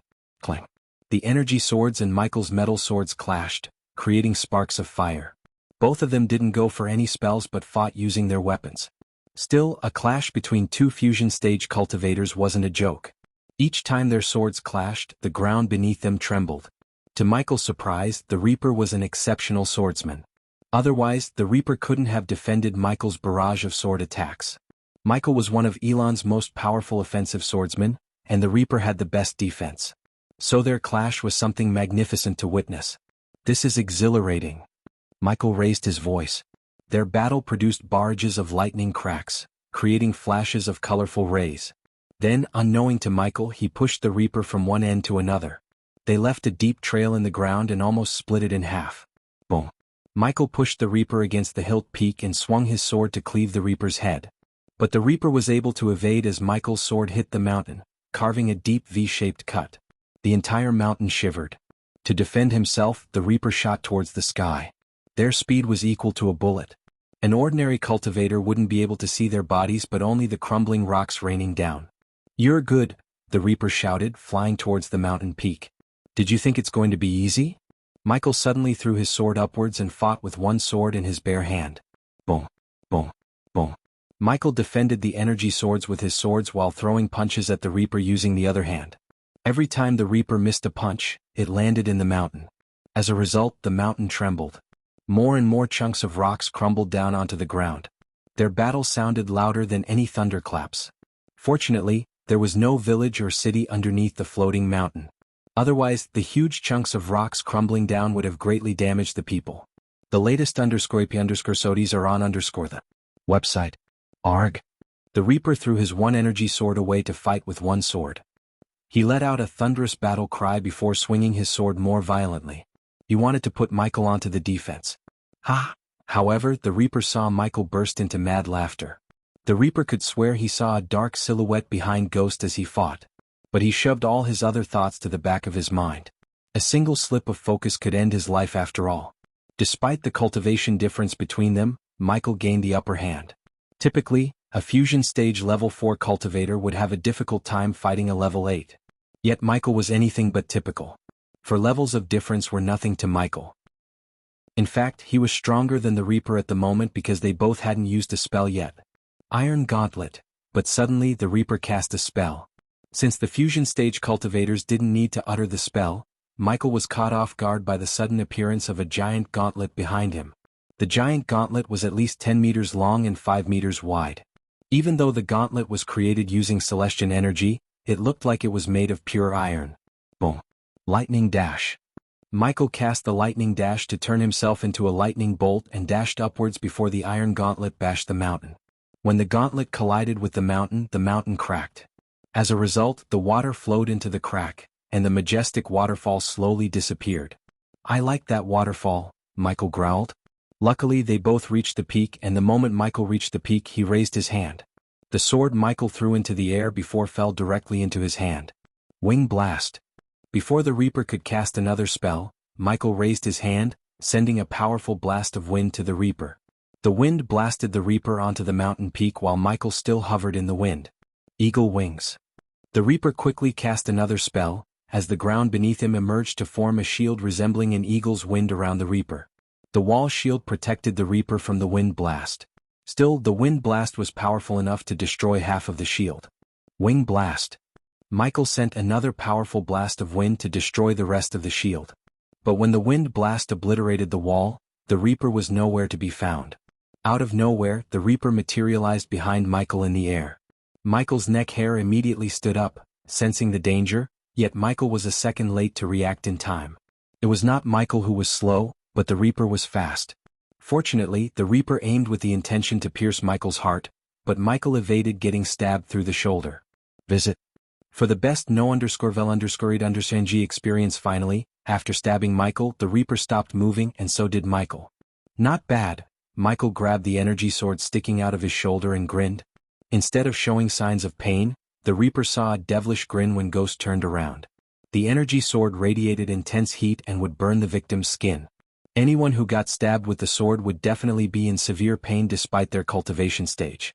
The Reaper had seen countless cultivators scream and even cry in agony after being stabbed. But for the first time in his 150-years-old life, he had seen someone grin. Michael wasn't faking it or using APD either to fight the pain. In fact, Michael didn't feel any pain at all. His body and soul were infused with dark flames, one of the most powerful primordial flames in the universe. The heat radiated by the energy sword was nothing compared to the heat of the dark flames. As to why Michael grinned, it was because he had found out he felt no pain from the heat radiating sword at all. Initially, when the Reaper stabbed him, he felt a sting, but afterward he felt nothing. Wind blast. Michael grabbed the energy sword with one hand and sent a blast of wind with the other, blasting the Reaper away. At the moment, the two of them were hovering in the mid-air above the floating mountain. This is true power, Michael smirked, slowly pulling out the sword. The red light emanated by the energy sword flickered in his hand. When Michael pulled out the energy sword, the Reaper saw the wound closing visible to the naked eye without Ghost taking any healing potions. Why don't we finish this fight? Michael snickered. On the other hand, the Reaper reached out for the energy sword in Michael's hand, trying to summon the sword. The sword frantically trembled in Michael's hand to escape his grasp. Seeing the sword couldn't escape Ghost's grasp, the Reaper creased his brows underneath his mask. "Return to me," the Reaper shouted. But no matter how hard the Reaper tried to summon the sword, the Reaper failed to get his hand on the sword. Impossible. The Reaper panicked because the sword could not be controlled by anyone weaker than him. He had special runes on the sword to ensure the sword would always return to him. At that moment, a weaker cultivator like Ghost overpowered the sword, which shouldn't have been possible. The Reaper's mind was boggled until he lost the connection with his sword. Soon the Reaper felt weak and exhausted. He even tumbled down a few meters without any control over his body. "What's happening?" the Reaper asked Michael, feeling his connection to the celestial energy slowly declining. In a couple of moments, the Reaper went from the fusion stage to the core strengthening stage cultivator, rapidly weakening by the second. Visit. For a better user experience, I found the cure for the molten plague. So it wasn't challenging to weaponize the plague, Michael smirked. The air you breathed wasn't purely natural. In simple words, I poisoned you without even you noticing. The Reaper's vision blurred as he started to vomit dark blood. Additionally, the Reaper's skin gradually turned gray, and his hair lost its shininess. Michael looked down for a moment before turning his gaze back at the Reaper. "Wow, you'll be a human omelet by the time you hit the ground. Your Reaper's friends will have a hard time scrapping you off the ground if they found you, that is," Michael laughed. From the moment he sensed the Reaper, Michael began to release the fear toxin from his APD. Simply put, Michael defeated the Reaper even before the battle started. Michael just wanted to see his fusion stage powers and how powerful his spells have gotten. Otherwise, Michael could have dragged his conversation with the Reaper until the fear toxin took effect. By battling the Reaper, Michael found out his vulnerabilities. "You weaponized the plague?" "What?" the Reaper asked, coughing up more blood. "Why else?" "Money. By this time next week, the entire Aura will be struck by the plague. Desperation will take hold of Aura, including the Empress. A man with a cure will be like a god at that time. I can name whatever the price I want." The Reaper didn't utter any word for a moment. He had seen hundreds of ruthless and evil beings in his life, but Ghost was the evilest two-faced demon he had ever seen. "You still have time, Reaper. You may not know who put the bounty on my head, but you know the location of your guild. Reveal the location and he'll give you the cure. We can pretend like this never happened." Michael offered the Reaper a choice to live. "You have a minute to decide, Reaper. After that, you'll fall to death." Michael didn't show any emotion in his tone. As the Reaper slowly lost the connection with the arch-energy, his mind told him to take the offer. The Reapers were known for their brutality and ruthlessness, not for loyalty to the guild. They always valued their lives and money over allegiance to the guild. Thus the Reaper was tempted to reveal the location in exchange for the cure. He couldn't simply trust Ghost's words, but he had no choice either. Tick-tock, Reaper, tick-tock, visit. For a better user experience. The Reaper gave Ghost's offer a deep thought. But, since he was losing the connection with arch-energy rapidly, the Reaper had to make a choice quickly before he fell to death. "Give me the cure first." The Reaper tried his luck only to get no response from Ghost. "Fine. Here, this is the map to the guild where I picked up the assassination contract with your name on it." The Reaper quickly accessed his space ring and threw a parchment to Michael, who caught the map. Michael opened the parchment to see the map of the Aura continent, which was divided into 3 elven kingdoms, 2 dwarven kingdoms, 1 large beastmen kingdom, 1 orc kingdom, and finally 1 kingdom ruled by a human king. Even after being divided into 8 kingdoms, a vast piece of land was occupied by a barren snowy mountain chain to the north. Michael searched for Nagaland on the map of Aura but found it very far from the continent. Nagaland wasn't a part of the mainland. Instead, it was a large island almost a quarter the size of Aura. The Grim Reaper's guild was located between Sil Allery and Thera in the forest. It was marked with a red cross. "Now give me the cure." The Reaper's voice became weak as Michael predicted. "I did give you my word," Michael slowly hovered towards the Reaper with the cure in his hand. "How do I know it's the cure and not poison?" asked the Reaper. "You don't." Michael simply smirked as he reached an arm's distance from the Reaper. Then, Michael handed over the cure to the Reaper, who looked at the potion for a few moments before ultimately deciding to drink it. It was not like the Reaper had a choice to. Poch. The Reaper's hand froze in time, a few inches away from his mouth. A second later, the Reaper coughed up blood and looked down to see Michael's hand going through his chest. "You fucking bastard." The Reaper snarled at Michael with his last few dying breaths. "Death will get to you. Death can't have me until I want to greet it," Michael whispered into the Reaper's ear, holding the Reaper's heart in his hand. The heart was still beating in Michael's hand until he crushed it into a bloody paste. "Mission failed, Reaper," Michael devilishly grinned, looking at the Reaper free falling down. "Ding. Congratulations to the host for killing a fusion stage level 8 cultivator. The reward is 750,000 experience points and 10,000 badass points. Hey system, what's the deal? I get the same amount of experience points for killing both level 8 and level 2 cultivators?" "Yes. After the fusion stage, every higher stage will get a fixed number of experience points regardless of levels." "But why?" Michael frowned. "Because the system needs to change the host's body from the molecular level. Anything more or less than a fixed number of experience points will be harmful to the host and prevent the host from reaching immortality." Michael's frown got replaced by a grin when he heard the word immortality. Reaching immortality was Michael's initial desire when he came to this world. If it wasn't for all the Dark Lord business, immortality would have been his only sole purpose in this world. Now, it was a weapon and a shield for him to face his enemies. Speaking of immortality, the system urges the host to upgrade the system to the next level. You cannot reach the half-immortal stage with the current level. After hearing the system's words, Michael willed the system to show his status window. Host. Michael cultivation level. Fusion stage level 4 experience points.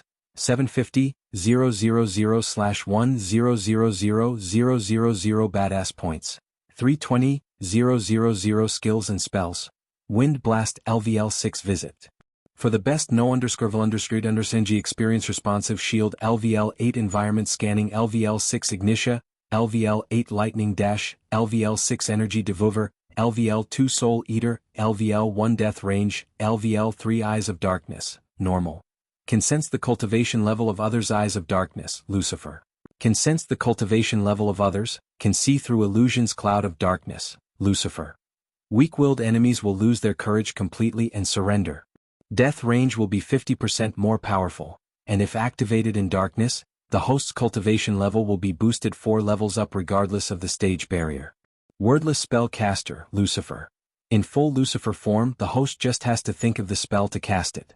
Techniques. Swords of Destiny 98% Mastery Ring of Fire, 94% Mastery Serpent Maga, 98% Mastery Occupation. Core Disciple of Sunrise Sect, the Guardian of Sunrise Sect, Lord Lucifer of the Abyssal, the Dark Lord, King of Bradford status. Healthy goals. Control the world, rebuild the Order of Death, utility function.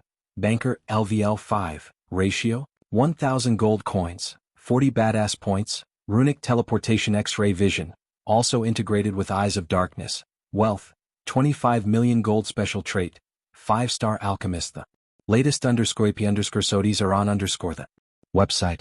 5-star inventor subordinates.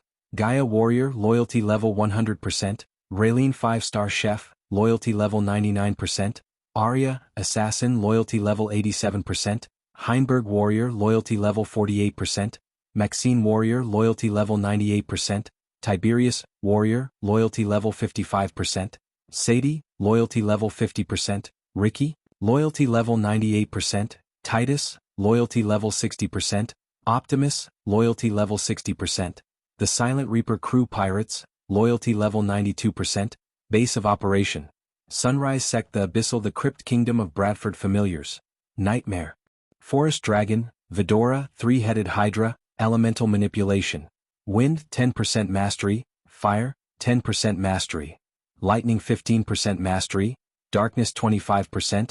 Michael could turn his gold coins into badass points, but the upcoming auction prevented him from doing so. According to Valric from Grandspire Bank, 20 million gold coins was just a measly amount to have when attending the auction. She also said he could buy some ordinary items with his coins if he had luck. But, for the time being, Michael wanted to hold on to his gold coins. You also used to give me gifts every time I reach a new stage, Michael complained to the system. It had been quite some time since the system gifted him like it used to. With everything going on, Michael wanted to get his hands on some legendary gift boxes of the system. Stop asking for freebies and focus on upgrading the system. The system sounded kinda irritated by Michael's question. Michael didn't have time to argue with the system. Besides, he knew there was no point arguing with the system. Hence, Michael closed the system interface and flew in the direction of the Voldegard compound.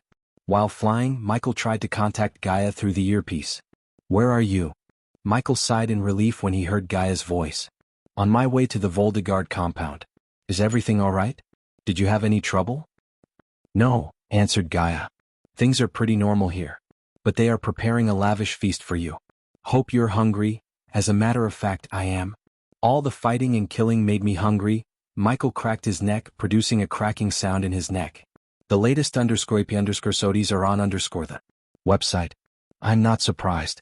The Reapers are becoming a headache. Have you managed to get the location of their guild? Gaia had the same thought about getting their location as Michael.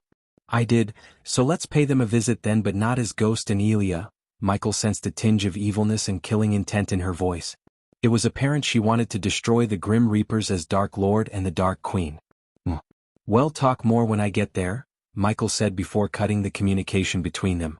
Afterward, Michael just flew towards the castle without using the lightning dash. He enjoyed the dark clouds above him, drizzling, and the wind against his face. It provided him with a captivating experience. Even after almost 2 years, Michael still had goosebumps every time he flew in the sky. After almost 30 minutes of flying under drizzling weather, Michael finally reached the Voldegard castle. But unlike when he first came to the place, it looked buzzing with soldiers and clean of any blood or dead bodies. The Voldegard foot soldiers were busy fixing the broken statues and the fountains. At the same time, the female servants swept the front lawn by casting wind spells. "Look, Master Ghost is back," informed Lady Eve. "Master Ghost." The soldiers quickly stopped what they were doing and bowed slightly toward Michael. Not a single one failed to smile at Michael with gratitude for saving their lives. However, deep within their eyes they feared Michael. "Master Ghost." Azazel walked out of the castle gracefully and greeted Michael with a bow. "How is everything, Sebastian?" Michael asked Azazel after gesturing at the servants to continue their work. "Please, let me take care of this." Azazel waved his hand as a warm wave of energy brushed past Michael, drying all the wetness off his clothes. "Cool." Michael gave Azazel a nod of appreciation before making his way into the castle. The servants and Azazel managed to light the corridor and return the castle to its former glory in a short amount of time. However, Michael wasn't in the mood for admiring the castle's beauty. Instead, his mind was occupied by something he should have done as soon as he returned from the Shadow Realm. "Did Eve give me a room to stay in?" "Of course, Master Ghost." Azazel addressed Michael as Master Ghost instead of Lord Lucifer or My Lord due to Michael's order. Azazel was to call Michael Master and Gaia and Nightmare to call Azazel Sebastian.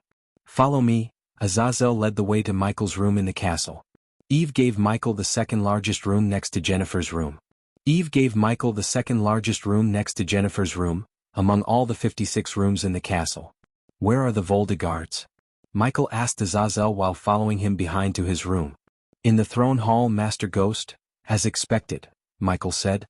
Surviving the plague was easy, but the real battle would begin when the Voldegards tried to rebuild their house. Luckily they had Michael to help them.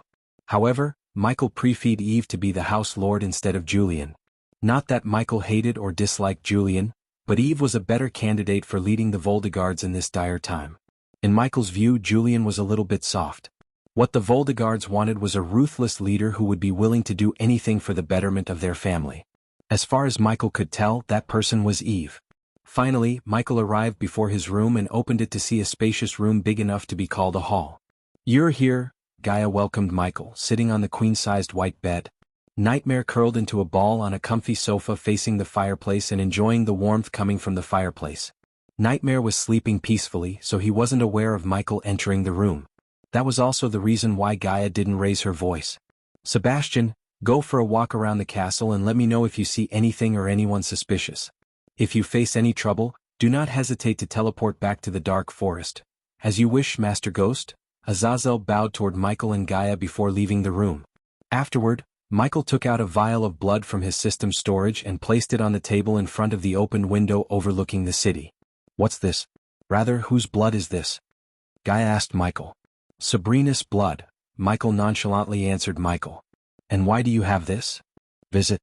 For the best no_vil_underscored_undersng experience, I am going to check whether or not she is my sister. That you're tuning in to the Han Lee's Wuxia Chronicles YouTube channel. We're so grateful for your support, and don't forget to subscribe to join us on this incredible journey through captivating stories. Your generosity through donations truly makes a world of difference, as it's the primary source of revenue that allows me to expand and enhance this channel for you. Thank you from the bottom of my heart for being a part of this adventure.